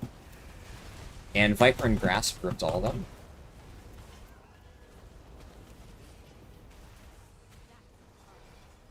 Perfect. Yeah, so my Corrosive Powers took care of all of them.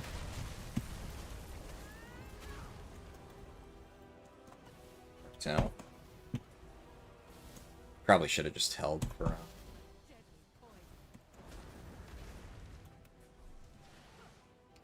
Oops.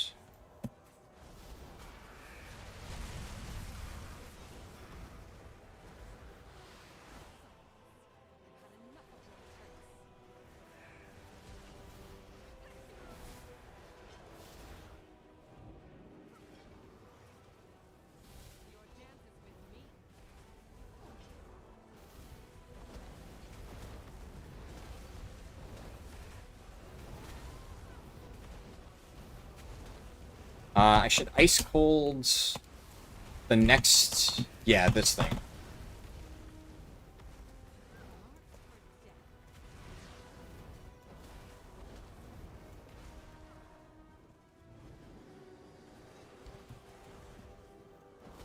And then... As long as I have a barrier up, I could probably get away with... Oh yeah, I could alter time the next one.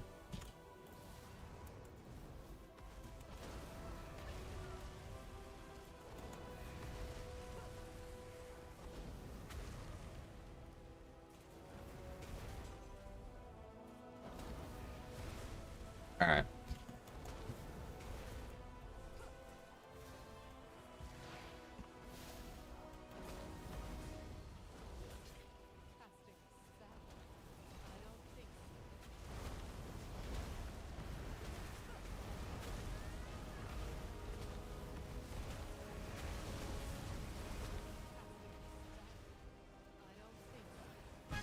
Nice. And that is all of my delves done on Mage, and I did not die a single time.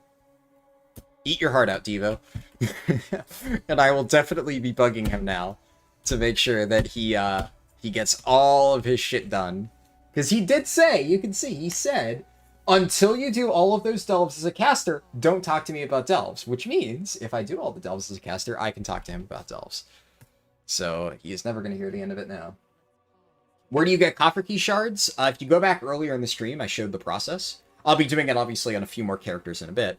But any world content, pretty much, So you want to focus on getting your weekly stuff done, the really efficient weekly quests, and then once you've done all that, there's a few, like, easy ways to farm it. Pretty much rare mobs are the best ways. Flexing a little bit, a little bit. Right, bountiful heavy trunk. Damn, that gives you 5 myths or hero crests each? Okay. The Dun bonus is pretty good. It's not bad. And that is only once per week, the Dun thing. That's it's not bad. Not bad at all. Alright, so that is... We get both of the Bountiful Coffers. So I get this. And it still requires a key, but it does let you get more efficiency. I'm gonna equip this, but then I'm gonna do this and then go get the discounted thing. Alright, so I got pretty much an entire Delver's Journey level with this character. So you kind of need, like, roughly 9 to 10 characters to do this if you just want to do all the delves. But then if you have more, you can do it a little bit more efficiently.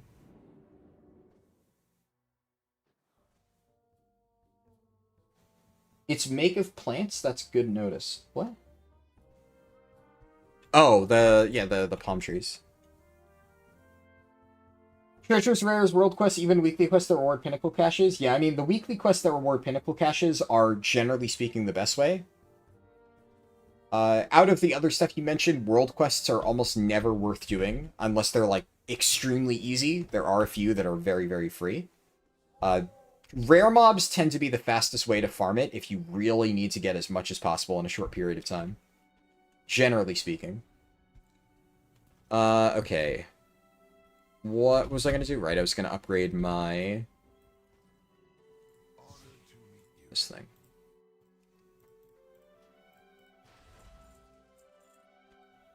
Alright, but Bernice is done.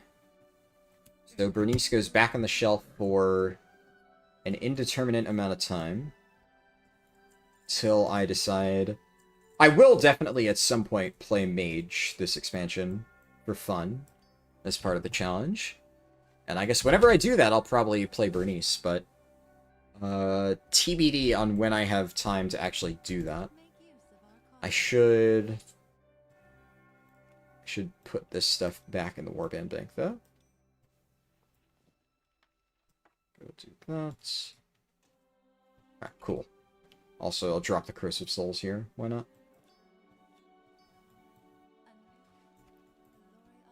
And just deposit 45,000. All right. Character number 2. Let's see. I will take that down for now.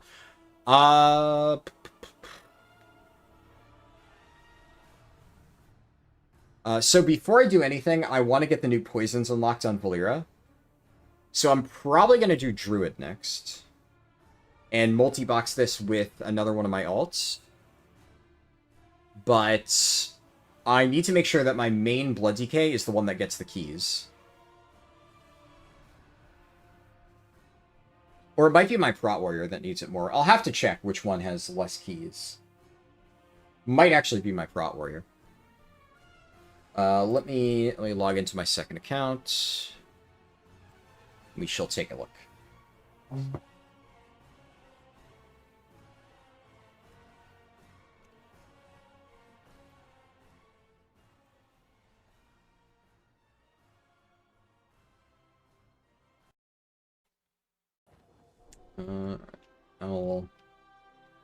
I'll swap over Druid Delves. There we go. And then let me... I'm gonna check my Blood Decay and my Warrior. I really need coffee real quick. That's a lot of Druids, and that is only one account. I have basically the same number of Druids. I actually have more Druids than just those. I have basically the same number of Druids on the other account, and there's also more than just the 4. Keep in mind, Guardian Druid has historically been one of the best speedrun options. I've just leveled a lot of Druids. Way more than I actually need. Am I going to grind for max level? Yes, I will be hitting the max level of the Delver's Journey today on stream. However long that takes. I've been streaming for 4 hours, so however long it takes me to get there, that is how long I will stream. I'm going to go grab more coffee, though, real quick. Then I will be back.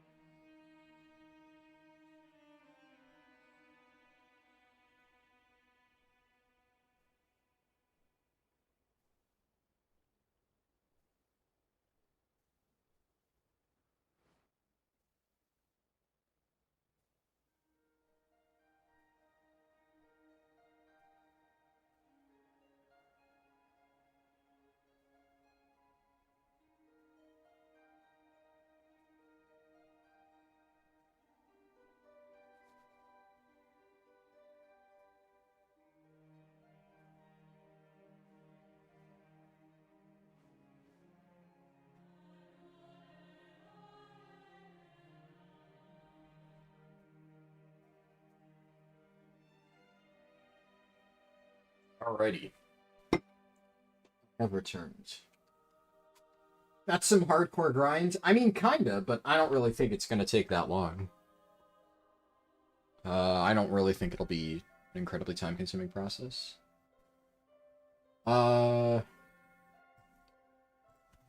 Speaking of which, let me swap over to my blood DK real quick. Mostly doing this so that the audio displays correctly for this part. Because I noticed... Okay, yeah, it's working. I noticed that when I have two instances of WoW running with the way I have my OBS set up, is only one of them goes to stream, which is good, generally, so that you don't have to listen to, like, both instances of WoW running, but it can make things a little bit tricky. Okay, let me check, though. Let me check. I have 0 coffer keys, and I have spent 3. So I've used 3 on Death Knight, and then how many have I used on Warrior?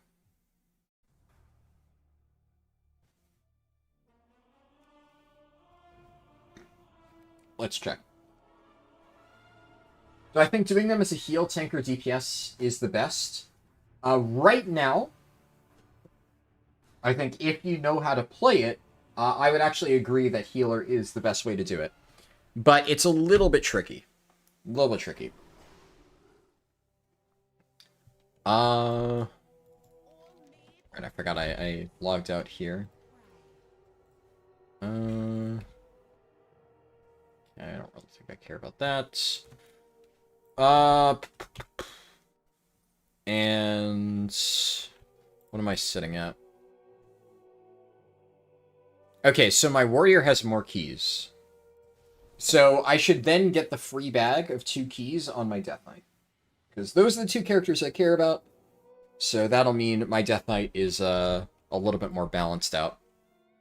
So I'll go ahead and do that.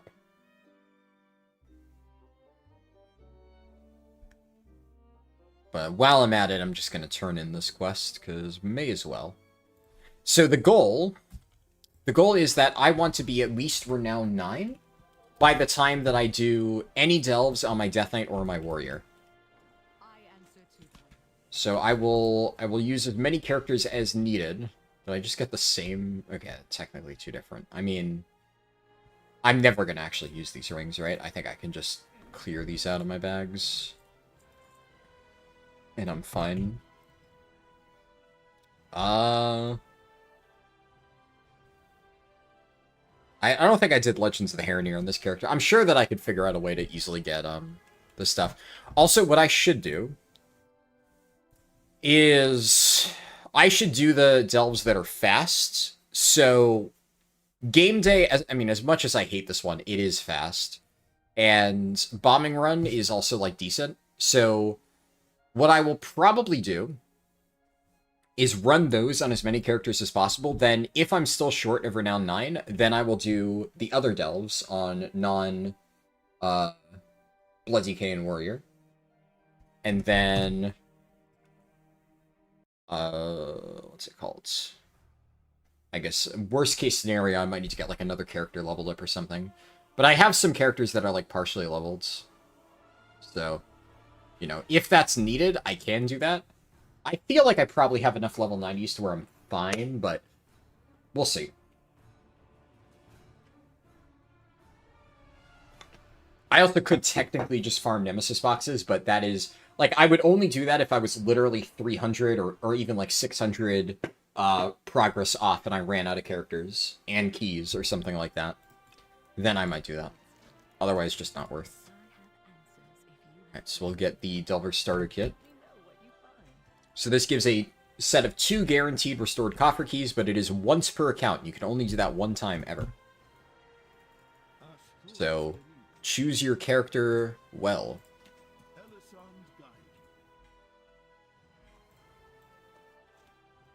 Are there anything else? I mean, I may as well buy this, right?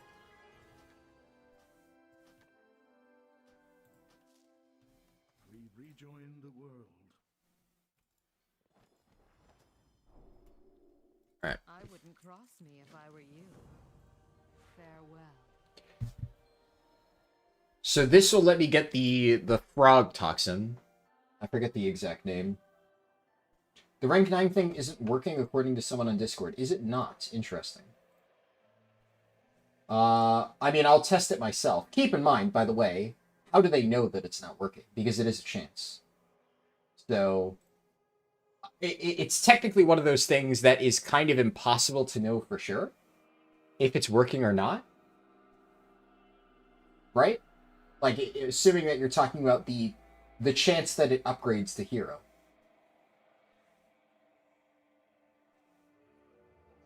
But I would need to see what they said.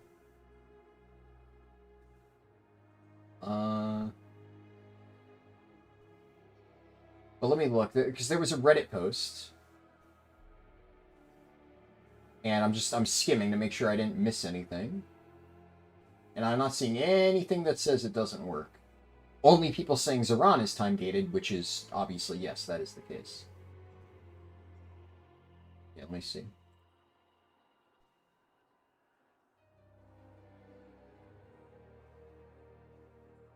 Okay, but like, how do they know it's not working? Because, so, there's two components to rank 9. Yes, so that screenshot doesn't say anything other than somebody claims it's not working, but there's two components to this. One, you can, I guess there's technically 3 components. One is obviously you can buy stuff off Zoran. Well, obviously we know Zoran's not available. They already said Zoran not until week 3. That it says so in here, right? So that doesn't change. This just upgrades Zoran, but an upgrade to something that isn't available won't matter. The other part is you get untainted mana crystals. So one thing to ask them is, are they getting untainted mana crystals? Yes, no. Because if they aren't, then that would mean that this is disabled. If they are, then it is working as intended. As for whether or not they're getting a hero track piece, that's just a chance. So, we'll see. It's entirely possible Blizzard has disabled this, right? Would still be good to unlock it now, I guess, but it would be a little bit unfortunate if they did decide... What? Okay. I don't know why Blizzard felt the need to flashbang me for absolutely no reason there. Thanks for that, Blizzard. And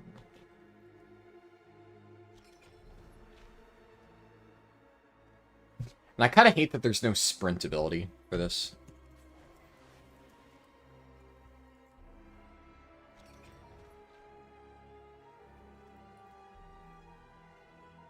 But yeah, that's also one of the reasons why I'm trying to test this myself. Because there haven't really been that many people giving concrete information about what is actually available at higher ranks. I've only seen people say that they managed to farm there, but the reality is I think most people just don't know what to look for.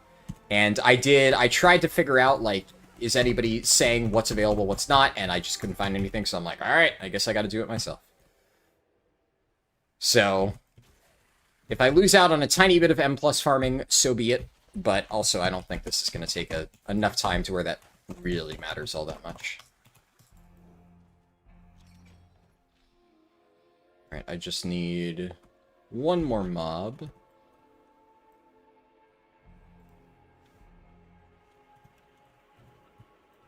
Nothing personal, kid. Alright, there we go.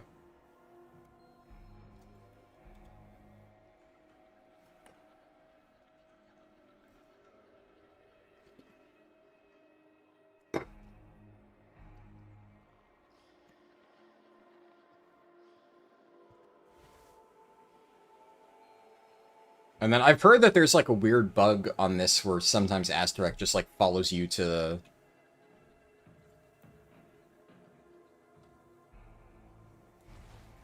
main city. But I don't know. Maybe they fixed that. What quest are you doing this? So this is the like delve intro thing. I did this in the PTR, but I didn't actually do this in live servers yet. So I'm just getting this done now, because when you finish this quest, you get more Valera poisons. See, new poisons. Right? So even though I've already killed Asterek, I actually need to do the quest. But this gives you access to 3 of the 6 poisons for Valera, including the Bursting Toad Toxin, which is the best one. So, now I can run that. But I'm not playing Blood DK right now. Currently...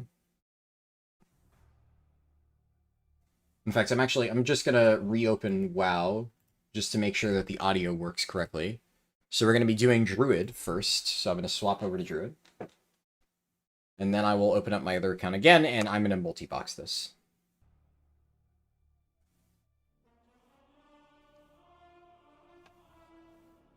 Let's see. Here's these will not drop until the 3rd week of the season when Zul'jin becomes available. Let's see.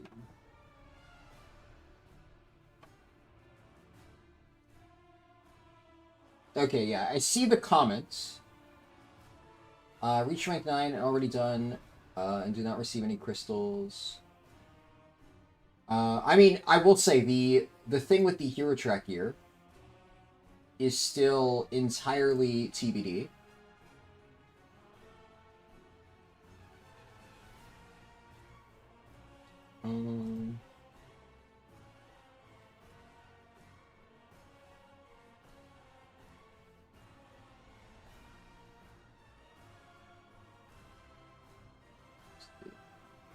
But that is good to know that Wowhead commenter at least says that you can't get untainted mana crystals. So that was one of the big reasons to do this, in fairness. Now, I still need to get my delves done regardless. So I'm going to do this either way. But the hero track gear is one of those, like... is farming T11 delves with rank 9 Devil's Journey more efficient for M+ than hero track gear? In the long run, yes. It sounds like some of it might be disabled currently, so who knows? But once that is working as intended, then yes, it is worth at least doing your weekly delves. Generally speaking, your first 4 delves each week are the most important. After that, you kind of get diminishing returns.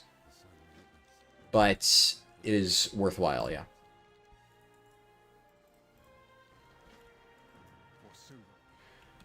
Okay, let's see here. What did I never even checked my Druid's Vault. Let's see. I'm probably taking a socket, but...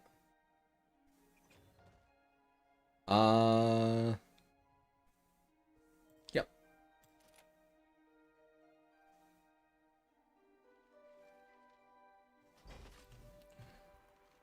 And, let's see.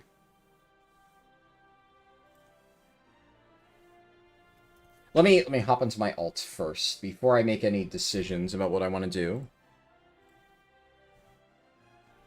I'll figure out which character it is that I'm going to drag along. But yeah, I think... One thing, though, keep in mind, right? It is still... So let's say they fix that. Where, you know, you don't get credit.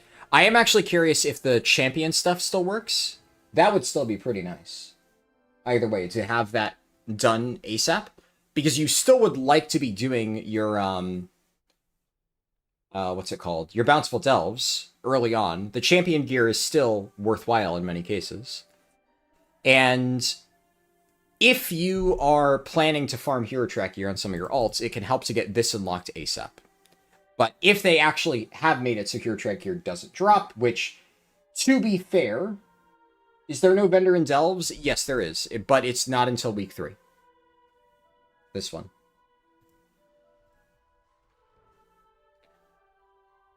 Let's see. Let me just drag along. I'm going to drag along the Speedrun Demon Hunter. May as well. That one's completely throwaway.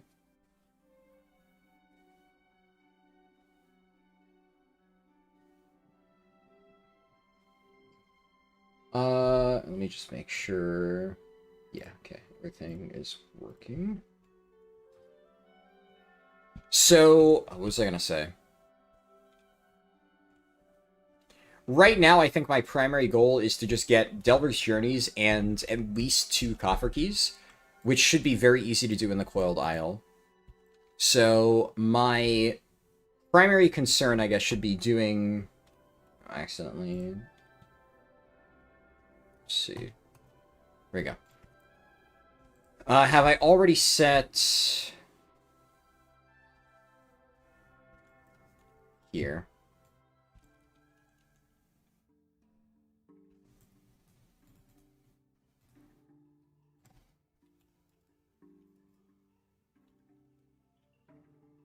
I have to actually fly my Demon Hunter out here.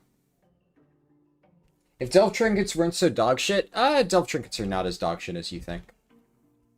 Let me just look at the sim real quick. Now, there are absolutely some, bad Delve Trinkets. Like, some really bad ones. But a lot of people will generalize that to say that every single Delve Trinket is dogshit, and that's just not the case. Let's see. Okay, right now the sims I'm looking at don't even have Delve Trinkets listed, which is just obviously not correct.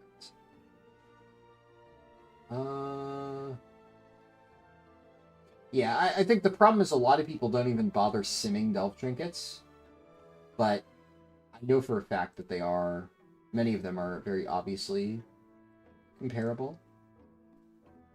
Let's see if I can find one that actually has them. Okay, I give up. Couple is okay, but most of them are bad. Yeah, that's fair, but there are actually a few decent ones, so it's not like a complete throwaway. Okay, I am... You can see my Demon Hunter's here. I'm not going to bother, like, switching OBS over, but I am, tabbed out and I'm flying over. What I should do, you know what I should do?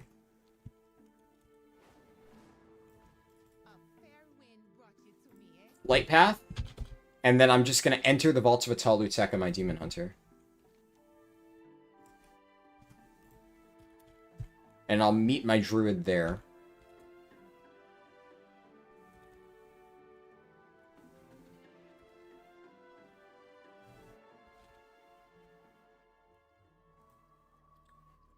Let's see here. Yeah, that's probably the best way to do it.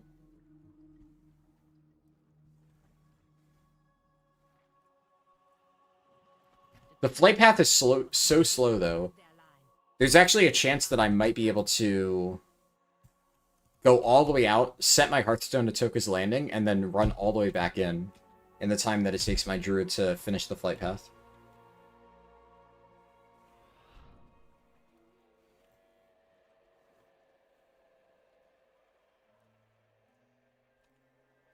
In fact, you might have... I can't tell because I'm not tabbed into my Druid, but you might have barely been able to see my Demon Hunter there, running beneath my Druid. Alright, let me see if I can set Hearth to Toka's Landing and then make it back in time.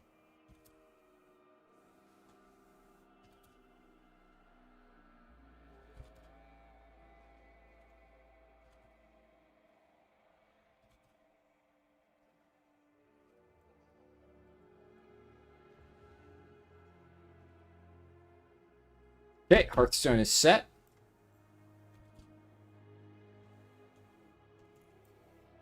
How's my Druid looking? Okay, the flight path is finished. Alright. So I'm not quite that fast, but... still not bad. Now, I am on... The nice thing is my Demon Hunter is on a dead server. So if needed, I can actually server hop with my DH to get access to more events in the vault.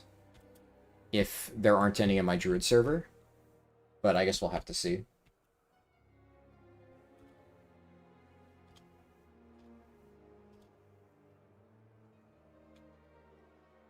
Apparently, current strike leads to an incursion. So if I'm fast, if I'm really fast, I can do this strike.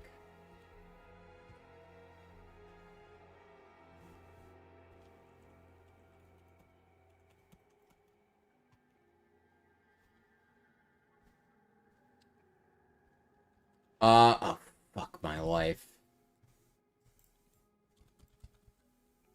Oh, my Demon Hunter's still in fucking war mode because of the leveling run. I didn't even think of that. Okay. Well, never mind. Oh, dude, this is fucking awful. You know what? Actually, just genuinely, I'll do this character afterwards. My Hearthstone's on cooldown. It would take me fucking ages to go back and turn it off. So I'm gonna just pick a different character for this particular set. And I will... at least my Demon Hunter's already here, so... it'll take me less time whenever I decide to use it.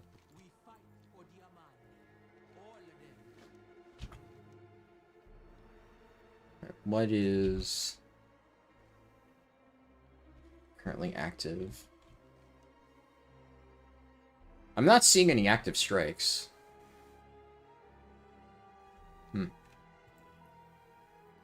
Let's see. I'm gonna play like my old Brewmaster.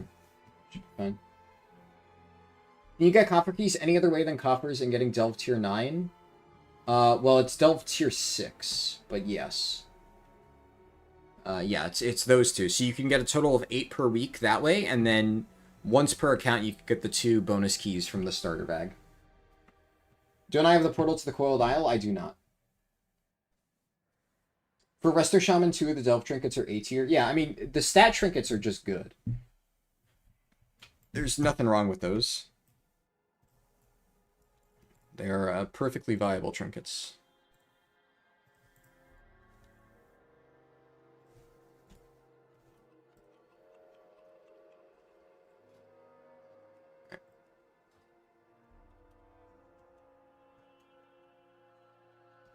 I'm just gonna fly back into the vaults on my monk.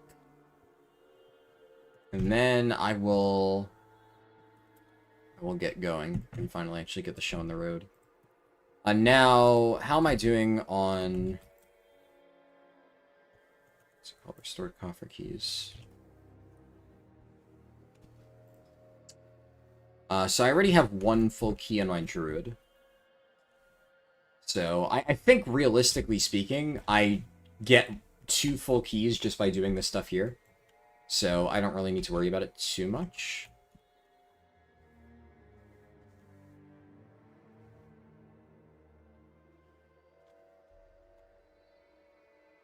Okay, so there is an active Temple Strike.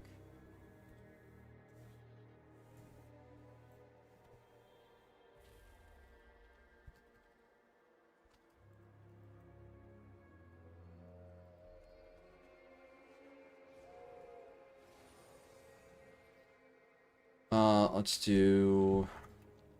you cannot share this. I assume I can share this quest, though.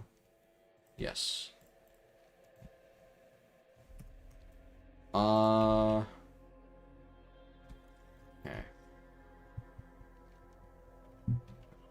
I'll see about going there. I probably could have taken the flight path, but at this point I may as well just walk. You've run 8 Delves above rank 9 while using a copper key, no hero loot, and no mana crystals pending Warbound champion gear. Well, it's good to know that that part works at least. But yeah, I guess if you've done 8 Delves, then it sounds like that part probably isn't working. So that is good to know. In that case, I'll be honest, I'm probably not going to bother waiting this week.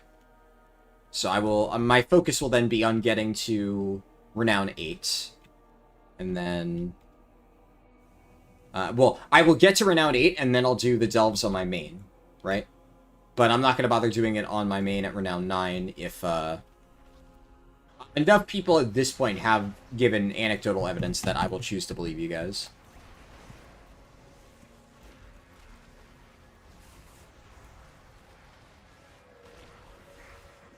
But that's unfortunate. Unfortunate, but I guess that makes sense. Kind of goes back to what I was saying before, though, of, like, does it really matter? Like, why does Blizzard feel the need to, like, gatekeep this if they're gonna make it so you can access it anyway? But whatever. I guess, can't have people getting gear from Delves, so, you know, fucking is what it is. The fact, I will say, though, the fact that you can get it unlocked this week is still pretty good, because now, the moment that that gets enabled, which, for all we know, that could get enabled next week. One thing that I'm still unclear on, and I suspect that it technically means... Zoran, what's it called? Zoran will become available week 3 of the season. Technically speaking, week 3 of the season would not be next week. It would be the week after. Because the season officially starts, like, this week. But, I don't know. Maybe Blizzard, like, did an oopsie in the code or something like that. It's one of those things where who knows what they're going to do. So it won't hurt to actually have it unlocked and ready to go, just in case. Just in case Blizzard decides, oh, hey, we accidentally turned it on early. Something like that. It's also, I think, worth noting that if you get to Renown 10, which, okay, dude. Shadow Meld, then.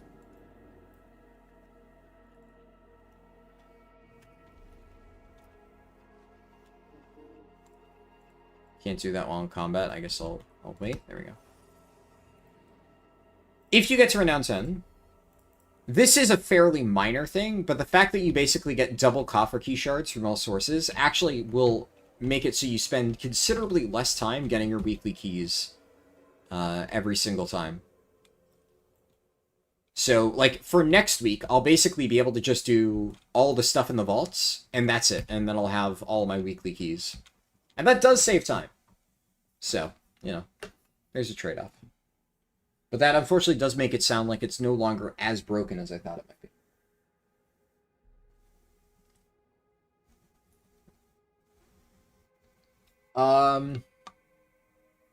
You don't understand the activities down here at all? It's honestly, it's very straightforward. So, every so often, a temple strike will appear. So, the activities are always indicated by this little serpent thing. So, temple strikes are like little events that appear out here. It's the thing I just did. Just complete a certain objective. When you do a temple strike, you get this thing, blue bag, which sometimes gives veteran gear. Sometimes it doesn't. Then you have temple incursions, which I believe it's like every 30 minutes or so, a temple incursion will activate. And then whenever you finish the currently active strike, it'll trigger the temple incursion. So here, we finished that strike, the timer had gone down, so the temple incursion triggers. And that's like a special event. It has a 10-minute timer, so temple strikes are indefinite. They will just sit there until somebody does it. Temple incursions only last 10 minutes. If you don't finish it within 10 minutes, it fails. And the incursions give slightly better loot. If you finish a temple incursion, which most of the time if you're in a 40-man raid will happen, right? Then it'll spawn the Ancient Foe, which is a little mini-boss in this northern area here. There's Kudalok up here, and then there's like Sazarus or whatever the fuck the snake dude is this week. And then the temple incursion gives another bag that has a slightly better chance to drop veteran gear. And then a temple incursion gives guaranteed veteran gear at 285 item level. Which for alt catch-up is pretty good. It is quite nice.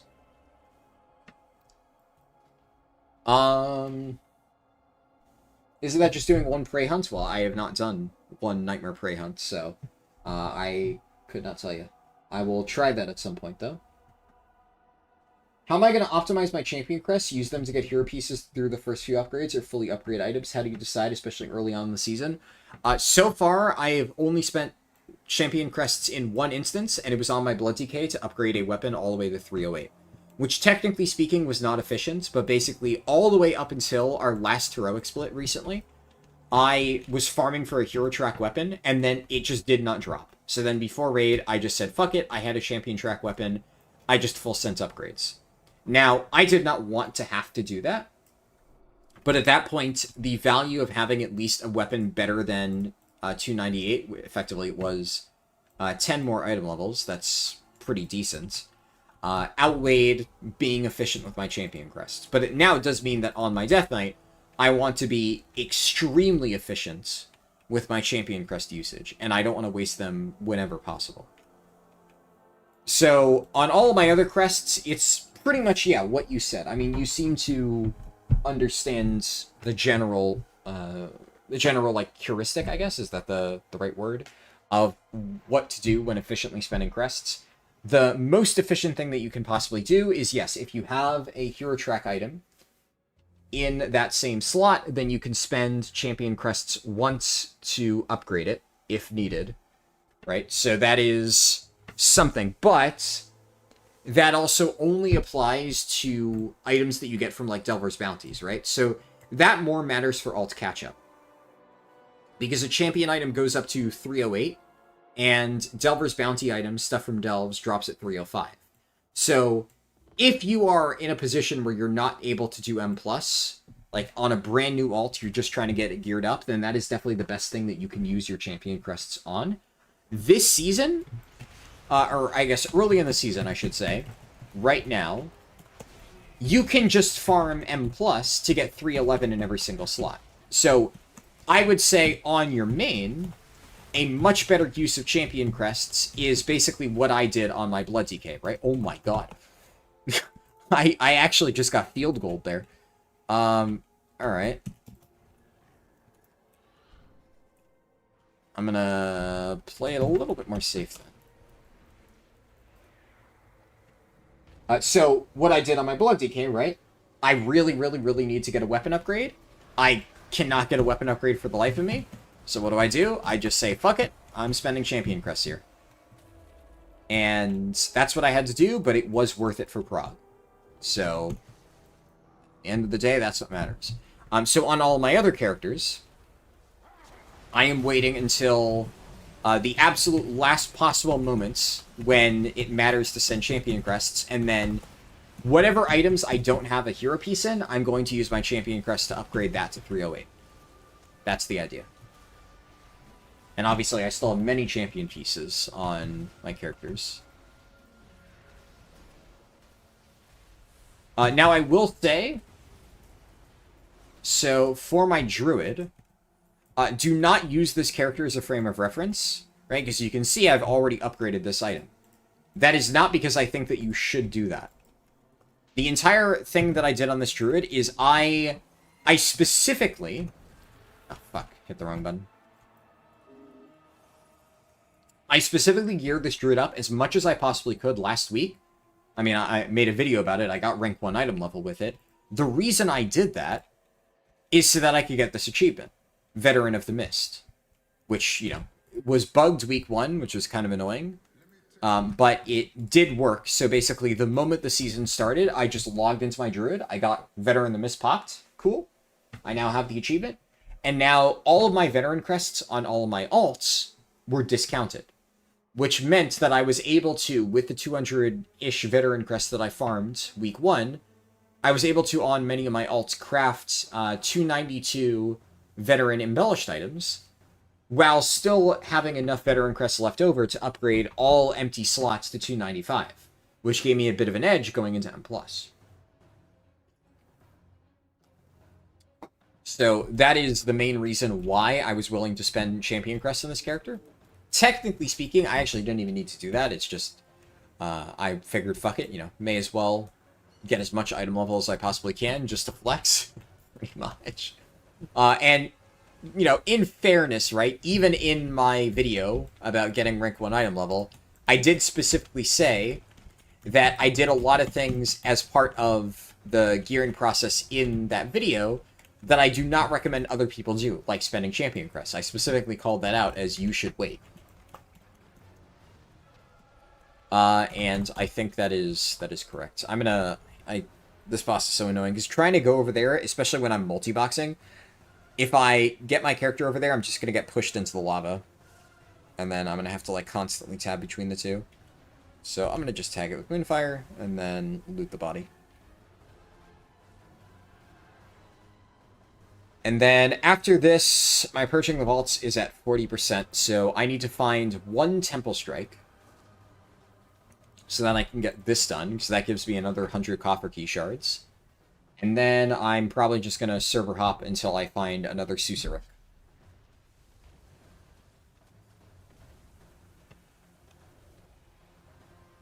Make sure, yeah, my monk is chilling.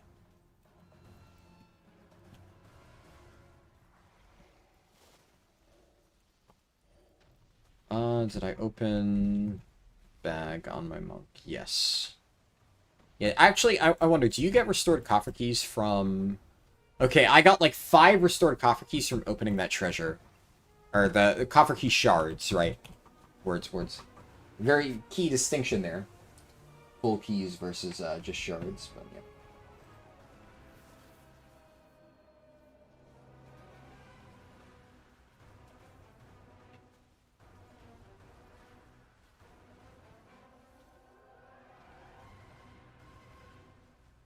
Man.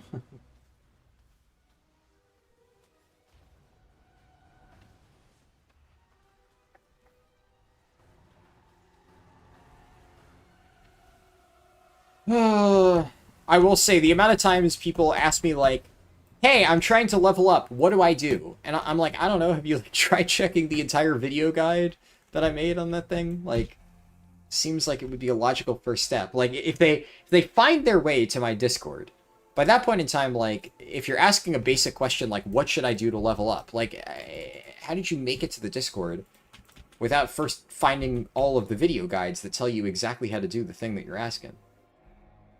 That will always, always baffle me. Okay, let's... Real quick. I'm gonna get mounted just before I do anything else, so that I don't get, like, stuck in combat if I phase. Let me see if I can hop here. Okay, there is an active strike. I guess strike into incursion into ancient foe would probably be enough to finish this. So, I'll do that.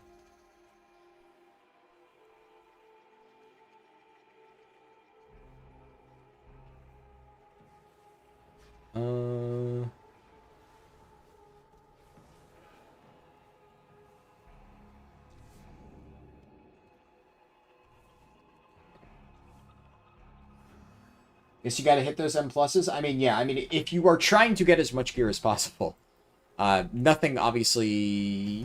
Why is my druid phased? What the heck? It puts people in different versions of this room? Huh. There's, like, multiple copies of this room. So, like, my monk is right here, and I can't see myself.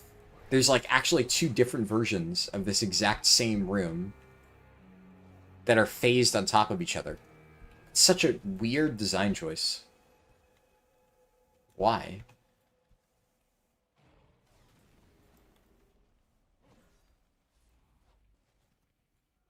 At least, it actually... So it makes sense now. I was wondering why you have to take a portal to get into this area instead of just, like, walking into it. And I assume that's why, because they, like, phase you into separate versions of that same area. And I guess if you just walked in there, the phasing would be more obvious. It's just... It's so strange. I don't know...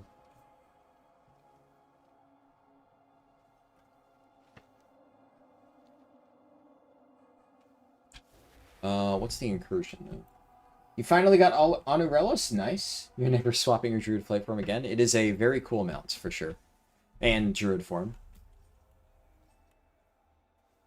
Yeah, when I got Anurelos on our first Fyrak kill, one of the hunters in my guild tried to buy it off me for, I think, like 2 million gold, and I was like, I'm good.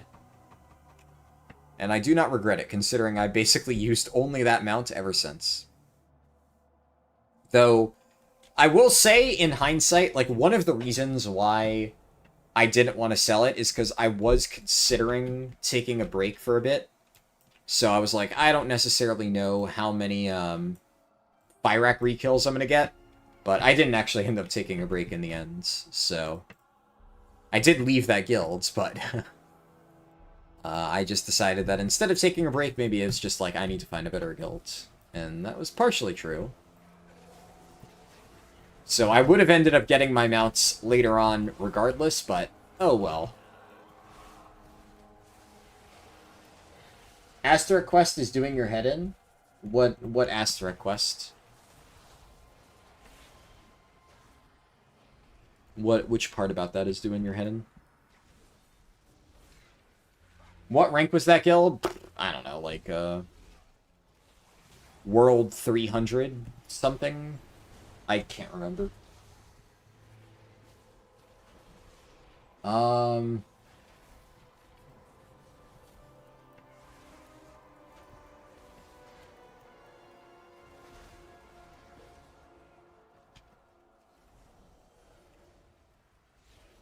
Pretty much, like, until recently, like, obviously, until I started actually raiding in a Hall of Fame guild, I kind of didn't really give a shit about rank.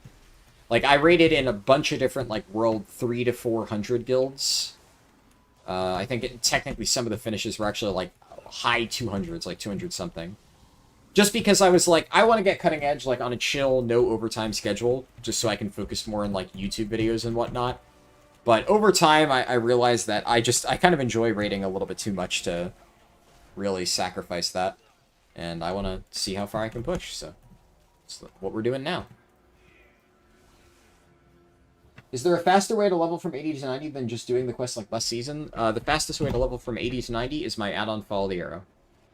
And my add-on will always be up to date. The beautiful thing about an add-on like this is that you can always be sure that it's up to date, because no matter what gets changed in patches and whatnot, I can just update the add-on. So you don't need to like look at a video guide and be like, ah, well, the video guide was uploaded like a while ago. Is this still 100% accurate? And oftentimes the answer is it's mostly accurate, but there are some updates, which is technically the same case for my add-on, right? The route has remained largely unchanged since launch, but there have been some changes, and obviously I updated to account for that.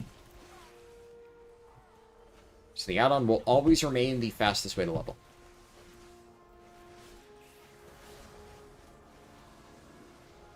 Do I find weeklies and dailies tiring? I mean, yeah. Like, if I could just skip this part and go straight to the delves, like, don't get me wrong, I'd prefer that. But it is what it is. So, it's the price you pay. Like, I think, honestly, as far as open world content goes, Vaults of Italo Tech isn't the worst thing ever. I do think, like, the retrieving the staves one, like, this one's kind of beans. But some of them are okay. Like, the one thing I do like about the retrieving the staves is, okay, like, I have the staff. Did I actually pick up the staff? I actually can't tell. It looks like I did grab it. It's just, it's a little bit bugged. The visual. And then now that I have the staff, I get to zip over here, do this, and then I get here first. So I always like to turn this one into a little bit of a speed run. But other than that, it's pretty fucking boring. It is by far the worst incursion.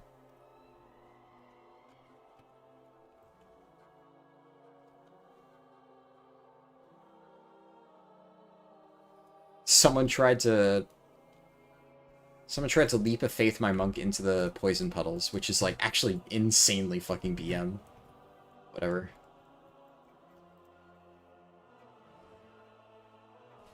Oh, just doing the delve boss? Yeah. Yeah, Asterox's pretty hard, I'd say. Only a few days left. But I don't know, I think Asterox's very doable. I am a little bit biased because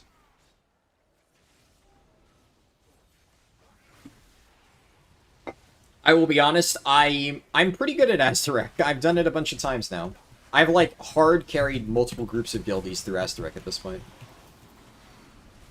And I don't even need to use the add-on. I will say, though, like, I genuinely don't understand how people use the Asterek add-on and then die to it. It's like, I don't use the add-on, I just keep track of it all in my head. And, like, I understand that that's hard.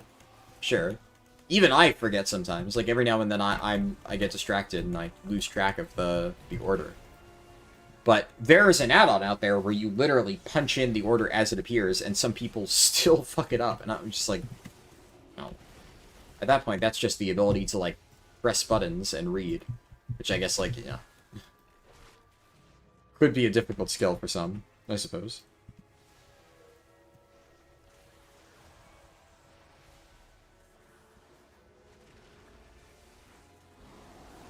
You killed Asterek today too? Nice. Yeah, I'm definitely glad they changed that, because, like, I do not give a shit about, like, what my Asterek rank is. I know some people were rushing to get that done ASAP, but it definitely did feel kind of bad how I got Nullius, right?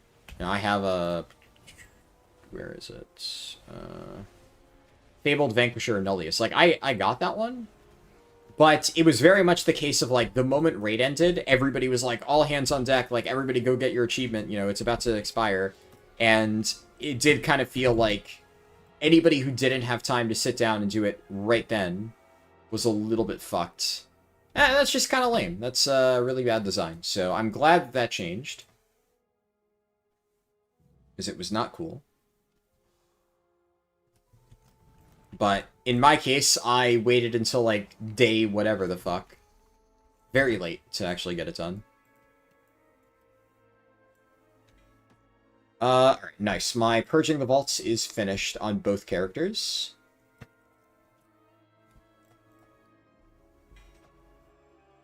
I don't really think I care about that. I am going to... Actually, I'll be honest, I don't even want to sit here and wait for Susuric. I don't really think I care all that much. Because I do not need any loot from him on either character. And I don't need him for completion. So...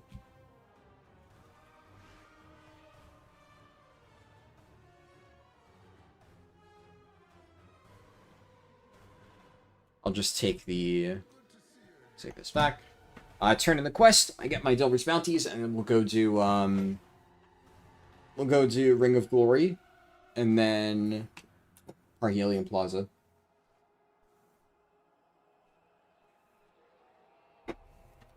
And I think, is there a strange goal? Is it strange that you want to hit 7777 for question mark, question mark? Is that not already expired? Because mine was like 14,000 or something. But if you manage to get 7777, I mean, that would be a pretty cool flex. Being able to display that. I mean, there is somebody out there who has that, I suppose.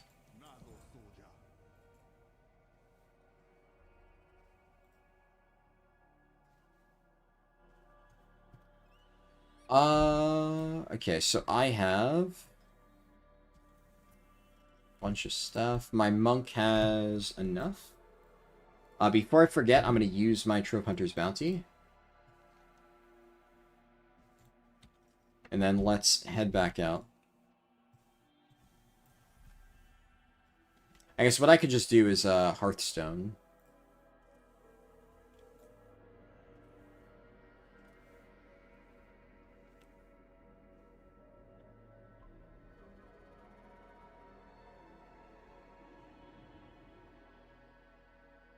Yeah, it's already pretty high. I can actually, you know what, we'll take a short detour. Let's check.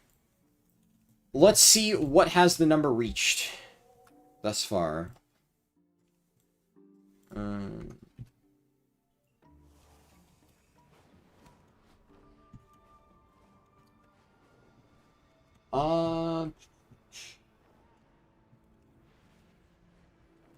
Yeah, since enough people have confirmed that, Delver's Journey doesn't work.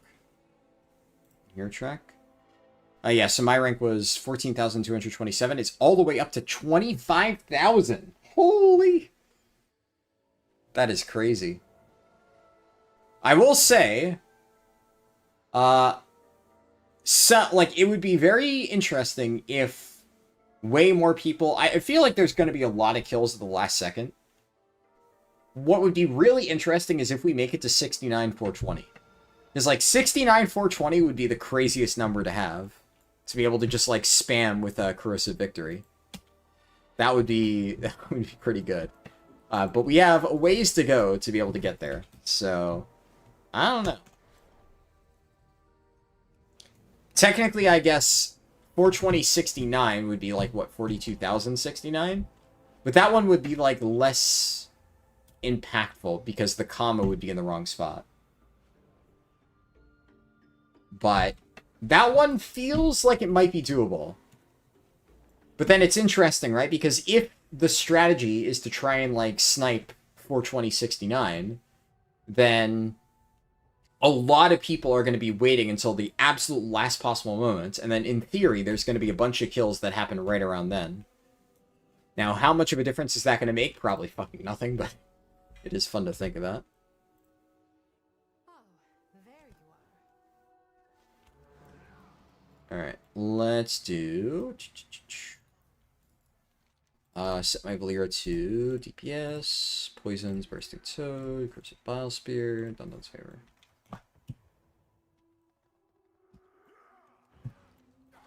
So there is... Okay, yeah, there is Dundon. Yeah, now that I know what to look for, pretty easy to figure out. I've sped your step. Make it count.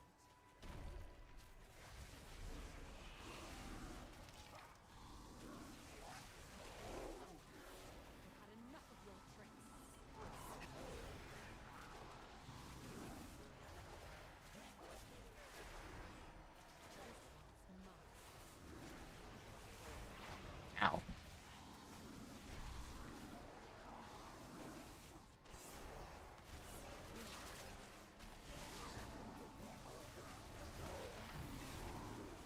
Ow. I feel like Valier is kind of slacking, TBH. You know, something I want to test. Figure, it can't hurt. I might test, like, can you just run Tank Valiera with,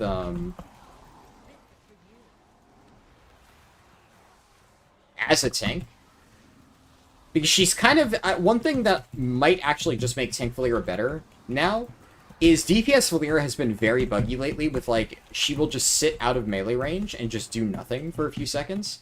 And I did notice that Tank Valiera seemed to be more consistently, like, snapping to the targets. Yeah, okay, pulling too many mobs, this is almost certainly going to kill me. Because they are just chain healing. I'm not talented into Typhoon. Yeah, like, Valiera is basically doing fucking nothing.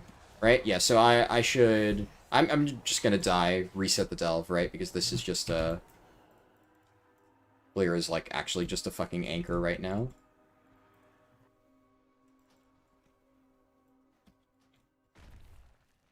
Okay, game tried to kill me on my way out. Now, I did try to do an aggressive pull there, but still. I'm not going to be using Ellesmere UI. But, you know, to each their own. But I have zero interest. 67, 67, 67. I mean, if it makes it that far, that would be crazy. Oh yeah, actually, do I have Corrosive Power selected? Not Viper and Grasp. Okay. Let's see. Let's see if I run... If I run Tank Valiera here. How would that go? Maybe that would be even easier.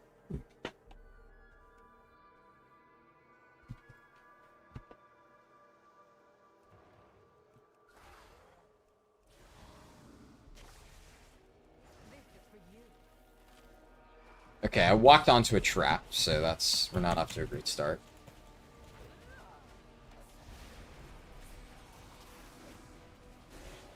Valiera is kind of dying, honestly.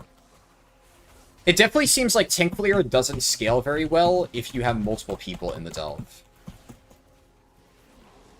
So she's not good in a group, for sure.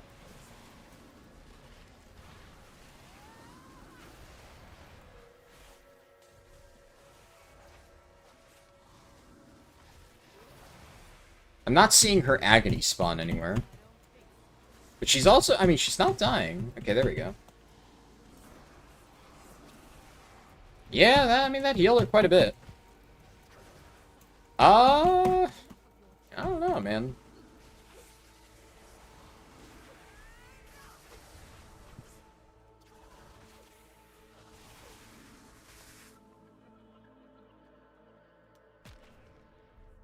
That's so fucked.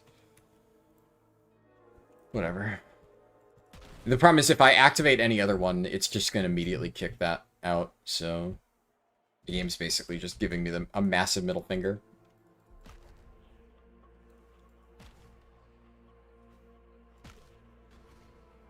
Yeah, and then, of course it does. Of course it does. This delve is designed by a fucking psychopath. There we go.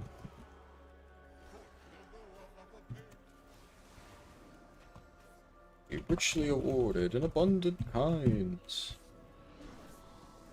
Thank you, Dun Dun. Okay,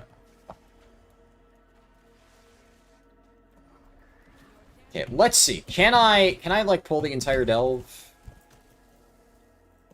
It's a tank.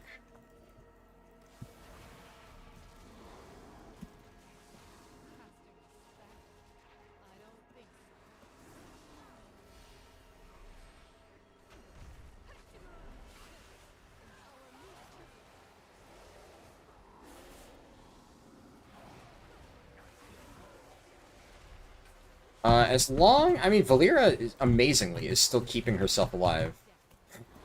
They really... I don't want to say they overbuffed her, but this kind of feels like Tank Baran, where they decided to make Tank Baran really broken, and then everybody was just running Tank Baran, and it just cheesed the fuck out of Delves, and then Blizzard very quickly nerfed it. This seems a little bit ridiculous.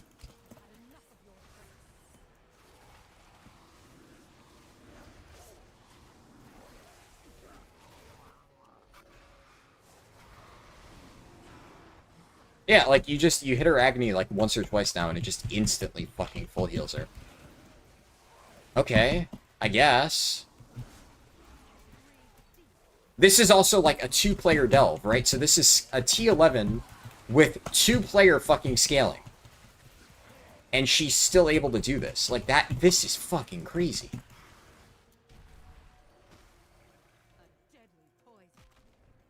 Dude, this is so fucking stupid.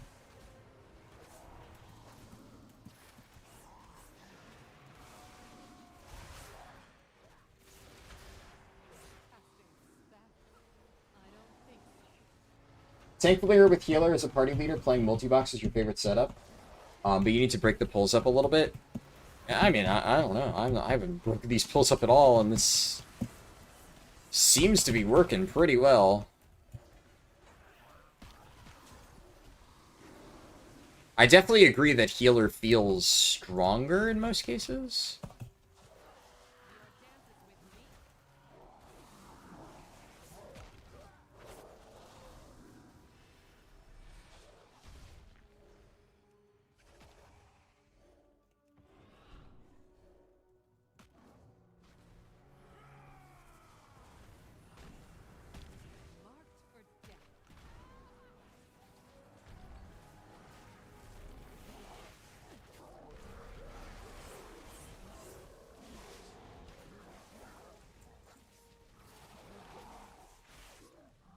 Where are the skulls?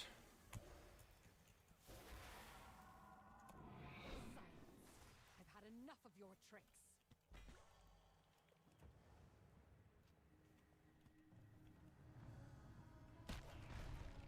I guess I only need one more, right? No way. There's no way it actually just fucking kicks it out point blank.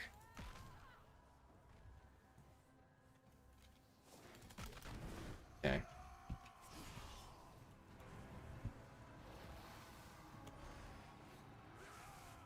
I got all Nemesis packs, right? Yeah. All Nemesis packs. Okay, I mean that, yeah, this feels pretty strong. Any quick way to level up Valeera? The previous trick still works. You can still do that. It was temporarily bugged, and it now works again. You just pick up curiosities.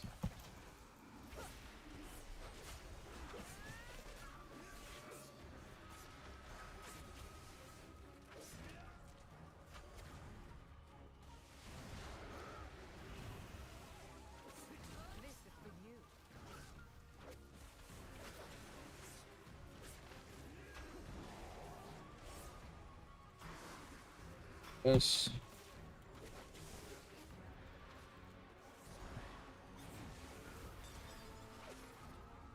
Yeah, I mean, like, if I was playing healer, I would obviously just be able to sit out here, and then Valeera would be doing pretty much double the damage.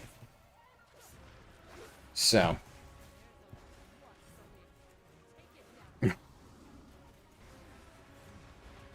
Her voice lines are interesting.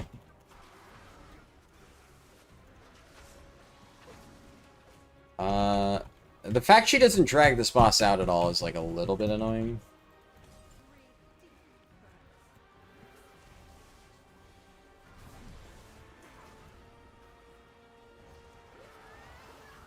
But yeah, she's staying alive. Can I, like, taunt off her? What happens? Come on.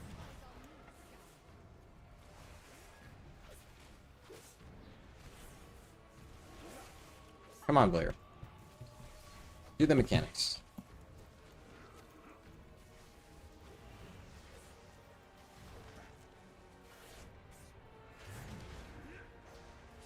I do this.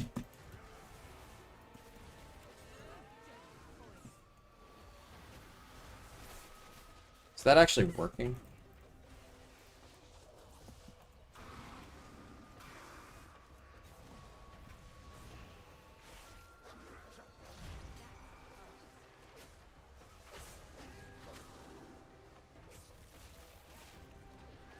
It looks like she's doing very little damage against the actual boss, though. It's like all Corrosive Bile Spear.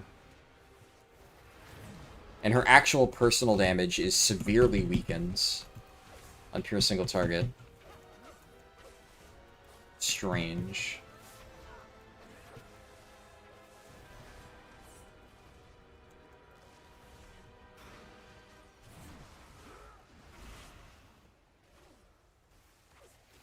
And she's definitely not getting healed for nearly as much by this.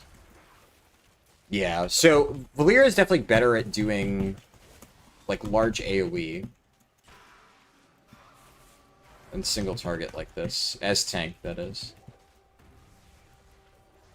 It's also weird because, remember, DPS Valeera still executes mobs at 30%, right? So, that's a lot of damage on T11.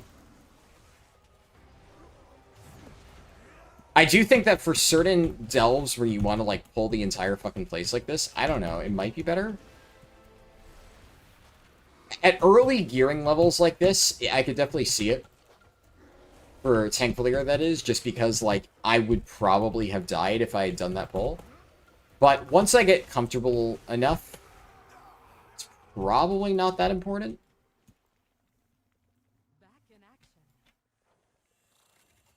We'll see, though. Man, look at all these fucking boxes. That's crazy. Always nice to see I don't use a bloated custom UI. I mean, yes, but also, like, I don't know. People use whatever UI you want. Like, I hate when fucking people try to get, like, tribalistic over UIs and whatnot. Which, like, to be fair, the person who was saying that before wasn't. But I use the basic UI because this just genuinely works better for me, right? It's really that straightforward. I don't like using custom UIs, but that's okay. Some people do.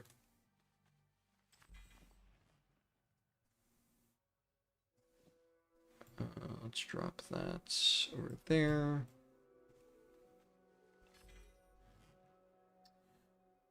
Oh, I didn't even think about it, but I will need actually a third bountiful key.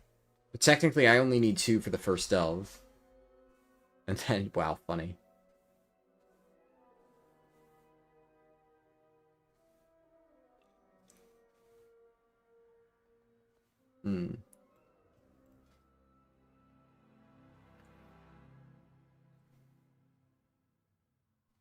I'm running all my high item level gear. I shouldn't be doing that. I forgot I actually still had this shit on. Yeah, I'm actually kind of trolling myself by doing this.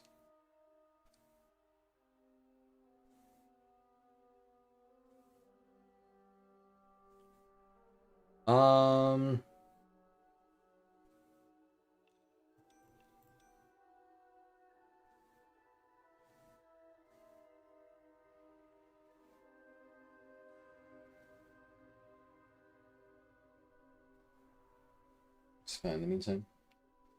No tribalism, you just find streams recordings easier to watch? Yeah, for sure. I have heard a lot of people express that.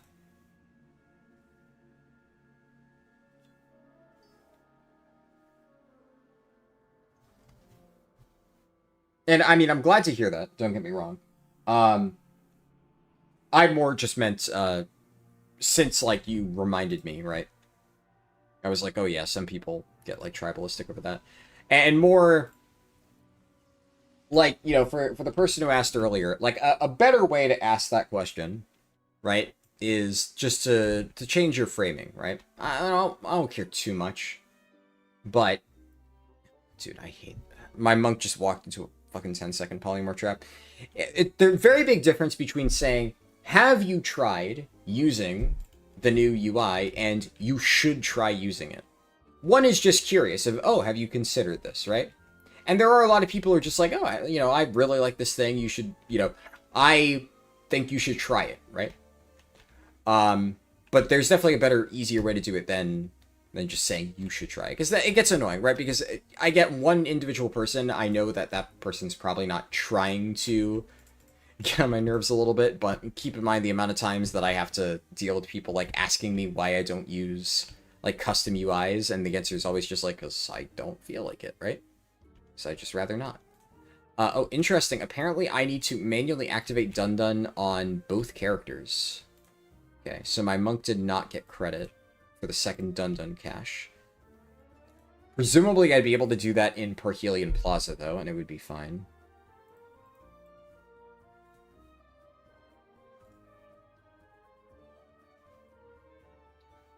I got a crappy trinket on my monk, but I don't really care about this character, so it doesn't matter. Alright. I will Arcantina key, and then we go next.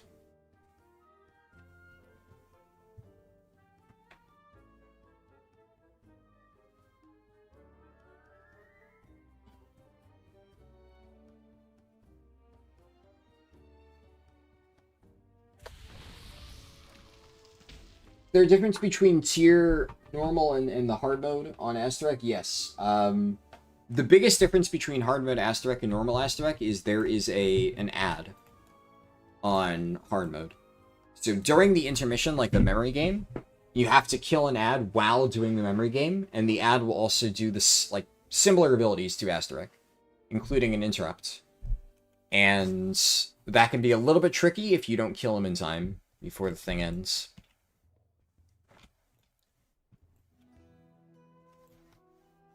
Let's see. My monk needs one more restored copper key. Fucking YouTube's giving me an error again.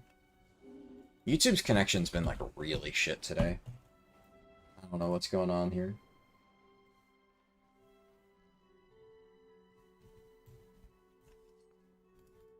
Pleasantries can wait.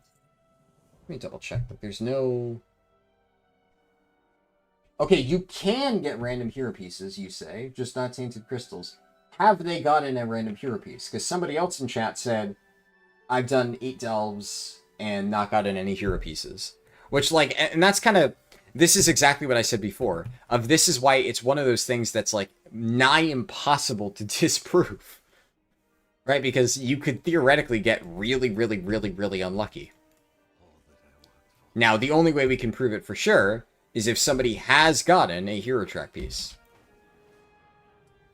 So, if you can show a screenshot of getting a hero track piece out of a bountiful coffer, then it's officially confirmed, right? But unfortunately, now there is a conflicting story, and now I gotta test it. Ugh, okay.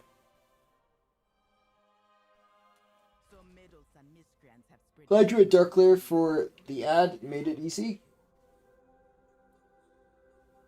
Yeah. I mean, if you save your CDs, it's usually easy. The other really nice thing about Asterek hard mode is, what's it called? You can push him into the intermission, like, whenever you want. You can just hold damage. So if you just hold all your damage, push him at exactly the right time for you, then it's really not that bad.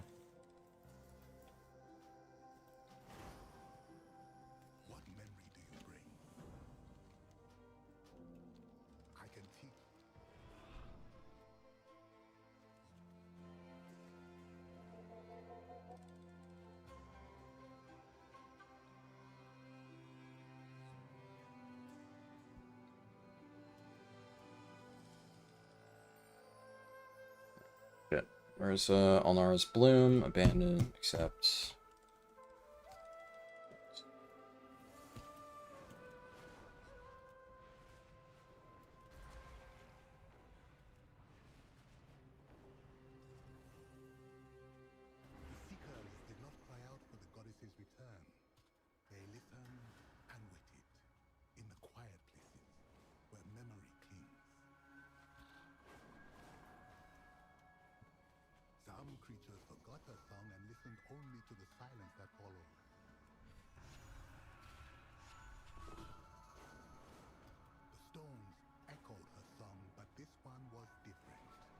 Shit. The song stirred yearning to share its tune.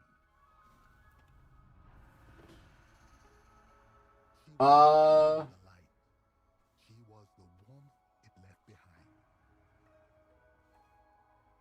Okay, I mean, We called I guess that's still anecdotal. That only says, you know, maybe whatever. Like, I would need an actual screenshot. If they don't have it, like, it's fine. It is what it is. Obviously, they're, you know, I have no idea. I'm guessing this is, like, a friend of yours. Like,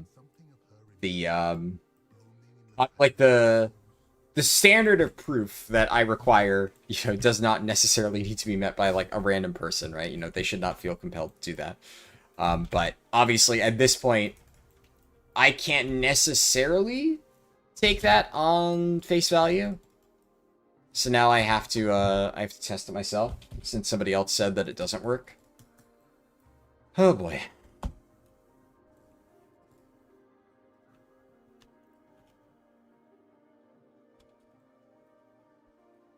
I'm finishing up Legends of the Harrowneer on my monk, by the way. That's why I'm sitting here on my druid, just waiting. It's really annoying to, like, try and multi-box Legends of the Harrowneer. So it's just better to just do it back-to-back. I'm at least just doing the travel time in one go.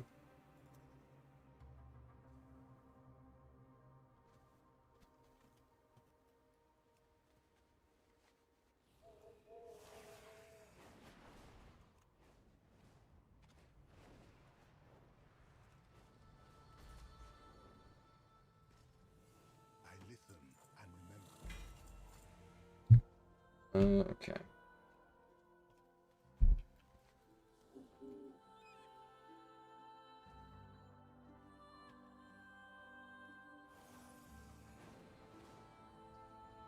Harldan, is there a way to catch up Lear from 30 to 60 other than your farm in the new delve? Yes.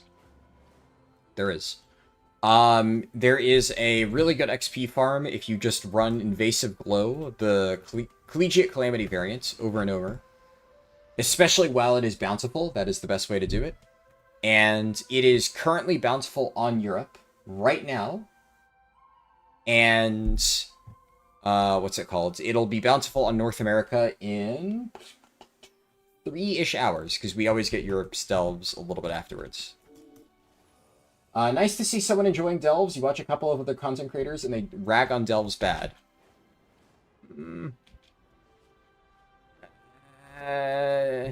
Okay. I don't wanna like ruin your outlook, right? But I'm gonna be honest, I don't enjoy delves. I do delves because they're efficient for gearing.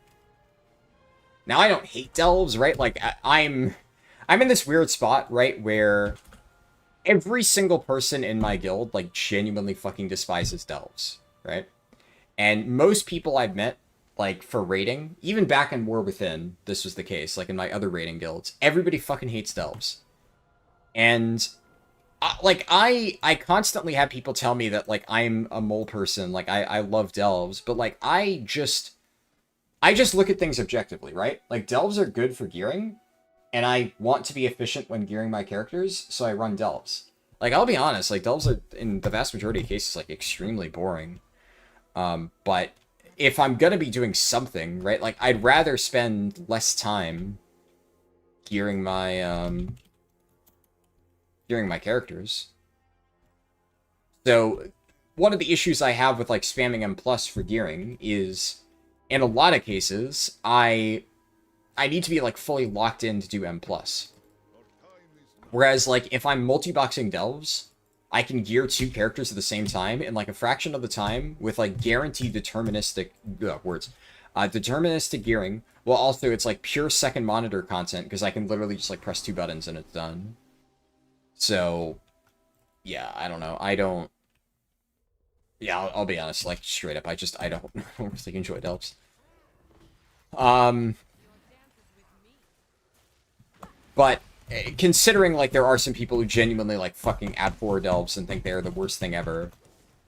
Like, I guess the question I would have, like, for somebody who genuinely enjoys delves, like, what I would consider to be enjoying delves is somebody who, like, wakes up and is like, oh boy, you know, can't wait to go do my delves today. This is peak content for me.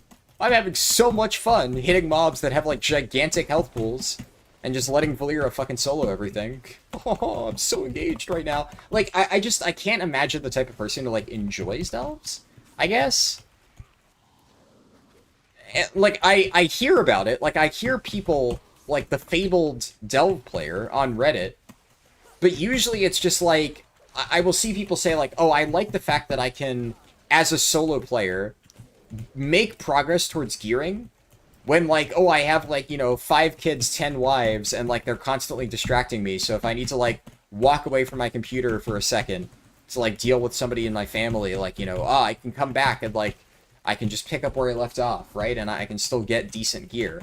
And, like, that's the most common thing I see people praise delves for, which, like, I guess. But I don't really necessarily think those people are enjoying delves. They're more enjoying the fact that the new system allows them to gear in a way that fits their schedule. But it's really hard to imagine that those people are genuinely, like, incredibly engaged playing the game, because, like, delves just, frankly, just aren't engaging content.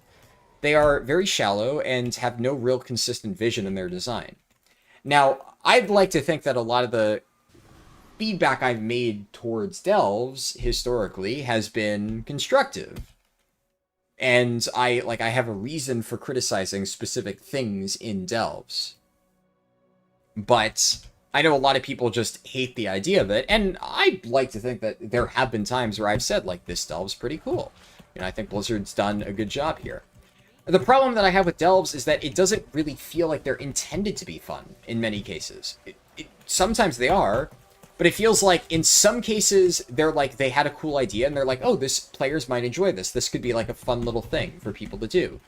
Like, honestly, as much as I don't love Bombing Run, like the one I'm doing right now. I don't love this, but you could tell whoever made this at least thought it was a neat idea, because this is unique.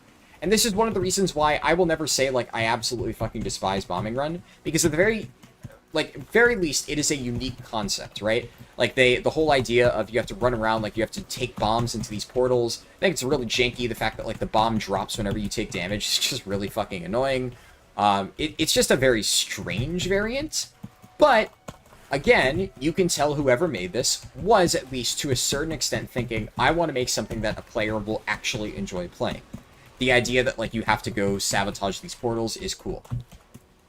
Great. So that is a plus in the delve column. But there definitely are a lot of delve variants that genuinely just feel like they exist to fit a checklist of, like, we need to add X amount of variants to this delve. Let's just add the most generic shit ever, and then just call it a day. And even some of, like, the faster delves are kind of like that in many cases.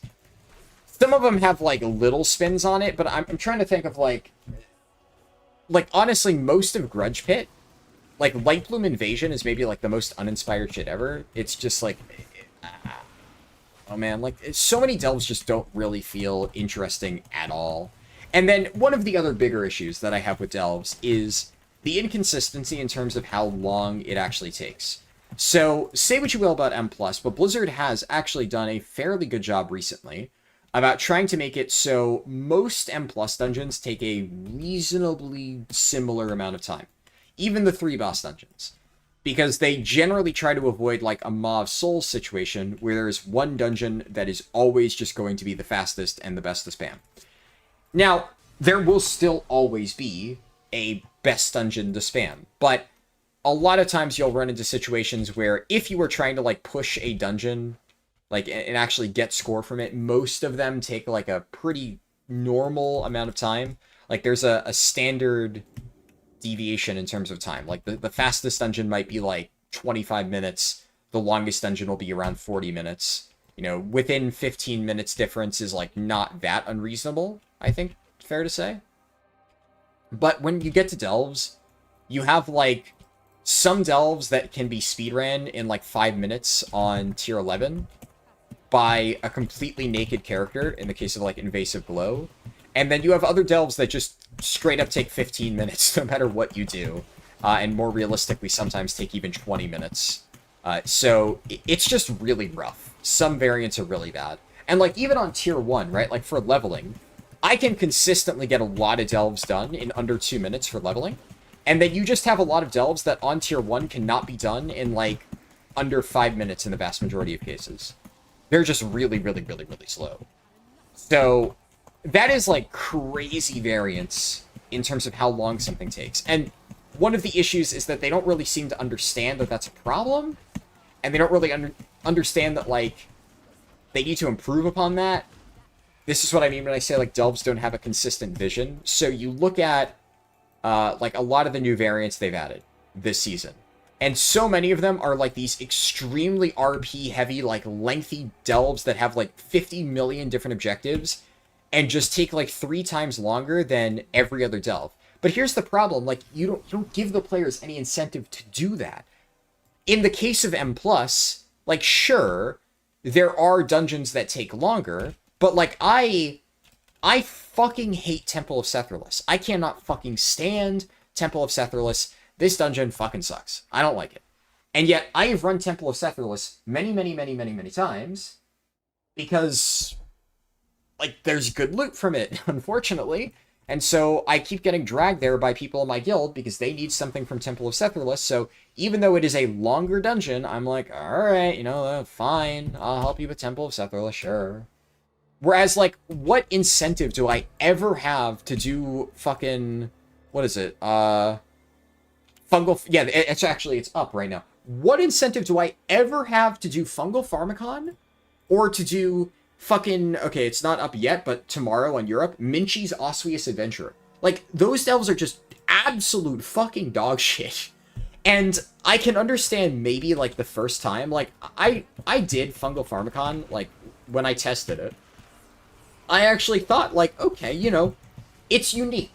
It's interesting. And if, like, if that was a solo scenario that you had to do as part of, like, the campaign or something like that, and you had to figure out, like, how to optimize this for a speedrun or whatnot, I wouldn't even hate it. It's not the worst thing ever. But when you are asking players to do this content for rewards, and you're putting something that just straight up takes 15 minutes versus something that takes 5 minutes, and there's no difference in the rewards, it just feels really fucking bad. And this is what I mean when I say, like, they just don't know what they want delves to be. And they're doing, like, the Mega Delve, apparently, later this season in, like, 12.1.5, so I guess we'll see what that is. But honestly, I'm pretty sure that the Mega Delve is basically just going to be a bunch of different delve variants, like, squished into one gigantic thing, and it's just going to feel like you're running a bunch of delves back-to-back. I hope it's not that. I hope it is something truly unique. But I think they're just going to do that. And I'd love to be proven wrong, but it has not been shown at all that Blizzard knows what they want delves to be. They just know they want it to be aimed at, like, more casual players, but then they don't really understand what casual players want. Because a lot of people dislike delves because they take so long, and what those people don't realize is that some delves are really fast. And that, yeah, if you understand which delves are fast, which delves are slow... okay, so Dundun's here.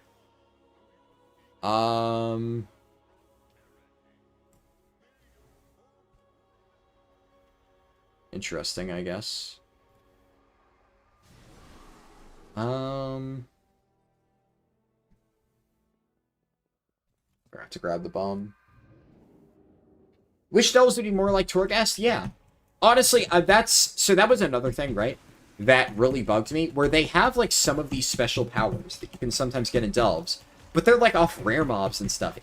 Delves don't really meaningfully change up the gameplay loop. Like, yeah, sure, they add curios, but, like, in the vast majority of cases, the curios don't really change all that much. Like, now we have the corrosive gifts, like, okay, I guess. But they could have gone all out. Like, delves are supposed to be a fundamentally different third endgame pillar. And that's kind of the biggest thing that that annoys me about delves. They keep insisting that delves are this endgame pillar, and yet they're unwilling to take any major risks with it to actually make it stand out from the other content. And it just ends up being generic solo dungeons. Which it's like, who asked for this, right? So, you know, I hate to be the guy raining on your parade. I feel bad, but I don't want to give you the wrong impression of me and make it seem like, oh yeah, I love delves. I'm big delve enjoyer here. Not really.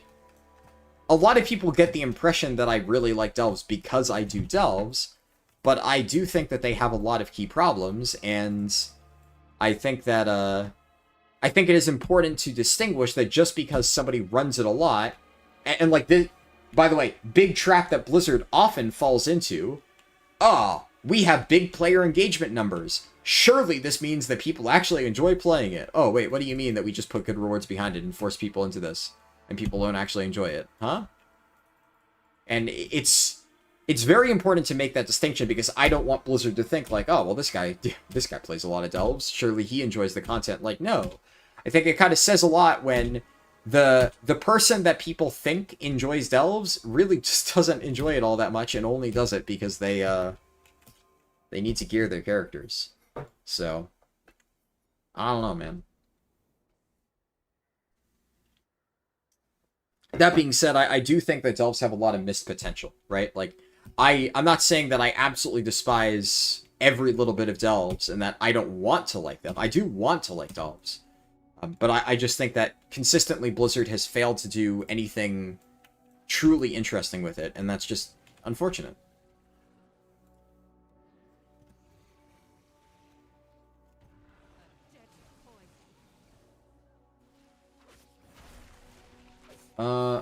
I kind of just want to, like, keep running to the final boss and hope that, Valera just follows me.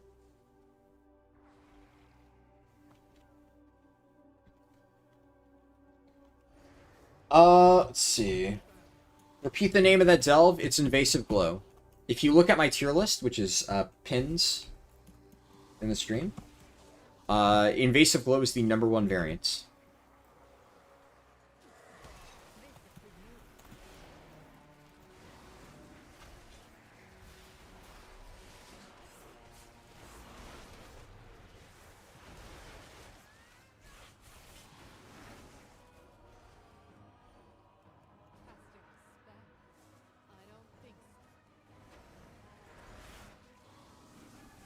I do really need to kill this Venomborn monstrosity before I kill the final boss, though. So, we'll see.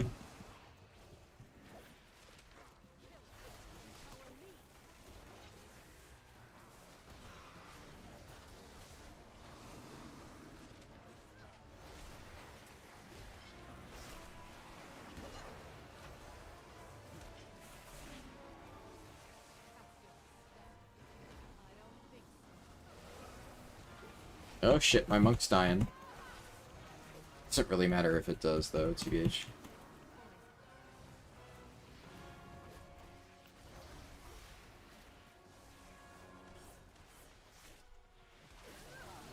Worst case, like, I could actually...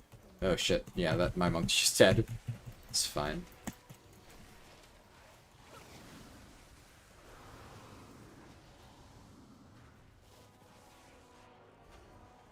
What's the reason for maxing out the Delver's Journey? It's so you can farm hero track gear at a Renown 9. Which we've heard mixed reports of whether or not that actually works. Which means I gotta test it myself.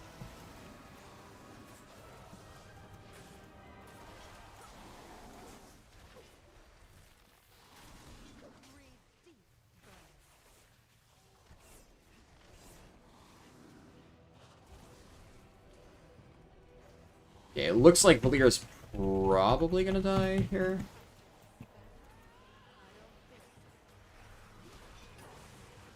That's fine. Yeah, so, like, definitely... I think for bosses, Tank Valera's not the play. Just at all. But... You could also, like, in certain situations, you could always just run Tank Valera for, like, most of the delve, if needed. And then swap the DPS Valera for the actual boss. Like, that could just work. Especially in a delve like this, where the checkpoint is very close to the final boss. It's not a horrible idea. I mean, she does res, so... She's completely useless. Viper and Grasp has been, like, absolutely fucking clutch for these, Void colors, though. Ripping them in.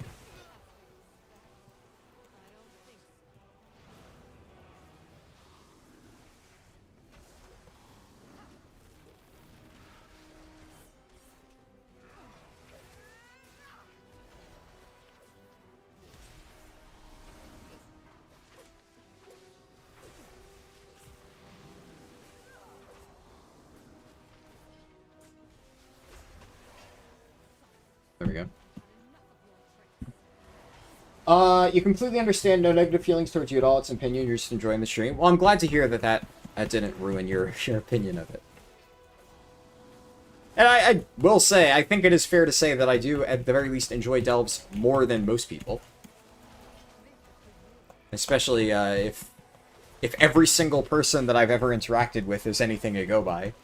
I guess, like, technically speaking, I have been told I enjoy Delves many times, which does kind of make me wonder, if I don't enjoy Delves, I do genuinely wonder what is a person who does genuinely enjoy Delves. Do they exist? I do think it is fair to say, though, that, like, if Blizzard did make Delves more consistent, like, I am probably in the category of people who would enjoy a refined version of Delves. I'm more just a little bit disappointed by their lack of vision and wasted potential.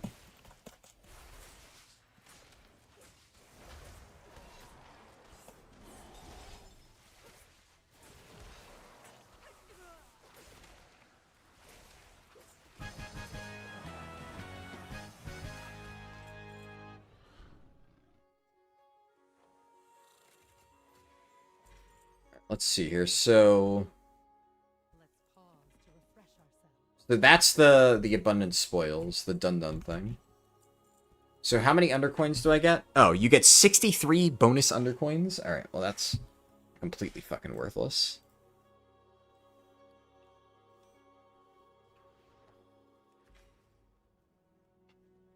Alright, whatever, I guess. I don't really care about any of that. The important thing is... How far have we gotten? Halfway through Renown 5. I will... Arcantina key here.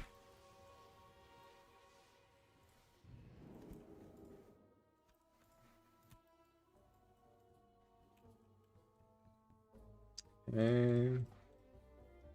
I'm opening things real quick in my monk. I don't feel like switching over OBS.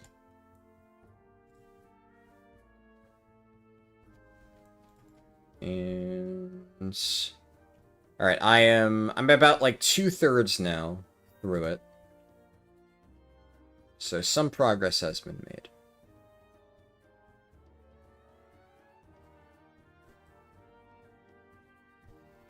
And I'll Arcantina key on my monk as well.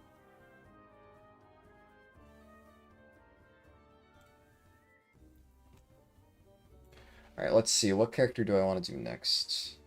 What's my heroic raid progress? My guild is 6 out of 8, but we did 3 6 out of 8 splits. So our plan is we are going to be split killing Coiled Altar on Sunday. And then we will probably be killing Wooltech with all mains on Sunday. That is the plan. And I guess... I keep saying 6 out of 8, but technically 7 out of 9 if we count Nimrissa. How do you even count Nimrissa? I don't know. It's fucking weird. But yeah, obviously Nimrissa's easy as piss, so we did that one too.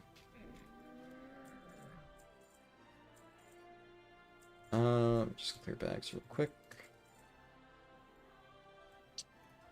Alright, I'm gonna swap characters. I'm debating, do I use my Paladin? Could. Yeah, currently I'm playing on North America. Yes.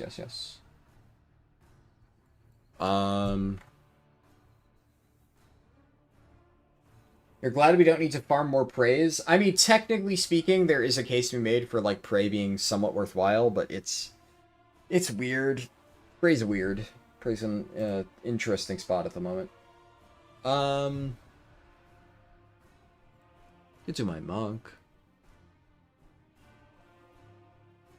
Sure. I guess.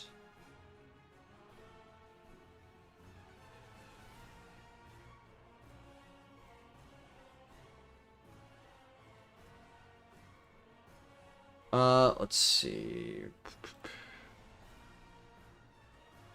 And then I'll swap back to my Demon Hunter. So I had my generic level 90 Demon Hunter from the speedrun ready to go before.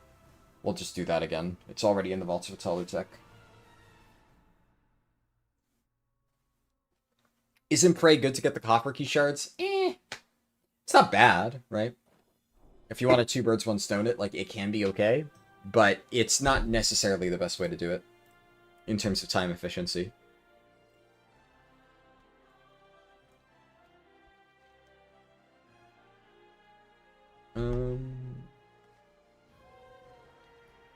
Let's see here.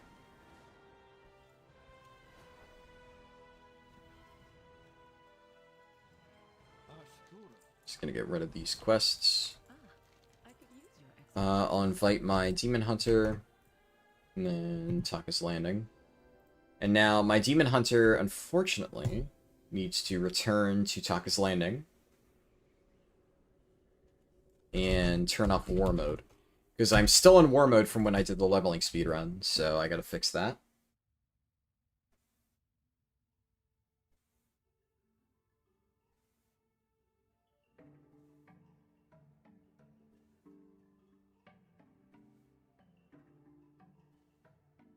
Fastest wasn't always the best either, Shadow Moon Burial Grounds. Yeah, that's true. I mean, it's not necessarily just, like, which one took less time, which I think is, like, what you mean, right? Which is, sometimes the absolute fastest delve in terms of, like, completion time was really annoying to complete, and one that was, like, maybe 1 or 2 minutes slower on average, tended to take less time in pugs, just because people wouldn't, like, completely fuck it up.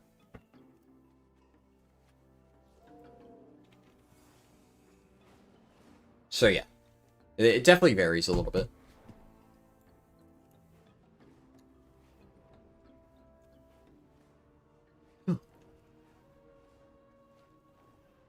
Okay, I still need to grab the quest to my monk.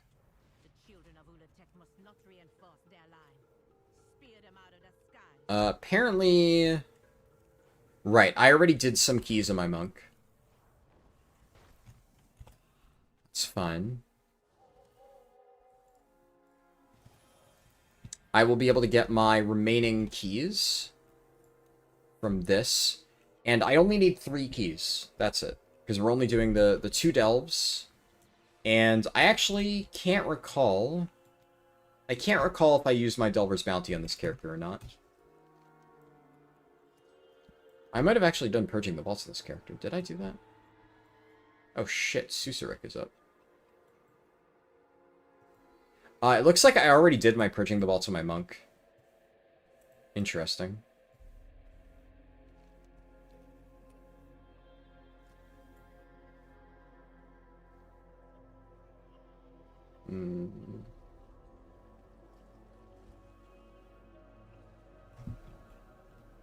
Which is fine. It just means I'm going to need to do some extra stuff to get the remaining keys.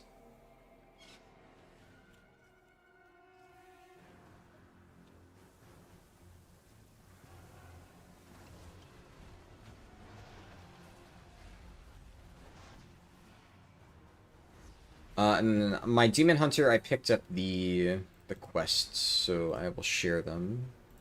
Because I can still do the Strike quest today. In fact, actually, what I could just do... No, this is piss easy. I just do the 2 daily quests. Each gives 100 copper key shards, and then that's it. That's all I need. Because I already have 1 leftover key on my character.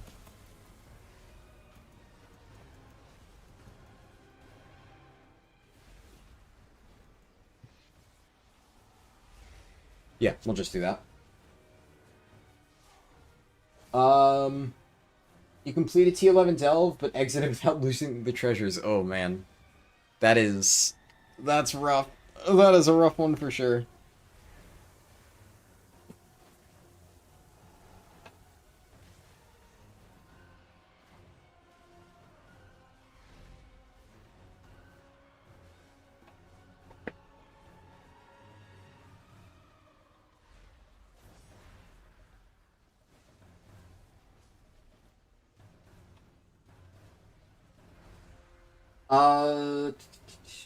It's not that you enjoy delves like that. Sometimes you just like hopping around, trying new tunes, and just practicing on target dummies. Things like CC interrupts movements while getting okay gear. Yeah, I mean, that's fair. It's definitely...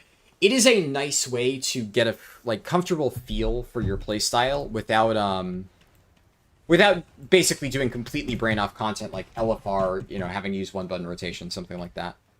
That's absolutely fair. Yeah, I definitely, as a point in favor of delves, I can completely agree with that. Do you mean progressing praise by killing rares? No, I don't know what the last question Tildrex is in reference to.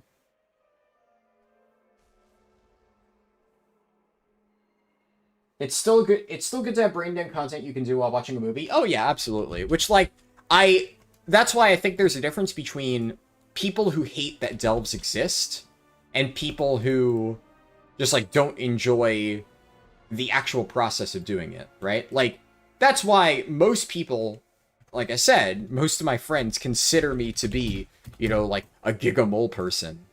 Like my guild jokingly calls me like the king of the moles, right? Because, like, yeah, I do more delves than anybody else that I know, but also, I like that delves exist. You know, I like the process of running delves for that, for my ability to, like, binge-watch Netflix while gearing up my characters. You know, I wouldn't be able to do the Keystone Hero Challenge nearly as efficiently if I couldn't do that.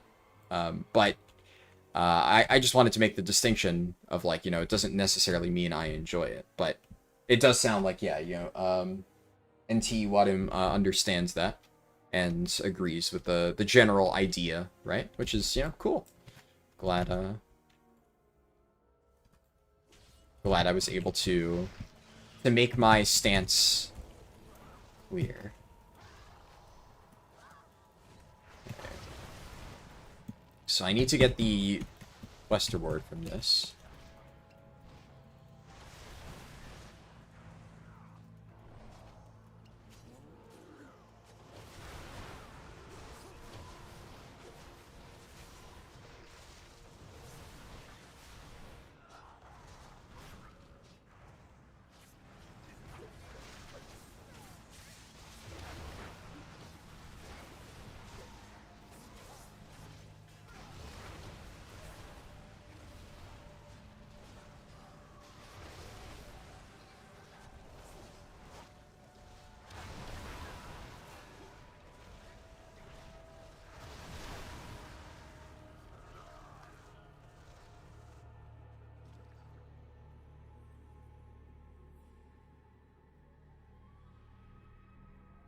That is one quest done on both of them. How's my Demon Hunter looking on purging the vaults?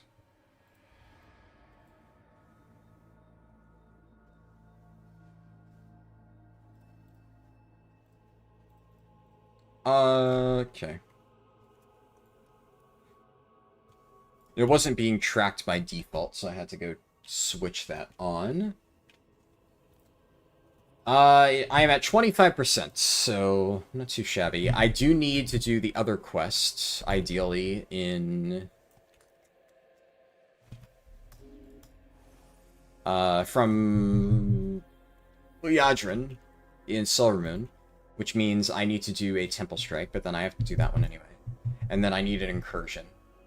So, I guess I'll go do the Underbelly Strike. My Demon Hunter forgot to unlock the original one. We'll see. How close is this? Okay, there should be time. So I'm going to head back to the entrance on my DH, unlock the flight path to the Underbelly, and then as long as I have time to, like, tag a mob, then I should be good to go.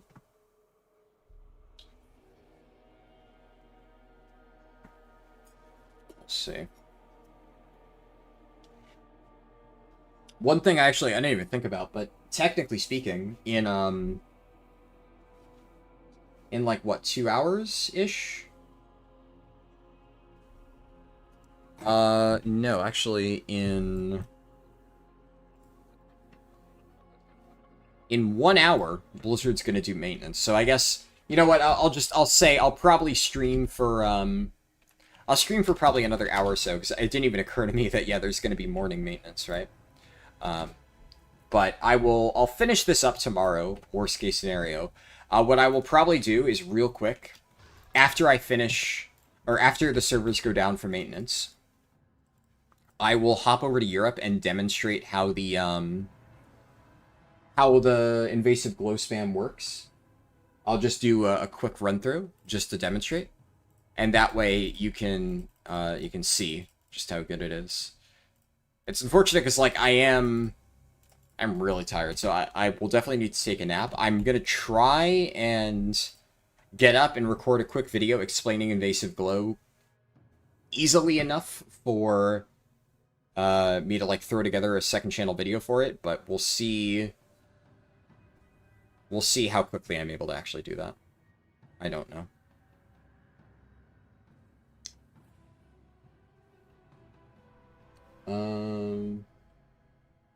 Invasive Glow is the most efficient delve in the game.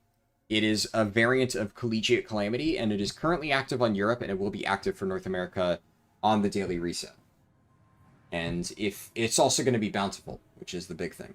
So whenever Invasive Glow is up, you can farm it over and over and over and over extremely quickly to get really good rewards for both. Okay, so I guess I would have to tag Guardian of the Sacrifice, or I don't get credit for this.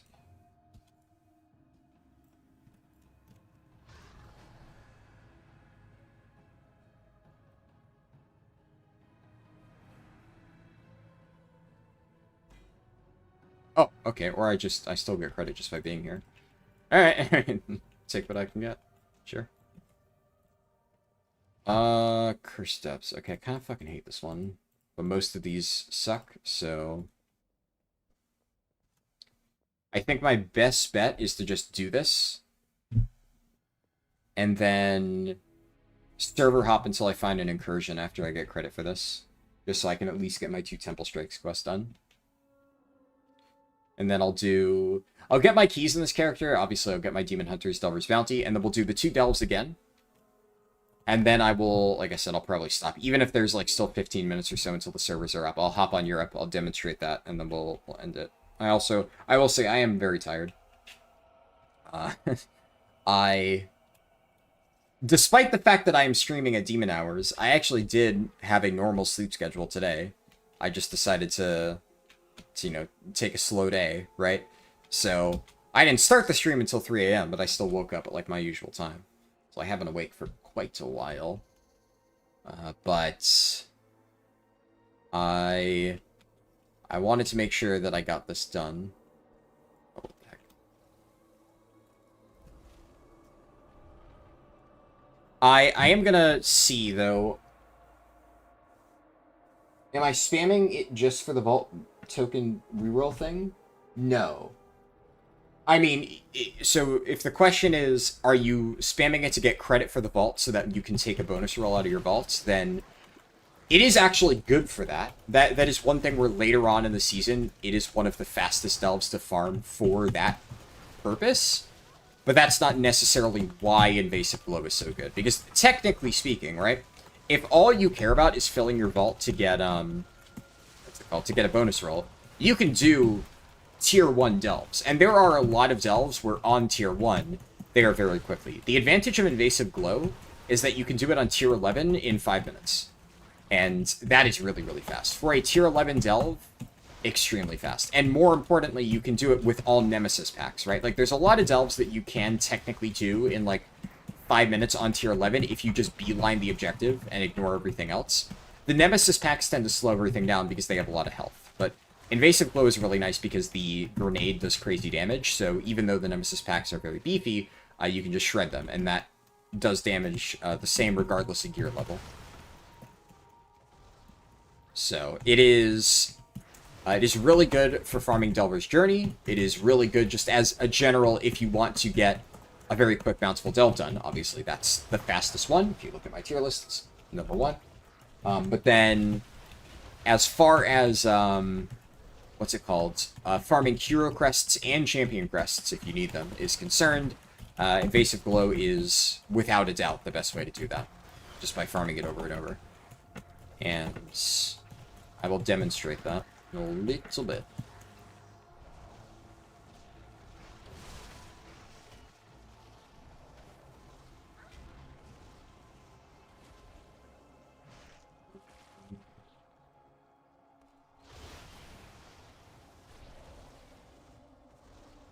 see. I think, actually, I don't know if my Demon Hunter shares credit, because I actually forgot to tag on it. Oh, okay. Well, go over to the Eastern Chamber and, like, chuck a glaive or something.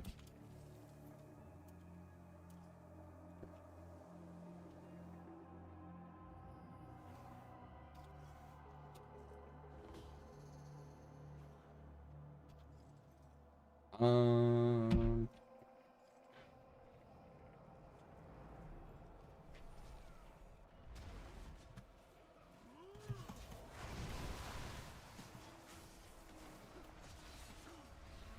Okay. Now my Demon Hunter should have credit. So, we're fine. Is picking the bonus roll from the vault still the most efficient default choice? If you are not a Mythic Raider, yes. If you are not a Mythic Raider, is just kind of always the best correct option. Yeah. There's, like, almost no reason why you'd ever not. If you are a Mythic Raider, there's a lot more nuance, but... You know, in that case, you probably already have somebody in your guild who's going to tell you what to do.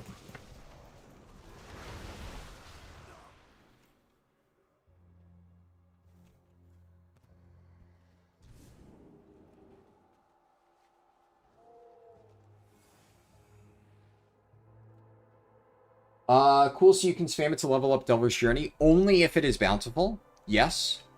Only in that case. And it just so happens that it is today on Europe and will be in North America.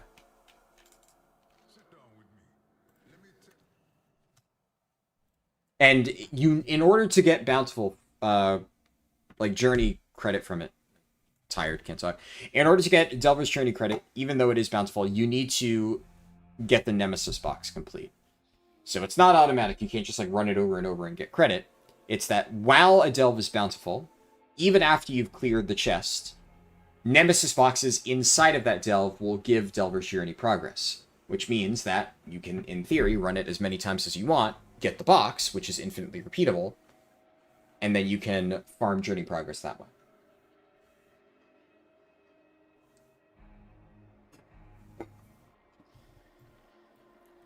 Let's see.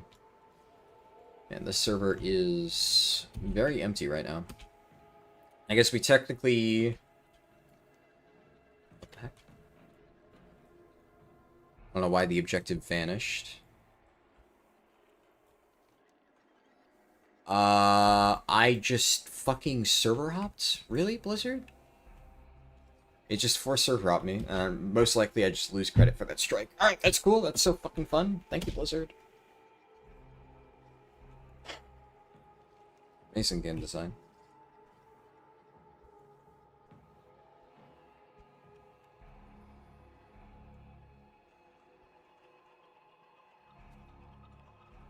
Okay.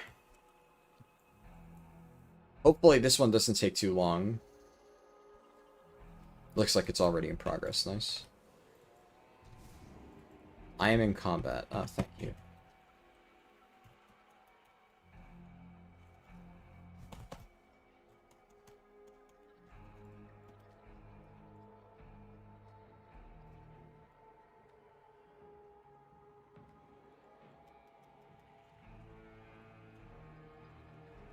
Alright, I'm gonna finish up this strike, then server hop to find an incursion. And then I should be done? Question mark?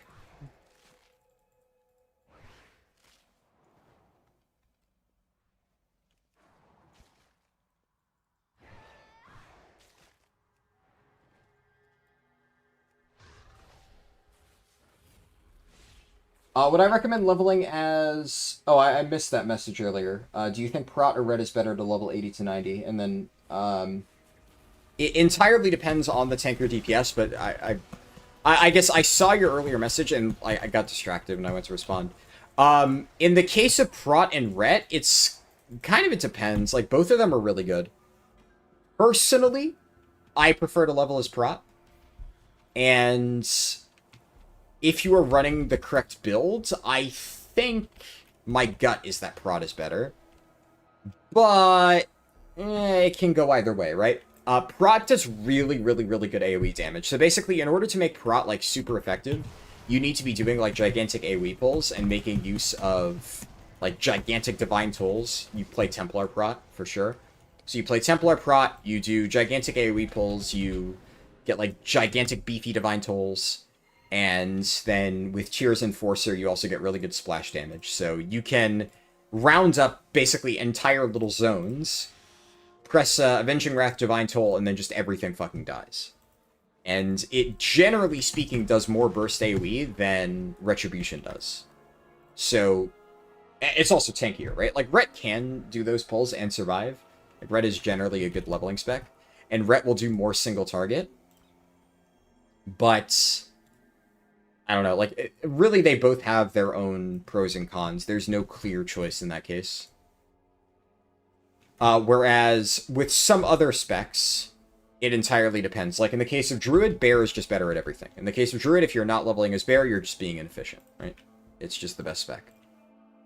In the case of Warrior, it's a little bit similar, actually.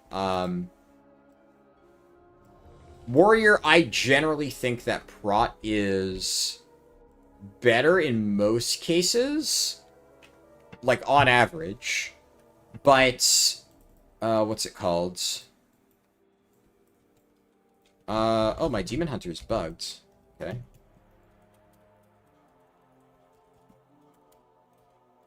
Oh. Okay, Blizzard. We're doing that, Blizzard. Okay, you guys can't see this, my Demon Hunter's actually, like, completely soft-locked right now. By leaving the group inside of the Anurelos thing, my Demon Hunter literally cannot move. I'm actually just stuck. What the fuck?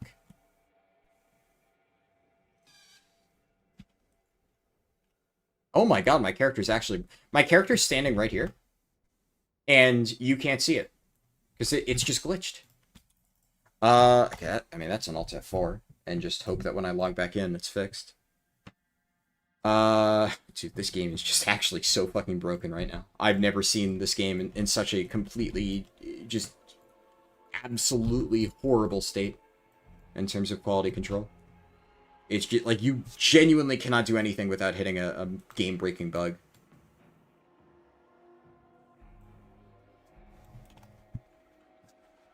Hopefully this is fixed when I log back in. Without XP buff, when you should you turn in Delver, the Delve quest, it's about level 86. It's all in the addon. The addon has stuff.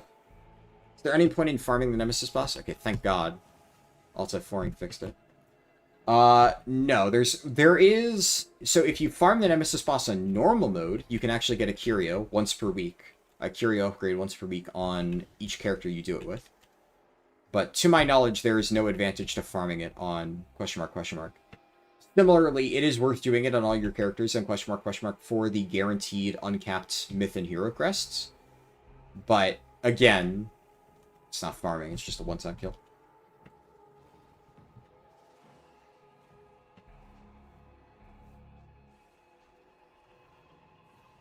Alright, let's do this. So, where's my Demon Hunter at for progress? I'm still at 57%. I think, doing this incursion into, the final boss will give a decent amount of credit. I don't know if it gives me the full 50%. But maybe if I just, like, tag and kill a bunch of mobs here. Actually, in order to make this easier, I'm just going to put my Demon Hunter on follow. And I'm just going to go around and make sure my Demon Hunter tags everything. Because I am getting, like, 1% per elite that I kill. So if I kill enough elites during this event, then in theory, I should be able to get to 100% from this plus Susurek. And then we can move on to the Delves.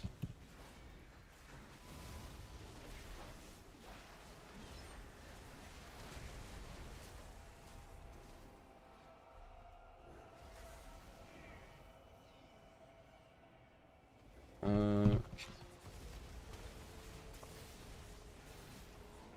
gotta make sure, like, every fiber of my being is telling me to, like, fell rush ahead, but if I do that, I'm going to immediately break follow. I can't actually mount up, though. So I can mount up and make this a little bit easier. Oh. I do not want to miss out on... I need to get all these tags. What's crazy is my Demon Hunter's actually doing, like, the second, or at this point, third most damage in this group. My Demon Hunter, for the record, is 180 item level. Which really goes to show just how little every single other person here is doing. That a 180 item level Demon Hunter is like one of the top DPS right now. That's not a good sign.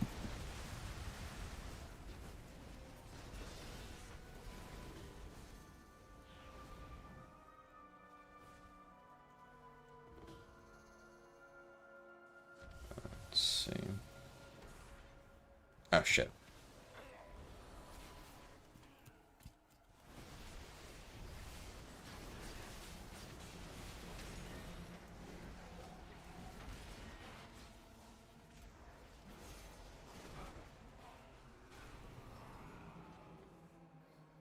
Oh yeah, what was I saying before about, right, tanks for leveling, etc., etc.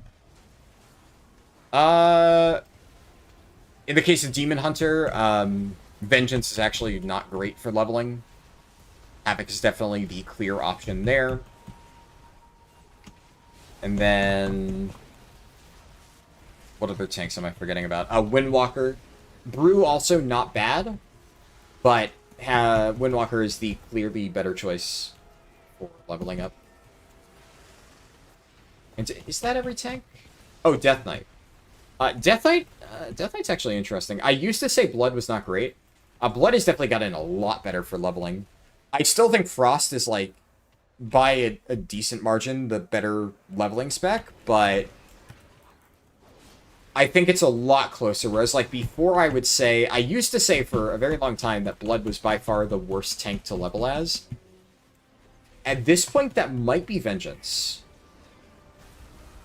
It's tough, though. Like, Vengeance does... you are just a Demon Hunter, right? Like, so you do have really good mobility. Problem is, Vengeance feels fucking awful. Vengeance is, like, unplayable at low levels. You do not get, like, any of your kit. It's not great.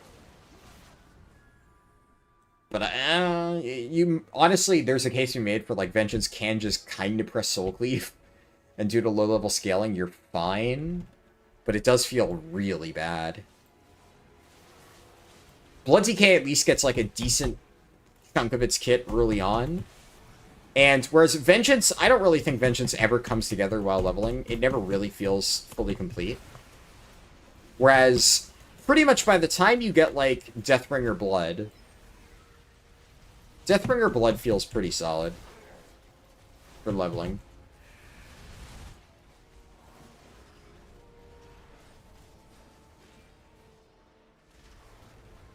Alright, there we go. There's the incursion. And on...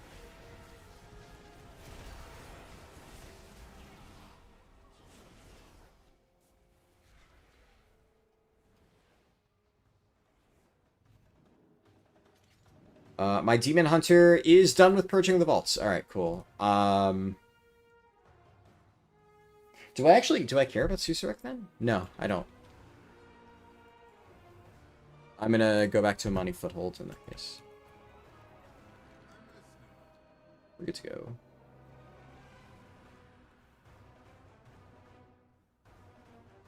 Oh, oops.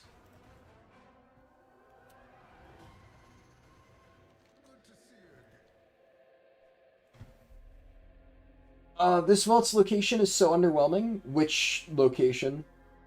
What do you mean, this vault's location? Or, I guess, are you just saying, like, the vault area, like, Vaults of Italotech, in general, is underwhelming? In which case, like, yeah, I guess, fair enough. I will give Blizzard some credit. I think that... like, I don't want to be negative all the time, right? It is an improvement. right? Compared to what they normally do for open world content. Though, frankly, I think that their standard open world content is, like, laughably bad. Like, they are not great at making really enjoyable open world content. So, the Vaults of Holotech are different. They're unique. And I think that while there are some annoying things about it that a lot of people have been complaining about, and there are very questionable design choices, like why can you not mount? It really doesn't make much sense. It's better, I still think, than a lot of stuff. And also, I am more forgiving for, like, the...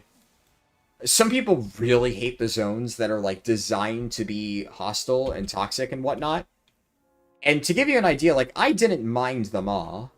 Now, I think the Maw was very poorly designed, but I think the Maw was very poorly designed for a number of reasons that wasn't necessarily to do with the zone design, right? Like, the fact that you couldn't mount in the Maw, like, people lost their fucking minds about that shit, and I just, like, I could not have cared less. It's such a minuscule part of what actually made that zone annoying. Like, the stuff that I think made the Maw annoying is just, like, the Eye of the Jailer and all of the, like, actual mechanics surrounding it. But the idea of, like, a zone that is dangerous and difficult to navigate is actually kind of fun. And this is where, like, you know, I enjoy doing this stuff in speedruns. So many people are like, ah, man, I can't navigate this in, like, the traditional way that I always do. This sucks. And then people like me are like, oh, cool, I can't navigate this in the way that I traditionally can. This is awesome. I gotta use all parts of my toolkit to efficiently work around this place. And they have these, like, little flight points and, like, jump pads and whatever that you can utilize, and I'm like, alright, well, I'm gonna figure out how to optimally use these to get around the island really quickly. And, like, I don't know, that's kind of cool to me. Is it, like, 100% amazing peak content? I'm, like, so immersed right now, like, oh my god, this is so cool? Like, no. It's not the greatest thing ever made. Is it better than a lot of the slop we've gotten in terms of open world content? Yeah, I think that's worth acknowledging.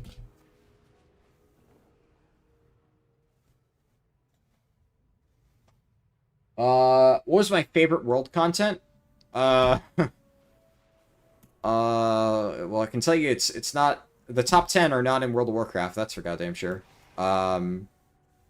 Frankly, it's really hard to even say what my favorite world content in WoW is, because, like, it's just... None of it even remotely compares to Guild Wars 2, so... I can't really even pick something, right? It's just... Everything that Guild Wars 2 does is just infinitely better in terms of world content. So, that.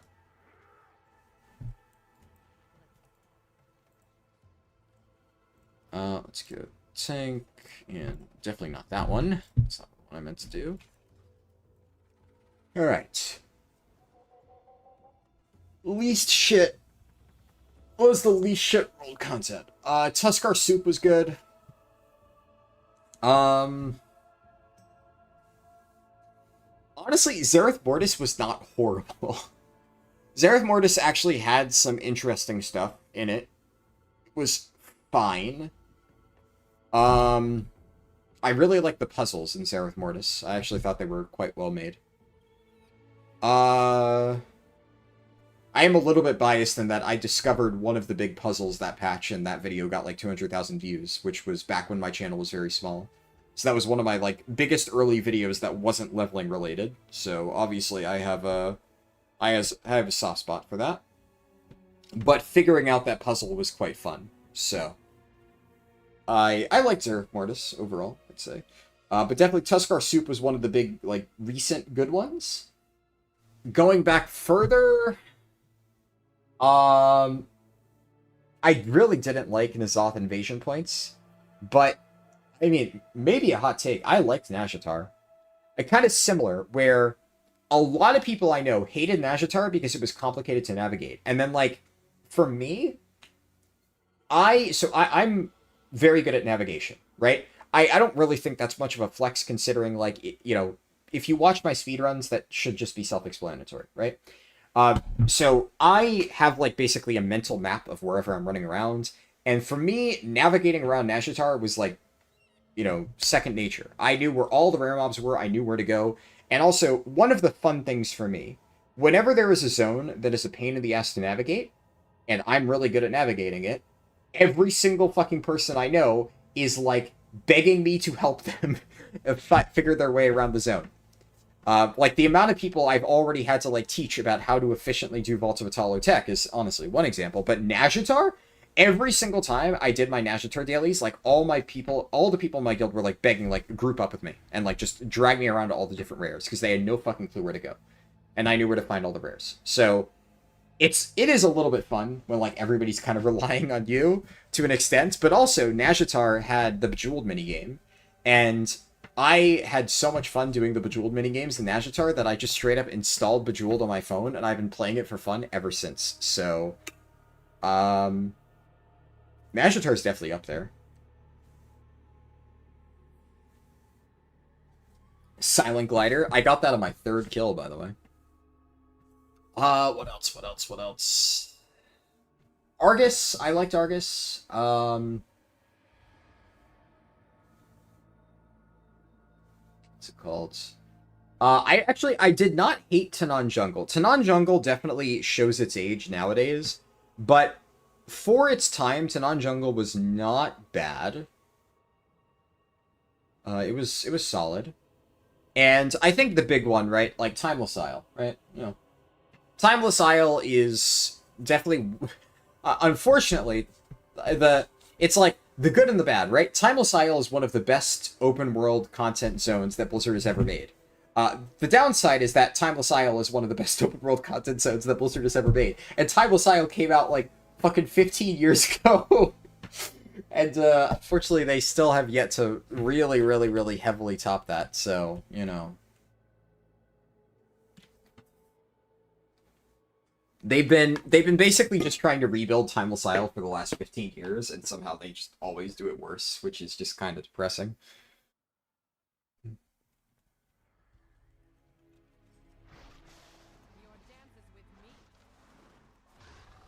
Let's get these delves done. Okay, there's Dun.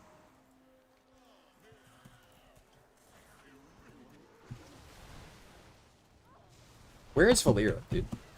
Valera, where are you fucking at? There she is.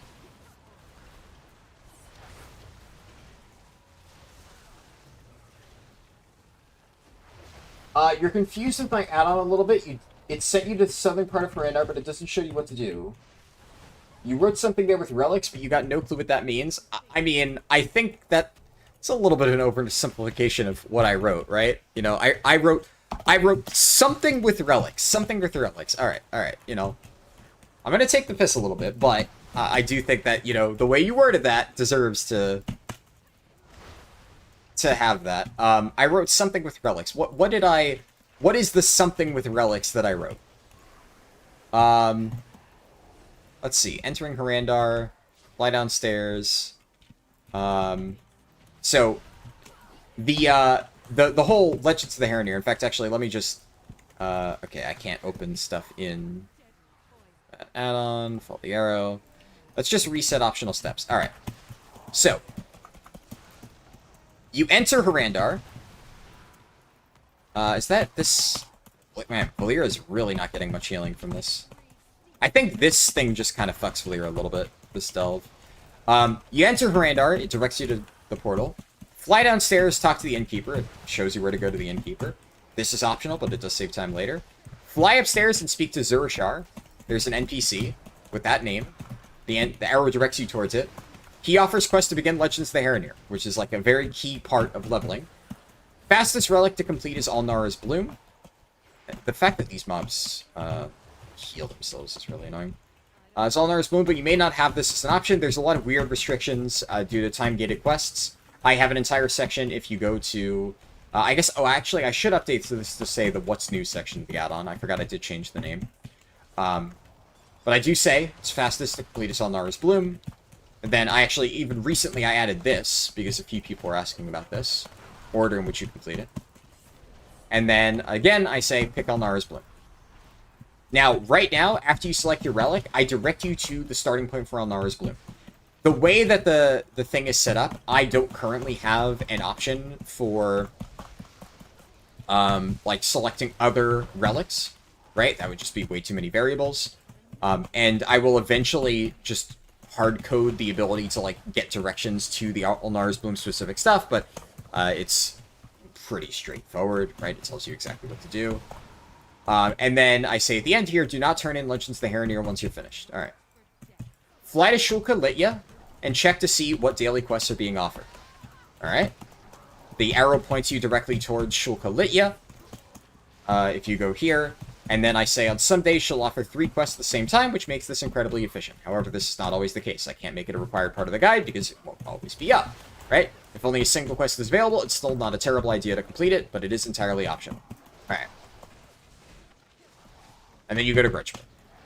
So if you go down there, what is a relic? Is a relic a quest? I mean, this is one of those things where you do kind of need to do a little bit of reading on your own, right? You click on the quest, it's called Legends of the Harronier Relic, right? Like, it shows the name of the quest. And also, I think it's pretty straightforward that if I tell you to go here and pick up this quest, and the guy offers 1 quest, Legends of the Harronier, stuff like that, you could be like, okay, this is the quest it's talking about. It has the same name, right? If I'm saying the quest, like, you got to assume, right? If I say the quest offered by this guy, and this guy offers 1 quest, then it really shouldn't be like, I wonder if this is the quest he's talking about. I'm telling you to go here and pick up this quest, and then the guy has 1 quest being offered. You've checked the daily NPC, but no idea about the relic stuff? I mean, I'll be honest, I don't understand what's so complicated. And frankly, you are the first person to express confusion at this particular section. Legends of the Harronier is like, I guess, for people who've played Endgame, right? Like, it's an endgame event that people have done. Or an endgame questline. How the fuck did that thing go soaring? That's crazy. It's so inconsistent. But, I don't know. I'm not really sure which part of that is complicated. DBH.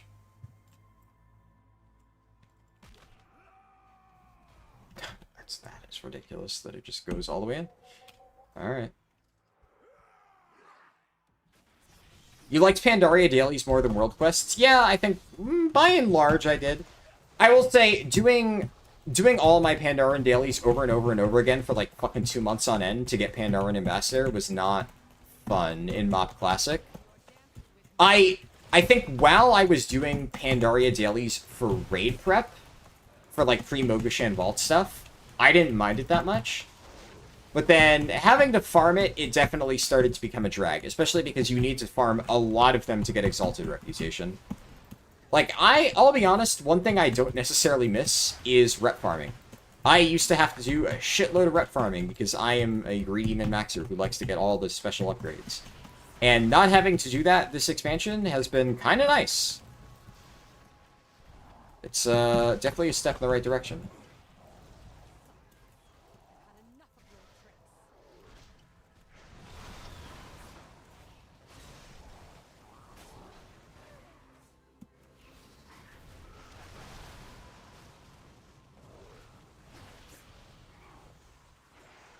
Maybe you're stupid. I don't think you're stupid, but I do think that, you know, just instead of just kind of like skipping through all the steps that explain it, right, like just read through it. It's kind of all explained there. Like I'm struggling to understand what part of that is not properly explained.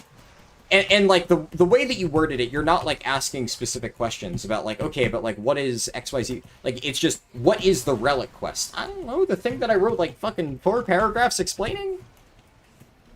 It kind of goes back to like the example I always love to use is like back when I was in, you know, high school, my teacher would always say like, hey, you know, if you want to come to extra hours and ask questions, like that's what it's there for. That's the point of extra hours. But if you show up to extra hours and you're like, you know, teach me calculus, instead of like teach me this specific thing, just teach me the entirety of calculus during extra hours the night before the test, they'll say no, right? So if you're like a specific question of, oh, like, so the Legends of the Harronier thing, is this like a once per week thing or like something, a targeted question, sure. But then if you're asking like, what, you know, what is this relic a quest? What is a relic? It's like, I don't know, man, like there's 4 paragraphs, if not more, in the add-on that do explain what the relic quest is. Like, I'm struggling to understand what part of that is unclear.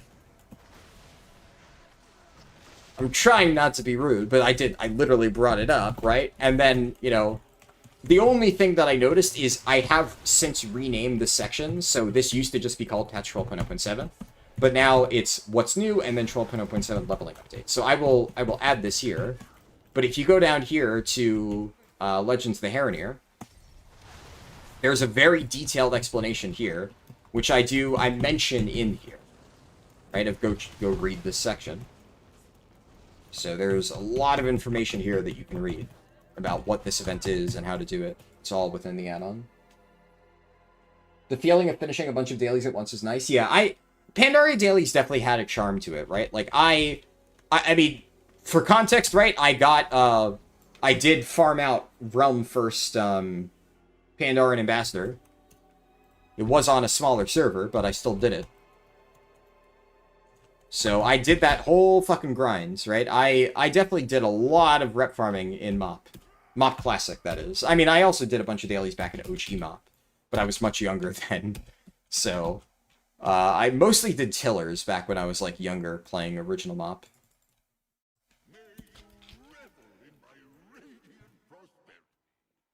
Alright, my monk has activated Dundon.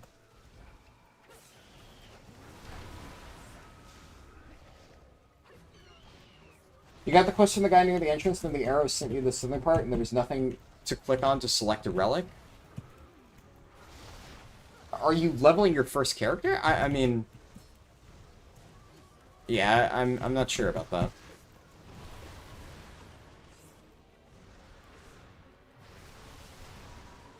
It's entirely possible, right, that you have encountered, like, a very niche bug, right?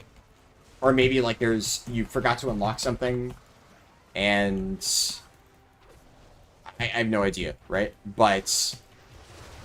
that's the kind of thing that I would need to, like, actually just see a screenshot to really be able to tell what is wrong. Like, why is it not working for you?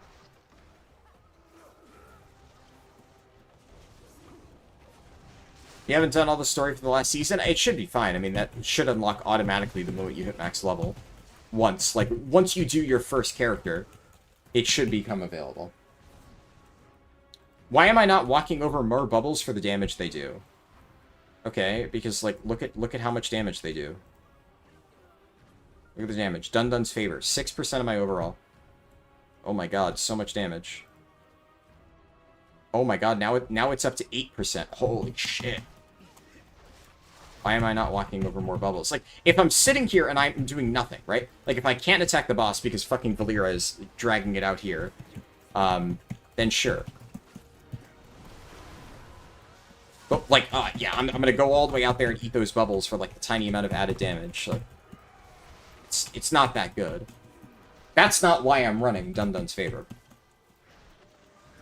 The reason you run Dundun's Favor is because you can immediately gobble up Curiosities, which increases your stats through this, and can give you Valera XP if you have not finished leveling Valera. But also, sometimes, it just kind of accidentally gives you damage, because an orb spawns directly on top of you, and then it's just free. Like, I'm not going to run out there. It is, unfortunately, really annoying how Valera happens to be tanking this. Yeah, definitely, I think from now on, tank Valera on bosses is really bad. Especially because stuff like this, it's kind of impossible to do anything with this. At least tank Valera in this scenario on bosses. Like, if you're playing a healer, it's probably still fine. But this kind of makes it not great.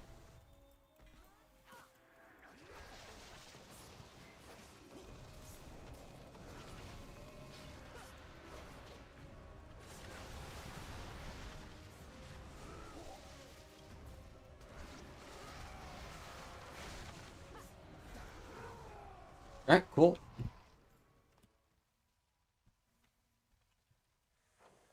Alright, let's get this opened up. Go.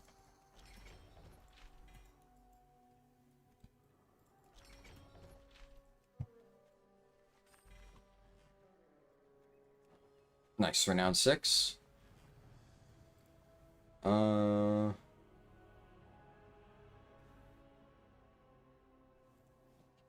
Sure, I guess.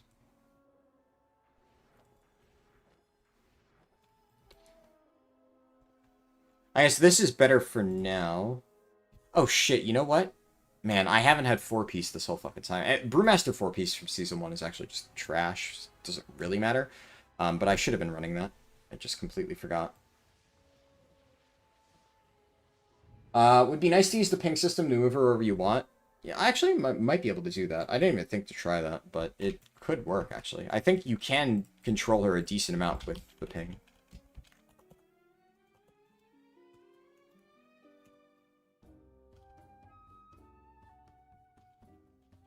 Okay, I'm opening up my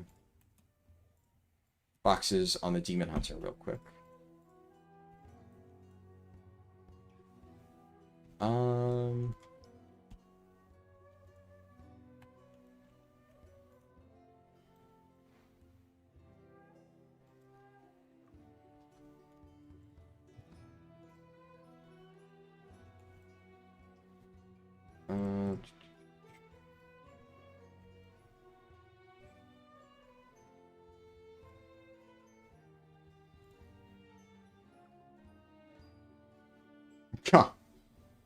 My Demon Hunter got Lost Idol of the Hashe as the Delver's bounty item. Thank God I do not care about this character at all.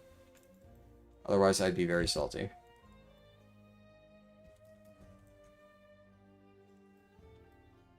Alright, I'm gonna Arcantina key, and then I'm gonna do Parhelion Plaza.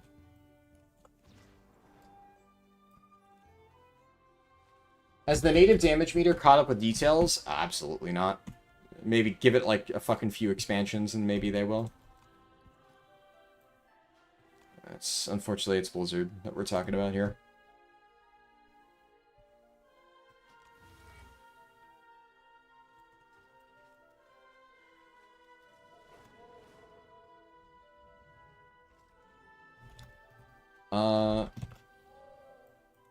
Head over on my Demon Hunter. You're checking it after the delve? Gotcha.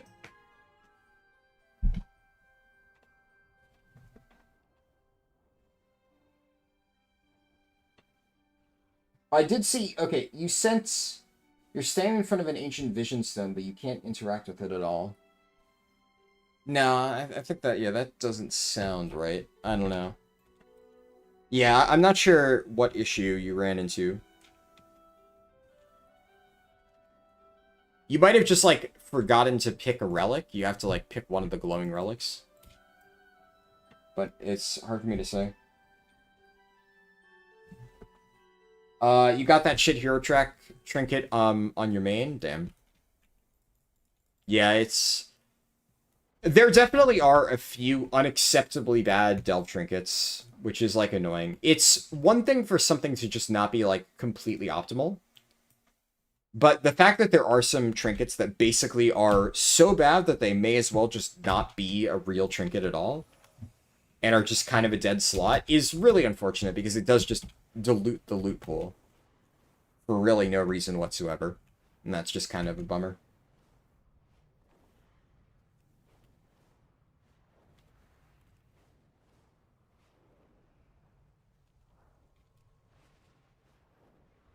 Alright.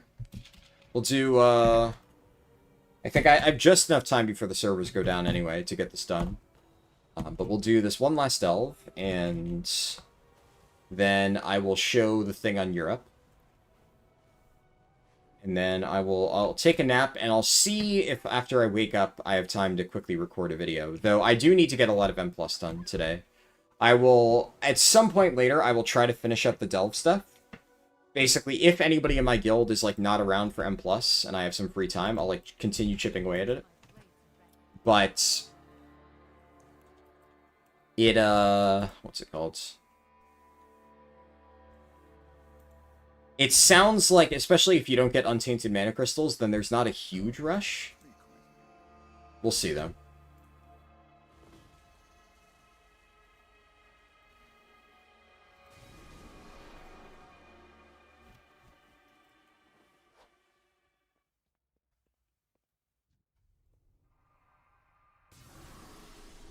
Move speed's such a joke. I mean, move speed can be nice. It's just when all you're getting is move speed, then yeah, it's rough. There's a lot of trinkets that have historically given you a lot of move speed, but then they're attached to, like, actually useful effects.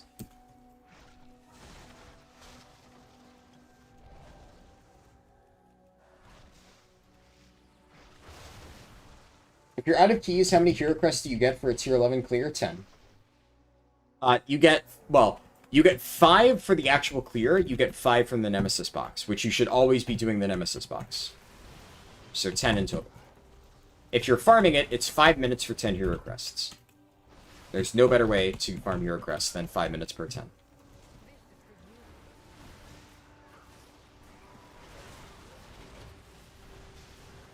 Do you need double journey track to get any more? To get keys? Or to get hero crests? To be clear, by the way, so if what we're talking about is... There is... Addon 4, there's this thing, Gilded Stash. This gives you hero and myth crests 4 times a week. However, you also get hero crests just as a drop from the end. Right, so I've... how many does my monk have? My monk has... 75 already that I've gotten that are capped. And I believe the other 20 are... I did my cracked keystone on this character, right, I remember that. Yeah, oh, so, fun story, for anybody who missed that bit of the stream. Shortly before one of our raids, one of our mages needed to get to 2k rating to get his catalyst charge before raid, because that way he'd be able to get 4-piece. And, you know, for split runs, having 4-piece would have helped him a lot. So he said that he needed just any score. There were a few dungeons that he didn't have, so he just needed a +2 just to get any amount of score so that he can hit 2k. He was, like, barely off, like, 1900 something. So he's like, oh, I'll just get +2 key and run it. So he gets his own +2 key. He doesn't even think to check, has this +2 rolled one of the dungeons that I don't have score for? So then we end up doing a +2 Altar of Fangs like 30 minutes before raid. Ended up, it was fast, right? But then at the end of the dungeon, he was like, oh wait, I already have score for Altar of Fangs. So it didn't end up mattering. He didn't get any fucking score for it. And he still didn't hit 2k before raid. And I went out of my way to fucking help him, because I'm like, alright, yeah, you know, sure. I have nothing else to do. I may as well. Which, I guess at the very least, I did my cracked keystone on my monk. That's why I figured if I'm gonna do a +2 key, I'm gonna bring, like, my fucking Brewmaster all to it. Because I definitely don't need a +2 on any of my mains. So, I got something out of it, I suppose.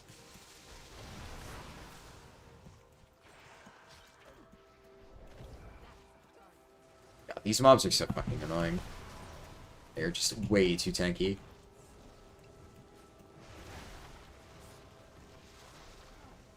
Riveting concept, these delves.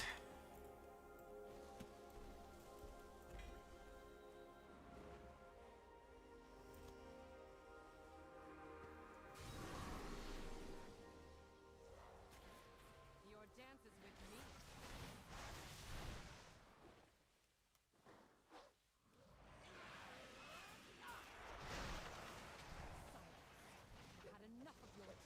You were actually stupid. You did take the quest inside the cave. It's at the exact spot the arrow points to. Didn't realize you have to check the house above the cave. Ah, yes. Yeah. That is unfortunately one of those things where I can understand how that's confusing. The problem is there's no way to do Z coordinates in World of Warcraft. I can't. So I do believe I say in the note, at least I should, I do say it's in the house up. So if I check follow the arrow, and I check Alt 80 to 90, this section, go here, reset optional steps, fly downstairs, speak with the innkeeper, and set your Hearthstone. Fly upstairs. Okay, yeah, so I do say fly upstairs. Like, I guess I can make that a little bit more clear, but I will say I did kind of assume, right? Like, you go somewhere, there's nothing there, and then, you know, double check, like, did I get this right? Oh, it says fly upstairs. But, like, I mean, there you go. You got it in the end, so it did kind of work out.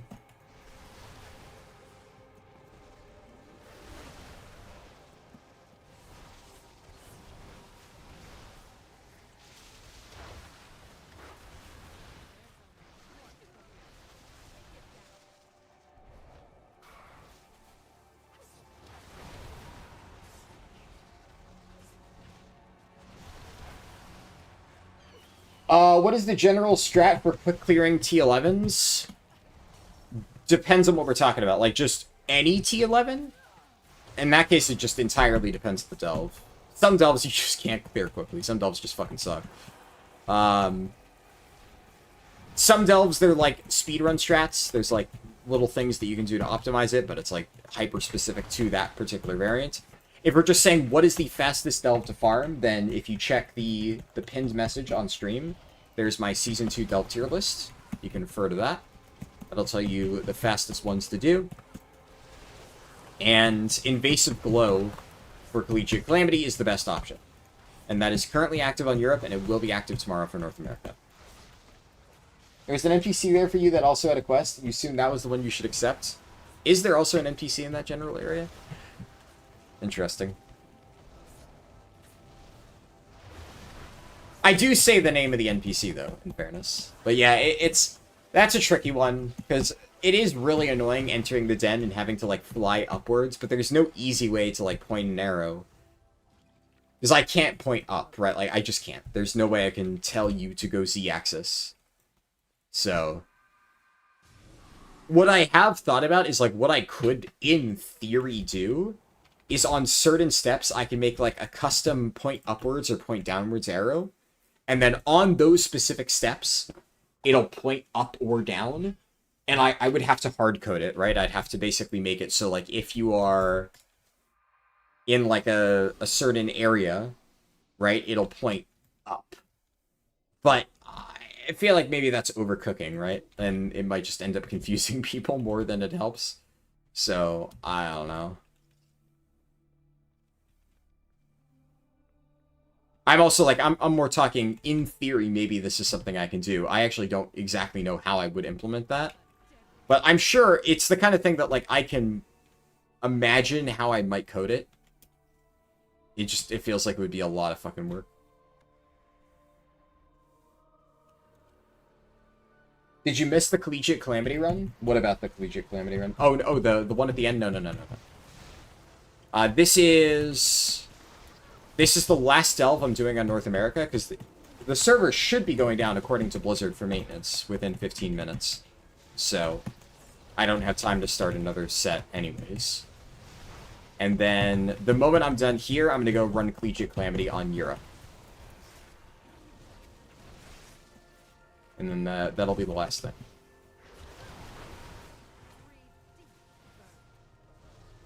With a level 80 Valera, make her tanker DPS. If you're geared and you feel confident in your ability to quickly clear, DPS Valera is faster. You can see here I'm running Tank Valera, and I will say it has surprised me. Tank Valera is definitely better this season, just across the board, than she was before. But I'd be lying if I said that one of the reasons I'm running Tank Valera is just because, main reason I'm doing it is just it's easier. It's a lot more brain off. And also, like, my Brewmaster, I'm reasonably confident that if I was trying to speedrun, I could run her as DPS, and then I could kite and keep myself alive. But it's just so much less work to just not do that.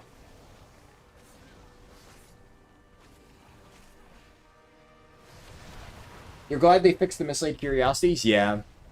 I'll be honest, I'm pretty sure what actually happened is I actually do think we got a fun detected nerf. And I think they saw the massive backlash to it and just changed it. And figured, it's not fucking worth it. It was a very dumb change, too. The nerf did nothing, by the way. Invasive Glow is actually a better way to farm Valera XP. So, the nerf really actually didn't help at all. But I'm glad they changed it. Haven't they been doing too much maintenance lately? I don't know, man. I mean, I don't think they've been doing enough maintenance lately.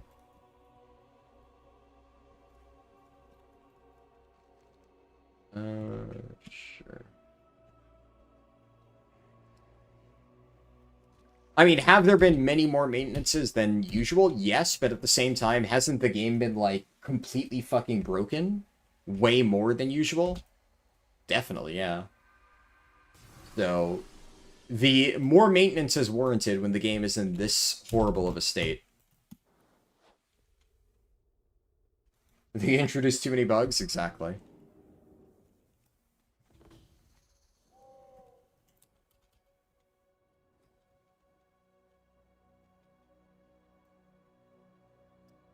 Let's see.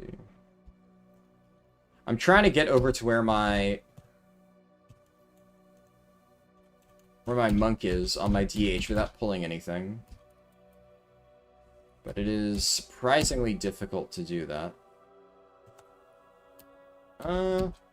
Okay, never mind. DH parkour OP.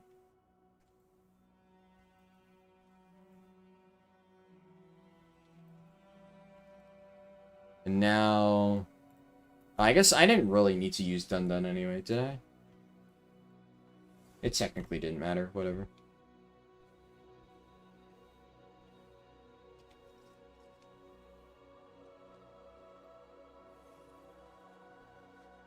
Just drop my DH off here. There we go.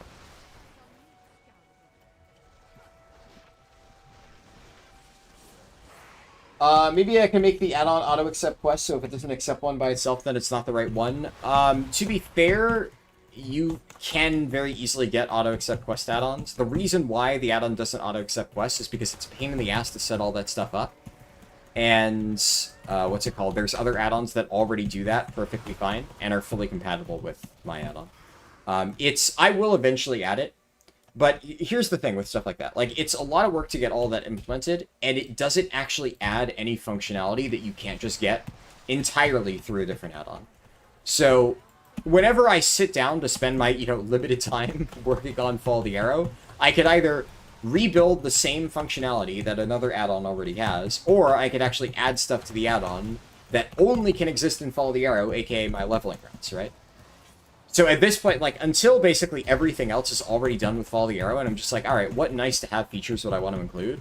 Then I will worry about, like, making built-in auto-accept functionality. But right now, it's like, anybody can just download Leatrix Plus, download Quick Quest, and it's the same thing. And to be fair, right, like, if I were to add in auto-accept, you can bet your ass I'm going to do the bare minimum auto-accept of it just accepts every quest that you try to pick up. There's zero fucking chance that I am coding in custom whitelist quest IDs for every single quest in the entire route, so that if you try to pick up a quest that isn't on the route, it doesn't show up. Like, that is insane. I'm not doing that. The only time I might ever do that is on very specific NPCs, where if there's, like, one particular quest that you need to do, and you need to ignore other ones, especially for, like, multiple turn-in quests. And this is hyper niche. There's, like, maybe a handful of NPCs I can even think of where this would apply. And notably, by the way, Quick Quest does that. Quick Quest allows you to do that. But in those particular cases, I could set up a very specific interaction for exactly the thing that is needed by this one particular quest. But that would only have to be in cases where, if I did not make it explicitly clear, it would either require me to type out a lengthy paragraph, or it would require, the user to just pick up literally everything and then drop quests later. But, yeah, it would not be... It would not be like a whitelist system like that. That's... very, very... I mean, I don't know if I would say complicated. That's just a lot of work for effectively, like, extremely minimal gain. And you could honestly argue that in many cases, people wouldn't even want it to do that. So then, I would probably have to make that a setting, right? So that would be an off-by-default optional setting. And, yeah, it's not worthwhile. So realistically, it wouldn't do what I think you're looking for.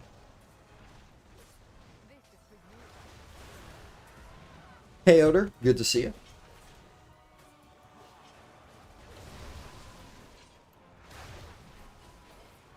I am curious, because it says... Oh, no, apparently they already posted the Tuesday maintenance. Alright, so I'm wrong. I'm wrong. Apparently the maintenance they posted is for Tuesday. I don't know why they're already announcing Tuesday maintenance, as if it's something special, but apparently I can't read. So I guess there's not going to be maintenance. Whatever.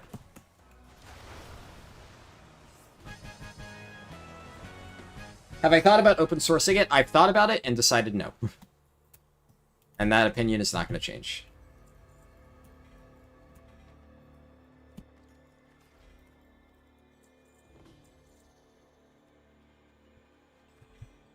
Yeah, and I should note, it's not necessarily that it's too much hassle. I refuse to make it open source. It will not be open source. And that is like, a bunch of people have asked me. I understand why, like, some people are like, oh, you know, I think it would be nice. It's not going to happen. And I appreciate that some people want to help, and I might in a limited capacity accept volunteer help at some point for like the next expansion launch. In the meantime, I am going to be the only one working on it. And if I need help for it, I will say so at some point.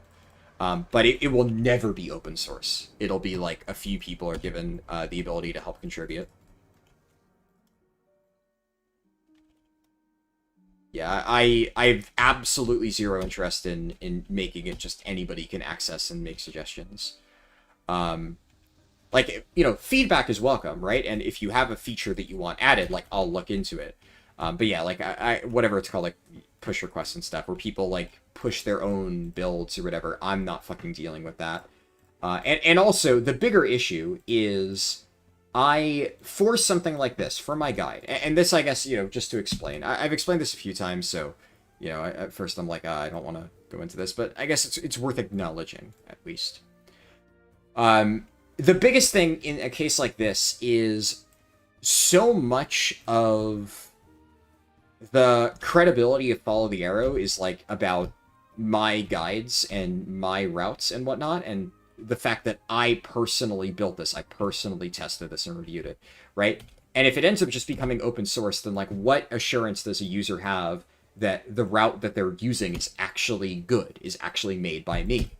And the answer is they don't necessarily have any assurance like that. So I never will allow it to be open source.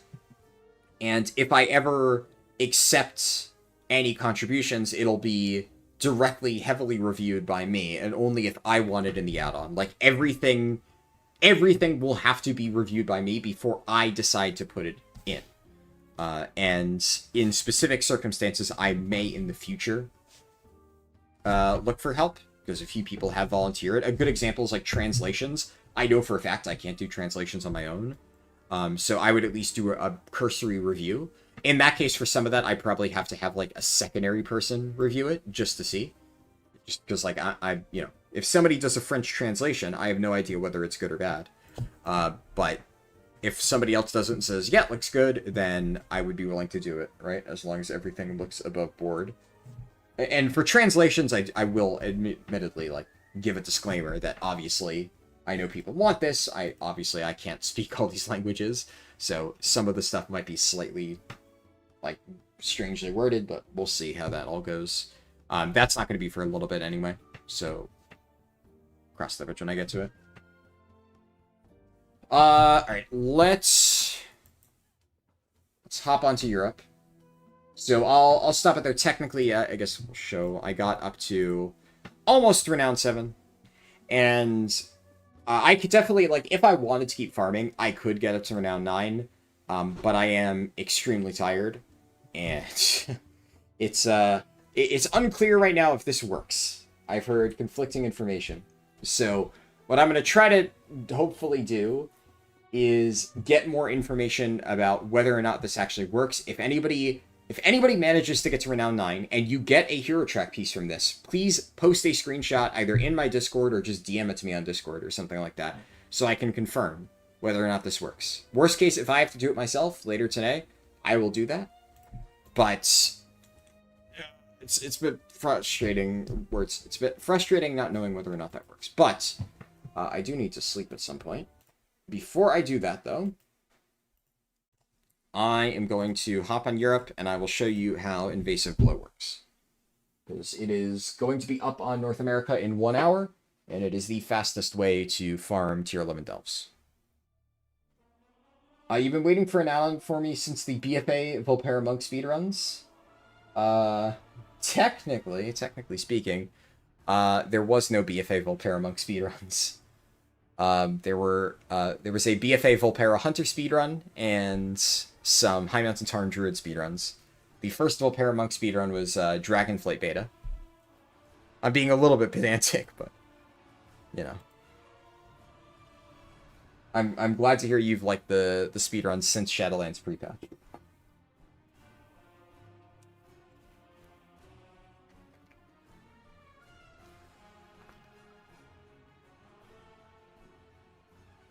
Finally on the same time zone, and you can watch streams on normal people time. Nice. Unfortunately, my time is never normal people time. All right, let me just take our Cantina key. It is unfortunate that there's like 0 chance I'm gonna have time to farm all this on Europe. I've been debating what I actually want to do with Europe this week because my time is just extremely limited. We'll see.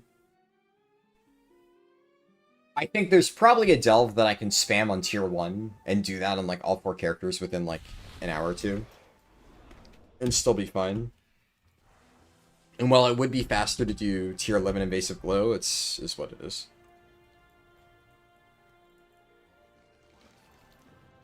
Bolts Hotel attack. Just grabbing this while I'm here so I don't forget. Okay, so what the heck? Oh, fucking booster. Why, like, I don't even have shit on this account. Like, why am I getting recruited by European boosting community on a fucking fresh account that has no mythic prog? Alright. So, obviously, this is... Oh, this is actually... It's bountiful, right? I should probably run it on bountiful. I'll at least I'll farm a single restored coffer key, which I'll just do Legends of the Harroneer and kill like a rare mob or something. Get at least 1 key. That done. Some meddles and miscreants have spread acorns around the cradle. Clean them up, won't you?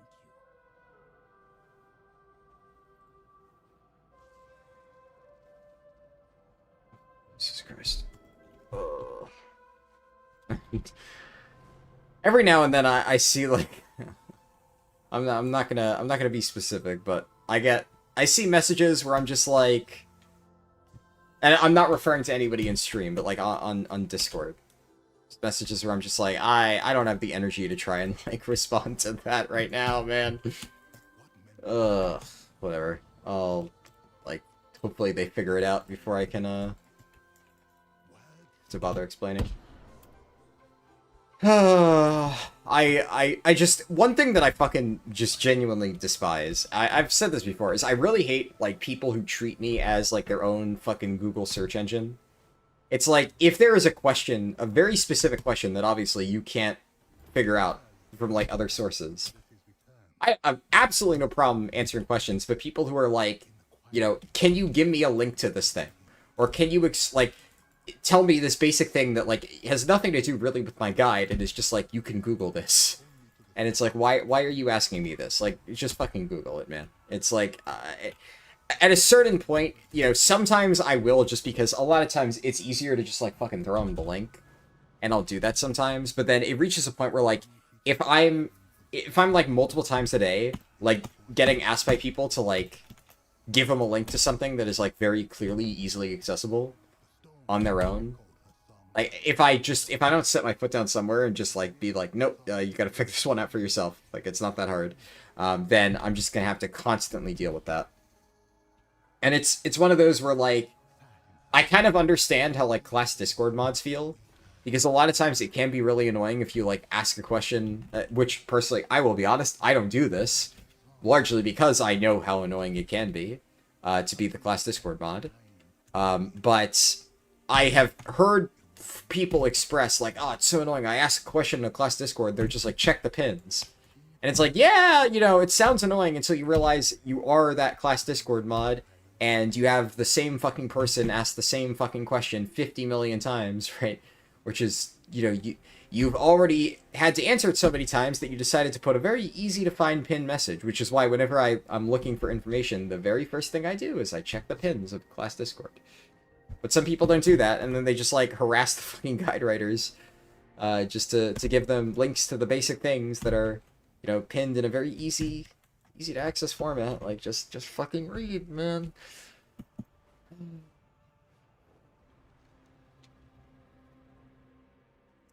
I'm out of vigor. Fortunately. There's a Shadowlands speedrun December 2020. You still have that full pair with war mode on that you leveled using one of my guides that I haven't played since. Nice. And yeah, my... what's it called? That is around when I started my speedruns. Technically, I believe my Volpera Hunter speedrun was in October of 2020. But I can't remember how many copy pieces I got for this.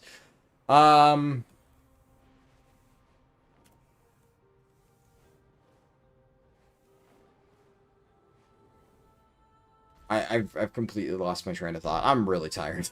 Man, I can't focus. Yeah, cool. I got renown 20 on Europe. I'll hold on to this. That's technically an upgrade. You like the subtle buff tracking? Oh, what, my bone shield tracker? I mean, hey, it's effective. Is that... Okay, I need one more rare mob, and then I can fucking do this.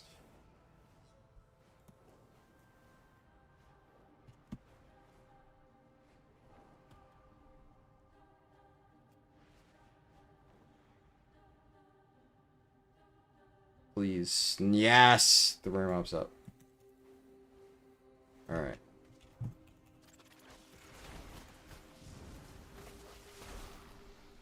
I'm so glad they murdered Deathbringer. Thank you, Blizzard. Deathbringer really needed that. Now, okay, I will say this is actually bugged. Yeah, I wasn't even paying attention. I didn't realize that was... unfortunately, Blizzard, in their infinite wisdom, decided that they're just gonna fucking reset every single fucking player's CDM every fucking patch, because... why? So, I'm gonna have to go fucking fix that, I guess. Thank you, Blizzard. Thank you, guys are very cool. Thank you.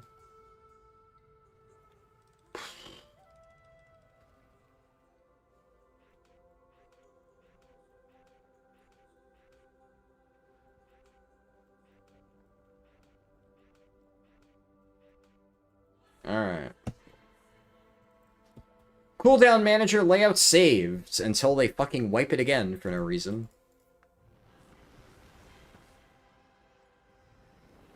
I just got in the world record. Yeah, I mean, technically, back then I traded it back and forth with another guy for a while, so... Technically, I had gotten the world record back and forth, like, multiple times around that period of time.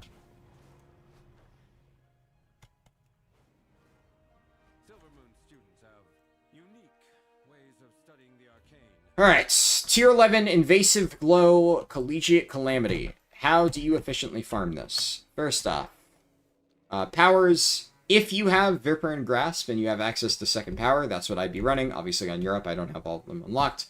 So I'm running Ophidian Maw instead, which is the best one. Always eat your Valeera food buff. So I'm just going to get that. Can't hurt. And then I am going to run Healer Valeera. Let's just run Damage Valeera. Fuck it, why not? I'm going to run Corrosive Bile Spear and Dundon's Favor. Then, this, grab the grenade. Now, everybody I think is familiar with this part, right? You do this. Another thing that's nice about this is there's actually pretty good curio density. So even if you're just farming Valeera XP, the mobs give decent XP, but there's also a lot of easy to access curios. So it's still good if you're just doing the run-through. Kind of like the Ring of Glory and Grudge Pit strat. But then instead of just repeating, you get a lot of curios, and then you get credit for the Delve. Now, in terms of specifically just raw XP per hour, I'll be honest, I haven't calculated it. I don't know which one is technically ahead. But the point is that this is either way very close. And it is also really good for just farming hero crests and Delver's Journey progress.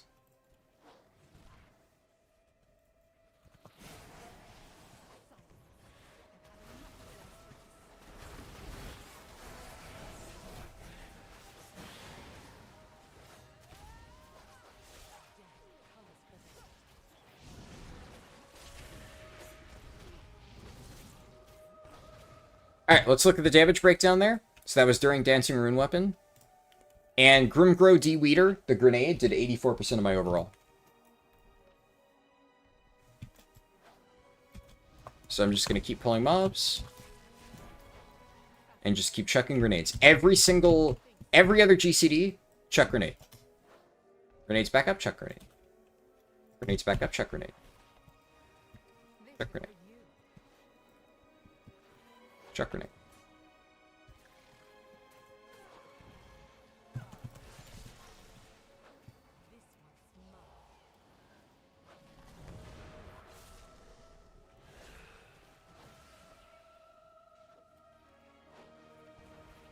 Now, the main thing I need to be looking out here for is you want to kill the Nemesis packs.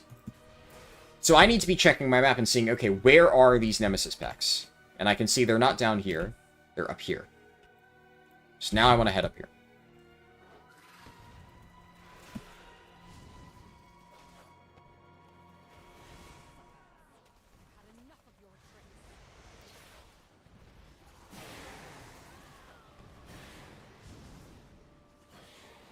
Holy shit.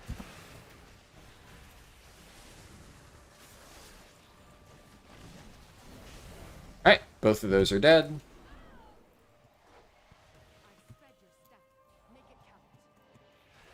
Now, here's the thing, by the way. A lot of times you're going to want to run Healer Valeera, because notice how Valeera's damage here really does not matter all that much. She's not contributing a relevant amount of damage compared to what the grenade is doing. So, in this case, because I'm able to just survive, because, like, fucking Blood DK is disgusting, right? I'm running Damage Valeera because every little bit counts at this point. But if you need to run Healer Valeera or Tank Valeera in order to be able to survive this, then do that, right? Like, that's more important. Being able to actually just do big pulls, and then the more mobs you're able to pull, right? Like, we have 3 Stump Spreaders and a Nemesis pack all grouped up. All of them are getting cleaved by this grenade. Everything's getting shredded all at once, including the boss.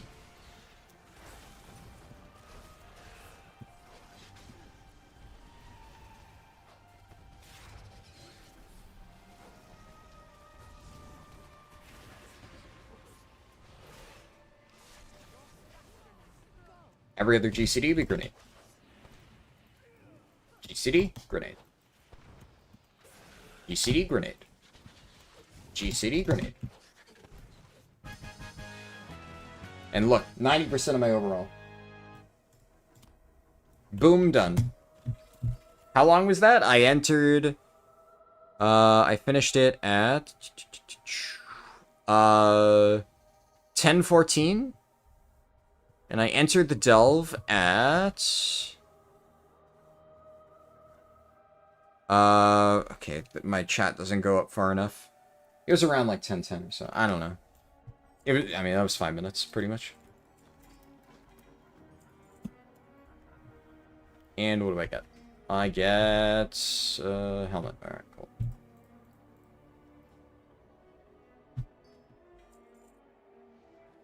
And yeah, I mean, hopefully it's pretty straightforward how that works, though. The poison from the snakes is rough. Yeah, I mean, it can hurt quite a bit. Which is why, generally speaking, I would say Healer Valeera is what I run on a lot of my alts. Obviously, you know, my Blood DK is reasonably geared for last season. I haven't obviously played it much this season, but it has okay gear. So, it's, you know, able to live somewhat effectively. But if you are struggling, if you're not playing a tank, you usually want to run DPS Valeera. Now, specifically for this, in this delve, tanks are by far the best option. just because while standard T11 delves running a healer and having Valeera kill everything is best, in this case, because you're not relying on Valeera, and Valeera is just a way to allow you to do the grenade, being a tank and being able to just run around unhindered is a lot stronger. So I generally do this on my tanks whenever possible, but you can technically do this on any character. You might need to pull a little bit smaller, but then like, oh no, it takes like 6 minutes, 7 minutes to do. That's still incredibly efficient. You're still getting a lot out of that.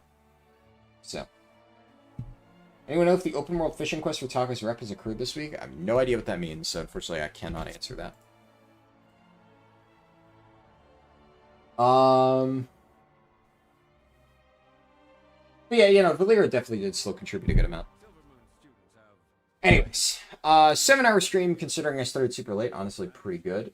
I will be streaming again later today. So, yeah, I guess it's already later today. And mostly that's probably going to be M+.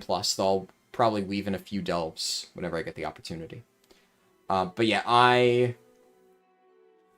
curious, actually. Is anybody in my guild? Okay, Baze is awake. Baze is already up.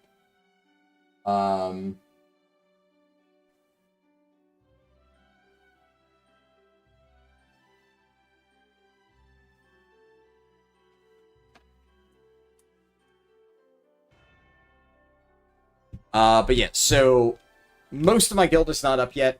Now, I am tired, but what I'm probably going to try and do is just take like a 2 to 3 hour nap, because what I'm hoping is I can take a nap, I can get a video about Invasive Glow out to explain how it works, and then, what's it called? I'll throw that up in the second channel. I don't know, I'm a little bit, like, worried that I might get it nerfed, but I do think it is worth acknowledging, and worst case scenario, if Blizzard nerfs it after this week, this is like the most important time for people to farm it, so I'd rather people be able to take advantage of it while they can. But unfortunately, Blizzard just has a habit of just trying to nerf whatever it is that the community finds that's fun, as we know. So you find an efficient delve to run, even though it's technically been untouched in the game for months, they'll just be like, oh, well, now that it's more widespread, I guess we'll just fucking gun it down. So, I don't know, but I'd rather not just, like, keep that to myself, so, yeah. But either way, I will stop there. I'll be streaming more M+, later today, maybe some more delves, and then tomorrow, on Sunday, my guild is going to be going back into the raid to finish up our Coiled Altar splits, and then to finally take down Ulatek. And then I believe on Monday the plan is to do Mythic splits, maybe. So that should be interesting. I don't know if we're going to be able to do that, but either way, we're almost certainly going to kill the first 2 Mythic bosses this week. It's just a question of, can we split them? I think we can, but TBD. But anyways, that's it for me. Again, thanks Tidrak, Excalibur, thanks to the stream. Get some well-deserved rest. Appreciate it. Thank you, everybody. We'll see you later.